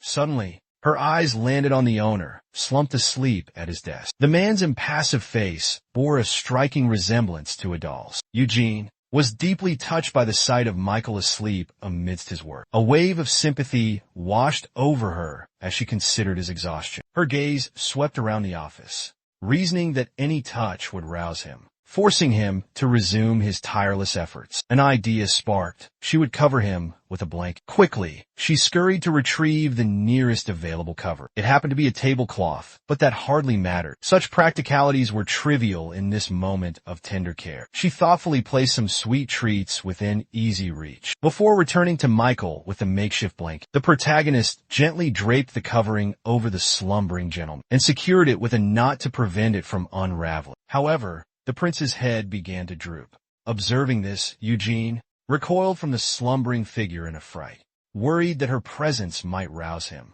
But thanks to her swift reflexes, the girl managed to support her master's head with both hands, saving him from awakening. Once she felt his head was stable, she cautiously withdrew her hands. The young girl gazed at her sleeping master with compassion, recalling that he was typically awake when she visited, allowing the man to repose. The canine quietly exited the chamber, pulling the door shut behind her. Shortly after, Michael stirred. His initial thought was surprise at having drifted off so unexpectedly, as he hadn't slept in days. But upon noticing he was enveloped in a tablecloth, with confections arranged before him, a smile graced his lips. He instantly recognized Eugene's handiwork. Recalling her radiant grin, The man mused on her invariably awkward departures, and how her arrivals always lifted his spirits. The prince resolved to resume his imperative tasks. With utmost haste the following day, Michael sought out his cherished companion, escorted by 2 of her sentinels. Haritan informed His Highness that Eugene had succumbed to slumber while engrossed in a book. The Lord dismissed the guards, granting them leave to depart. The man gently scooped the sleeping infant into his embrace, marveling at her delicate weight. The gentleman nestled the girl into her bed and enveloped her in a blanket, pondering the inevitability of her growth. Then, perceiving excessive illumination in the chamber, he swiftly drew the drapes. Twilight descended upon the room. Michael settled beside his darling, gazing upon her with adoration, silently wishing the little one pleasant dreams. Suddenly, the small canine's eyes fluttered open. It fixed its gaze upon its master and emitted a soft sound. His broad hand caressed the girl's brow. He softly suggested she slumber a while longer. The instant he retracted his hand, he observed the blonde had complied, drifting back to sleep. Michael pondered his own astonishment. He'd never experienced such profound contentment in caring for another. Yet, the young man recognized a fierce possessiveness. The mere thought of anyone else near his beloved ignited a murderous rage within him. With a jolt of disgusted realization, Michael understood Eugene, this endearingly naive girl, held a unique place in his heart. His first gift to her was love itself, and she would be his eternally. The prince bestowed a tender kiss upon her forehead. He mused, she belonged solely to him. Only she witnessed this tender side of him, this capacity for sweetness. Sensing this, a smile bloomed on the protagonist's face, her cheeks flushing a delicate peach hue. The gentleman then grasped Eugene's petite hand, pressing a kiss to it. He silently vowed to cherish and protect his girl, always and forever. Dawn arrived. Eugene and Onat arrived at the Imperial Palace Library. The Countess informed the young girl that Dietrich had pledged to locate the feathers. Therefore, they anticipated receiving news from him shortly. However, our heroine pondered why she needed to visit the Emperor's library when she had access to Michael's collection. The brunette requested her companion to examine a specific book, whose narrative closely resembled the tale she had shared. Abruptly, Lady Cetro's expression clouded over, and her smile became fixed. Bewildered, the girl inquired about the sudden change. A perplexed Eugene addressed her friend. Anat expressed remorse for her recent forgetfulness, attributing it to the lack of mental exertion compared to her scholarly endeavors. The protagonist observed the Countess, completely baffled. The Countess declared that she should depart. Before completely embarrassing herself, Melchior clutched her head, confessing her bewilderment, as her memory had significantly deteriorated. Despite this, outwardly, nothing appeared amiss. She posited that perhaps it was due to her hair remaining stagnant in length for a decade, and likely it was an irreparable situation. The young girl, filled with trepidation, inquired what she meant. She worried that she, the diminutive one, would be eternally trapped in this state. Anat started to harbor resentment for the whispers behind her back, branding her as wicked and unsettled. And after the incident at the lakeside, everyone cast blame upon her, as if she orchestrated the excavation. It seemed as though the Countess had been supplanted. She vehemently proclaimed that everyone was unjustly burdening her with unfounded gossip, that she loathed, absolutely despised, this realm and everything within. Once the girl had exhausted her outburst, Eugen gently touched her, assuring her that everything would be all right, and that she empathized with her struggles. But the companion inquired if there were things that brought her joy. The brunette questioned what she implied. Our protagonist bashfully remembered her previous statement of affection for the Emperor. Abruptly, Onit flashed a mischievous grin. With dripping sarcasm, she declared her deep fondness for Dietrich. Eugen was utterly astonished by the lady's words and their biting delivery. It dawned on him. She harbored no genuine affection for the Emperor. Perched on the table's edge, Midier confided in the fair-haired woman. She revealed that the entire world scorned and shunned her, with the exception of a single individual. Gazing at the girl with an impassive stare, she inquired if the girl had ever experienced the chance to cherish another. The protagonist pondered that the same could be applied to herself. The world may despise you, Jean, as it despises Michael, but he adores you. The girl mused that nothing else held significance. She accepted her master's extended hand. During her time in the former world, she loathed everything and desired nothing. The prince was her sole source of happiness. However, Anat informed the girl that Dietrich was all she possessed. But, in her situation, this brought her no solace whatsoever. The Countess erupted in tears. She confessed that in her previous life, she possessed companions and a multitude of admirers. Moreover, she had parents who embraced her unconditionally. Dietrich Meteor dissolved into sobs, lamenting her hatred for this realm. She yearned to reunite with her mother and father. The canine embraced her, assuring her that all would be well. The heroine gazed pensively at the lady, who expressed her impatience to return.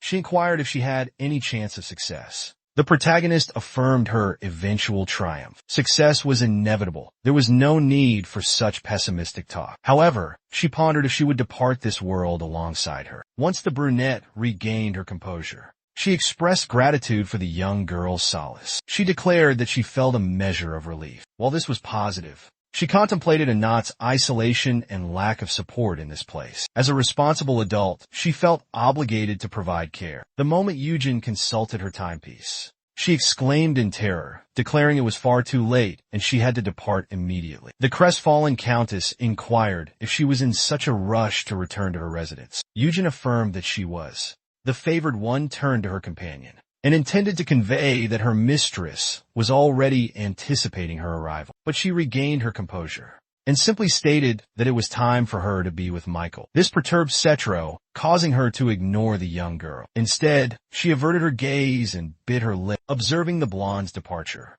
Anat ventured to inquire if she believed Prince Michael bore a resemblance to Dietrich. The young lady questioned if she genuinely held that opinion. Anat elaborated that as he matured, his likeness to his father intensified. Different hair hue, but identical eyes, the emperor's consort remarked with a grin. She declared Michael to be a miniature Dietrich. However, Eugen, hastening towards her own palace, countered that this was inaccurate, asserting that Michael was uniquely himself. Meteor stammered, fearfully clarifying her intentions. A thick silence descended between the two girls. The brunette offered a heartfelt apology to the canine. She insisted that causing offense had been far from her mind. The young woman ventured to inquire whether her companion felt any pity for the prince. She posited that his predicament seemed to be the root of her apparent reluctance to depart. Eugene addressed Onit, speculating about her longing for family, if she possessed one. She confessed her own lack of familial ties, making a return impossible. The concubine implored the little girl's pardon,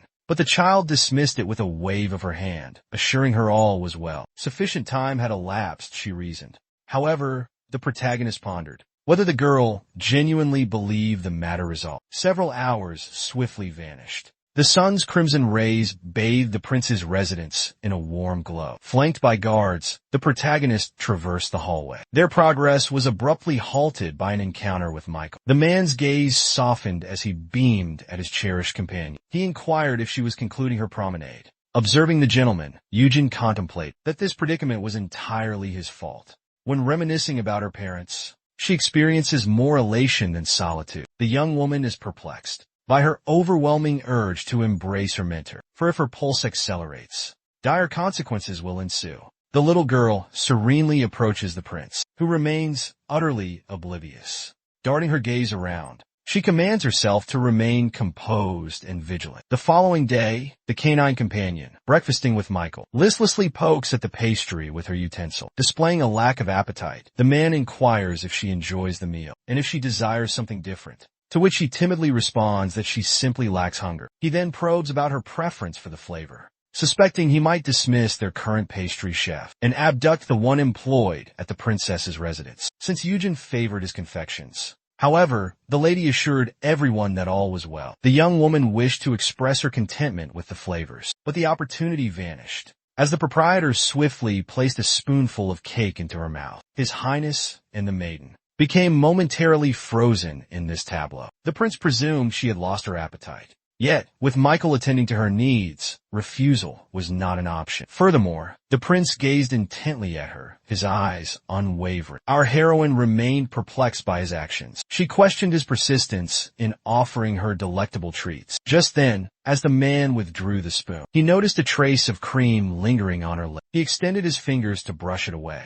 However, the protagonist, recoiling abruptly, thwarted his attempt. She jerked back sharply, A wave of irritation washed over Michael as he pondered the cause of his beloved's foul mood. He wondered if a member of the court, perhaps an attendant or nobleman, was responsible for her displeasure. Abruptly, at that precise instant, the valet barged into the prince's chambers. He intended to relay some joyous tidings, but was instantly seized by terror upon seeing Michael. Michael was fixing him with a menacing glare and remarking that his spirits were still elevated. However, the master's ire dissipated when a servant apprised him that the itinerary he had devised was finalized. His Royal Highness rose and approached the flustered Eugen to delicately remove a speck of cream from her lips. He then savored the cream from his finger and inquired if the young girl enjoyed water. The protagonist's countenance flushed crimson in an instant. Overwhelmed by intense mortification, speechless, she could only ponder.